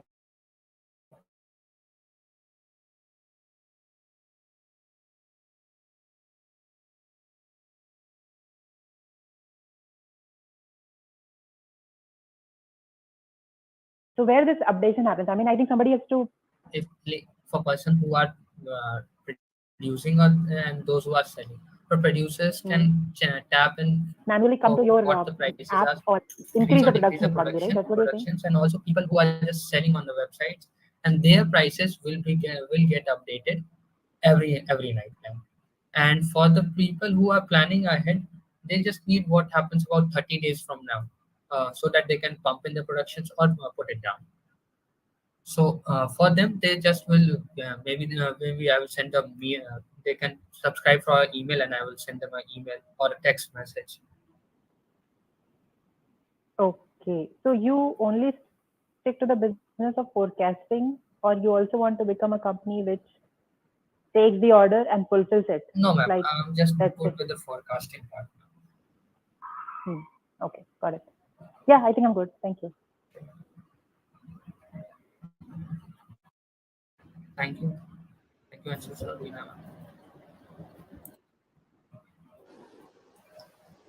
Thank you, Rohit. Thank you, Sanskar. Thank you. So this was the last team of the day. And now here we are at the end of our presentation round of Hack 36 5.0. So it was indeed an awesome experience going through the innovative ideas and projects of our participants. We wholeheartedly thank our respected judges, Ms. Beena Rai and Mr. Anshul Dwivedi, for being with us for the entire session and providing our participants with their valuable feedback. It was indeed a long session, we agree, and we wholeheartedly thank you, judges, for your patience and your valuable presence throughout. So at the end of the session, it would really be great if our honorable judge, Ms. Beena Rai, would share her experience about the session and give some valuable feedback for our participants who are watching the live stream on YouTube to learn and improve for the next season. Ma'am? Okay, so here on Google Meet, I only see 7 participants. So we are continuing, or we are expecting more audience here? This is being live streamed on YouTube. There are participants watching on YouTube. Okay, great. Cool. So let me share my thoughts and experience throughout the day. So one thing that I really, really liked, and I'm very impressed about this whole Hack 36 presentations. I mean, I got to see 15 was the count, right? that people have thought through where are the gaps and they can find out something innovative and creative, and using their innovative approach they can solve that problem. So that diversity of the ideas, I really liked it. And believe me, some of the ideas, if you go and pitch into some of the players who are, like, you can say, into the similar field, they would really grab on that opportunity and they would want to integrate. This is what I felt. I mean, so what I'm trying to convey here is you guys are very close to what is needed in the market. So hats off to all the participants who are thinking on those lines, what can solve something in market at this moment. So that diversity was great. Another thing that I want to highlight here is the kind of mix that I saw. I mean, from the different categories, whether you are into some kind of a scholarly problem, IoT problem, vocal for local kind of a problem, or using the latest tech stack like blockchain, crypto, machine learning, image algorithm and image processing algorithm, media related algorithms, face detection, all that, right? So the kind of technology that I got to see, the tech stack that you're proposing in your POCs is very, very, very impressive. I mean, considering your experience level and where you are currently in your education academic journey and the kind of future careers that you're aspiring for, the knowledge base that you hold at this moment is very impressive. And if you continue on that, I'm sure you guys and girls would be role models for many, many people who are aspiring to make their career into, I would say, the IT industry, and I would say the latest and greatest kind of innovative solutioning for our world. And another point that I found during the presentation is the teams are very, very diverse. Okay, so you had a very good gender mix, you had a very good mix of people coming from different kind of, I would say, colleges and backgrounds. Okay, because when they were talking and they were sharing, right, everybody is coming from a different plane, but the way they were explaining their ideas, I felt there was a lot of thought diversity, gender diversity, and the mix. The crowd was very healthy, diverse crowd over here.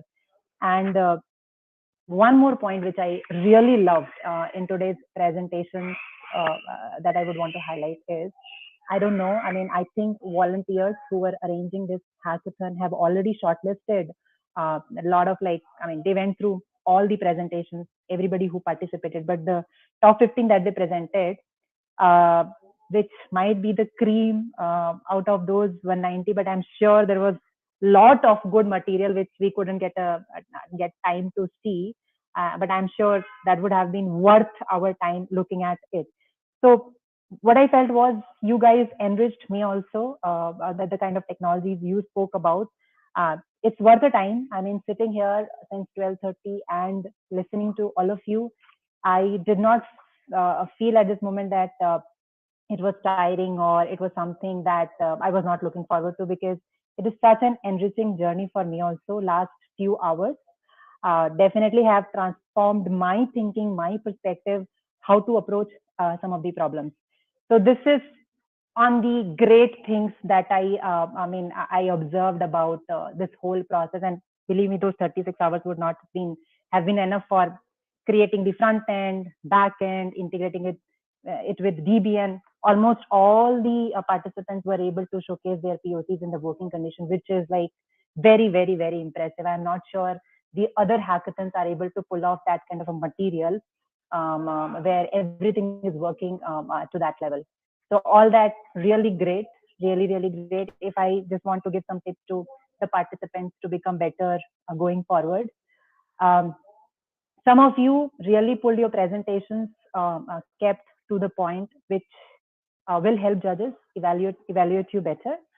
Some of you might pay a little bit of attention on how you can organize yourself better so that you come to the point and you are able to uh, sell your idea. I mean, give your USP then and there, and it feels like, okay, there is no more questions need to be asked, because your USP is like very, very, very intuitive, the way you are bringing your material to the judges, right? So that's a minor tip that I would want to share with all of you. Rest all, I think I am just blown away. This was just a fabulous kind of a presentation that I saw from all the teams. Thank you so much. Thank you, ma'am. Thank you for your kind words. So next, I would take the honor to invite our respected judge, Mr. Anshul Vivedi, to share his experience at Hack 36 and his valuable feedback for our team and our participants. Sir, please. Yeah, thanks. Yeah, hey everyone. Actually, I echo everything that Bina said earlier. Like, I mean, the amount of effort that you guys put in and what you were able to pull off in the 36 hours was like mind blowing. I mean, some of the UX and UI and some of the like demos that were there, like that just they look like kind of like impossible for 36 hours to be built in 36 hours. So first of all, like congratulations to everyone like who worked, was able to like complete a demo, was able to like finish a product. And if you can build that much in 36 hours, you can like do really great things given like enough time, enough focus, and enough attention to a problem statement. So first of all that, second, like Hack 36 is started in my batch, so I'm like really glad to see like where we have come from when it started. It's like the kind of ideas that were here, and the diversity of the ideas also matters, right? Like people focused on like different things. Like people came up with like ideas which they were planning to commercialize. Few people worked on the social issues, few people worked on the health issues. This kind of diversity in terms of ideas, like that was really great to see. As if I were to just provide some suggestions around like how, so as Bina also said, right, the kind of like ideas that were there, like they are so good that if you go and pitch, some of them definitely might succeed with enough guidance and enough focus and enough time provided. But some suggestions would be there, like focus on the problem, right? So in certain cases, like what I saw is like we're a bit confused on like trying to do like 3-4 different things in a single thing, right?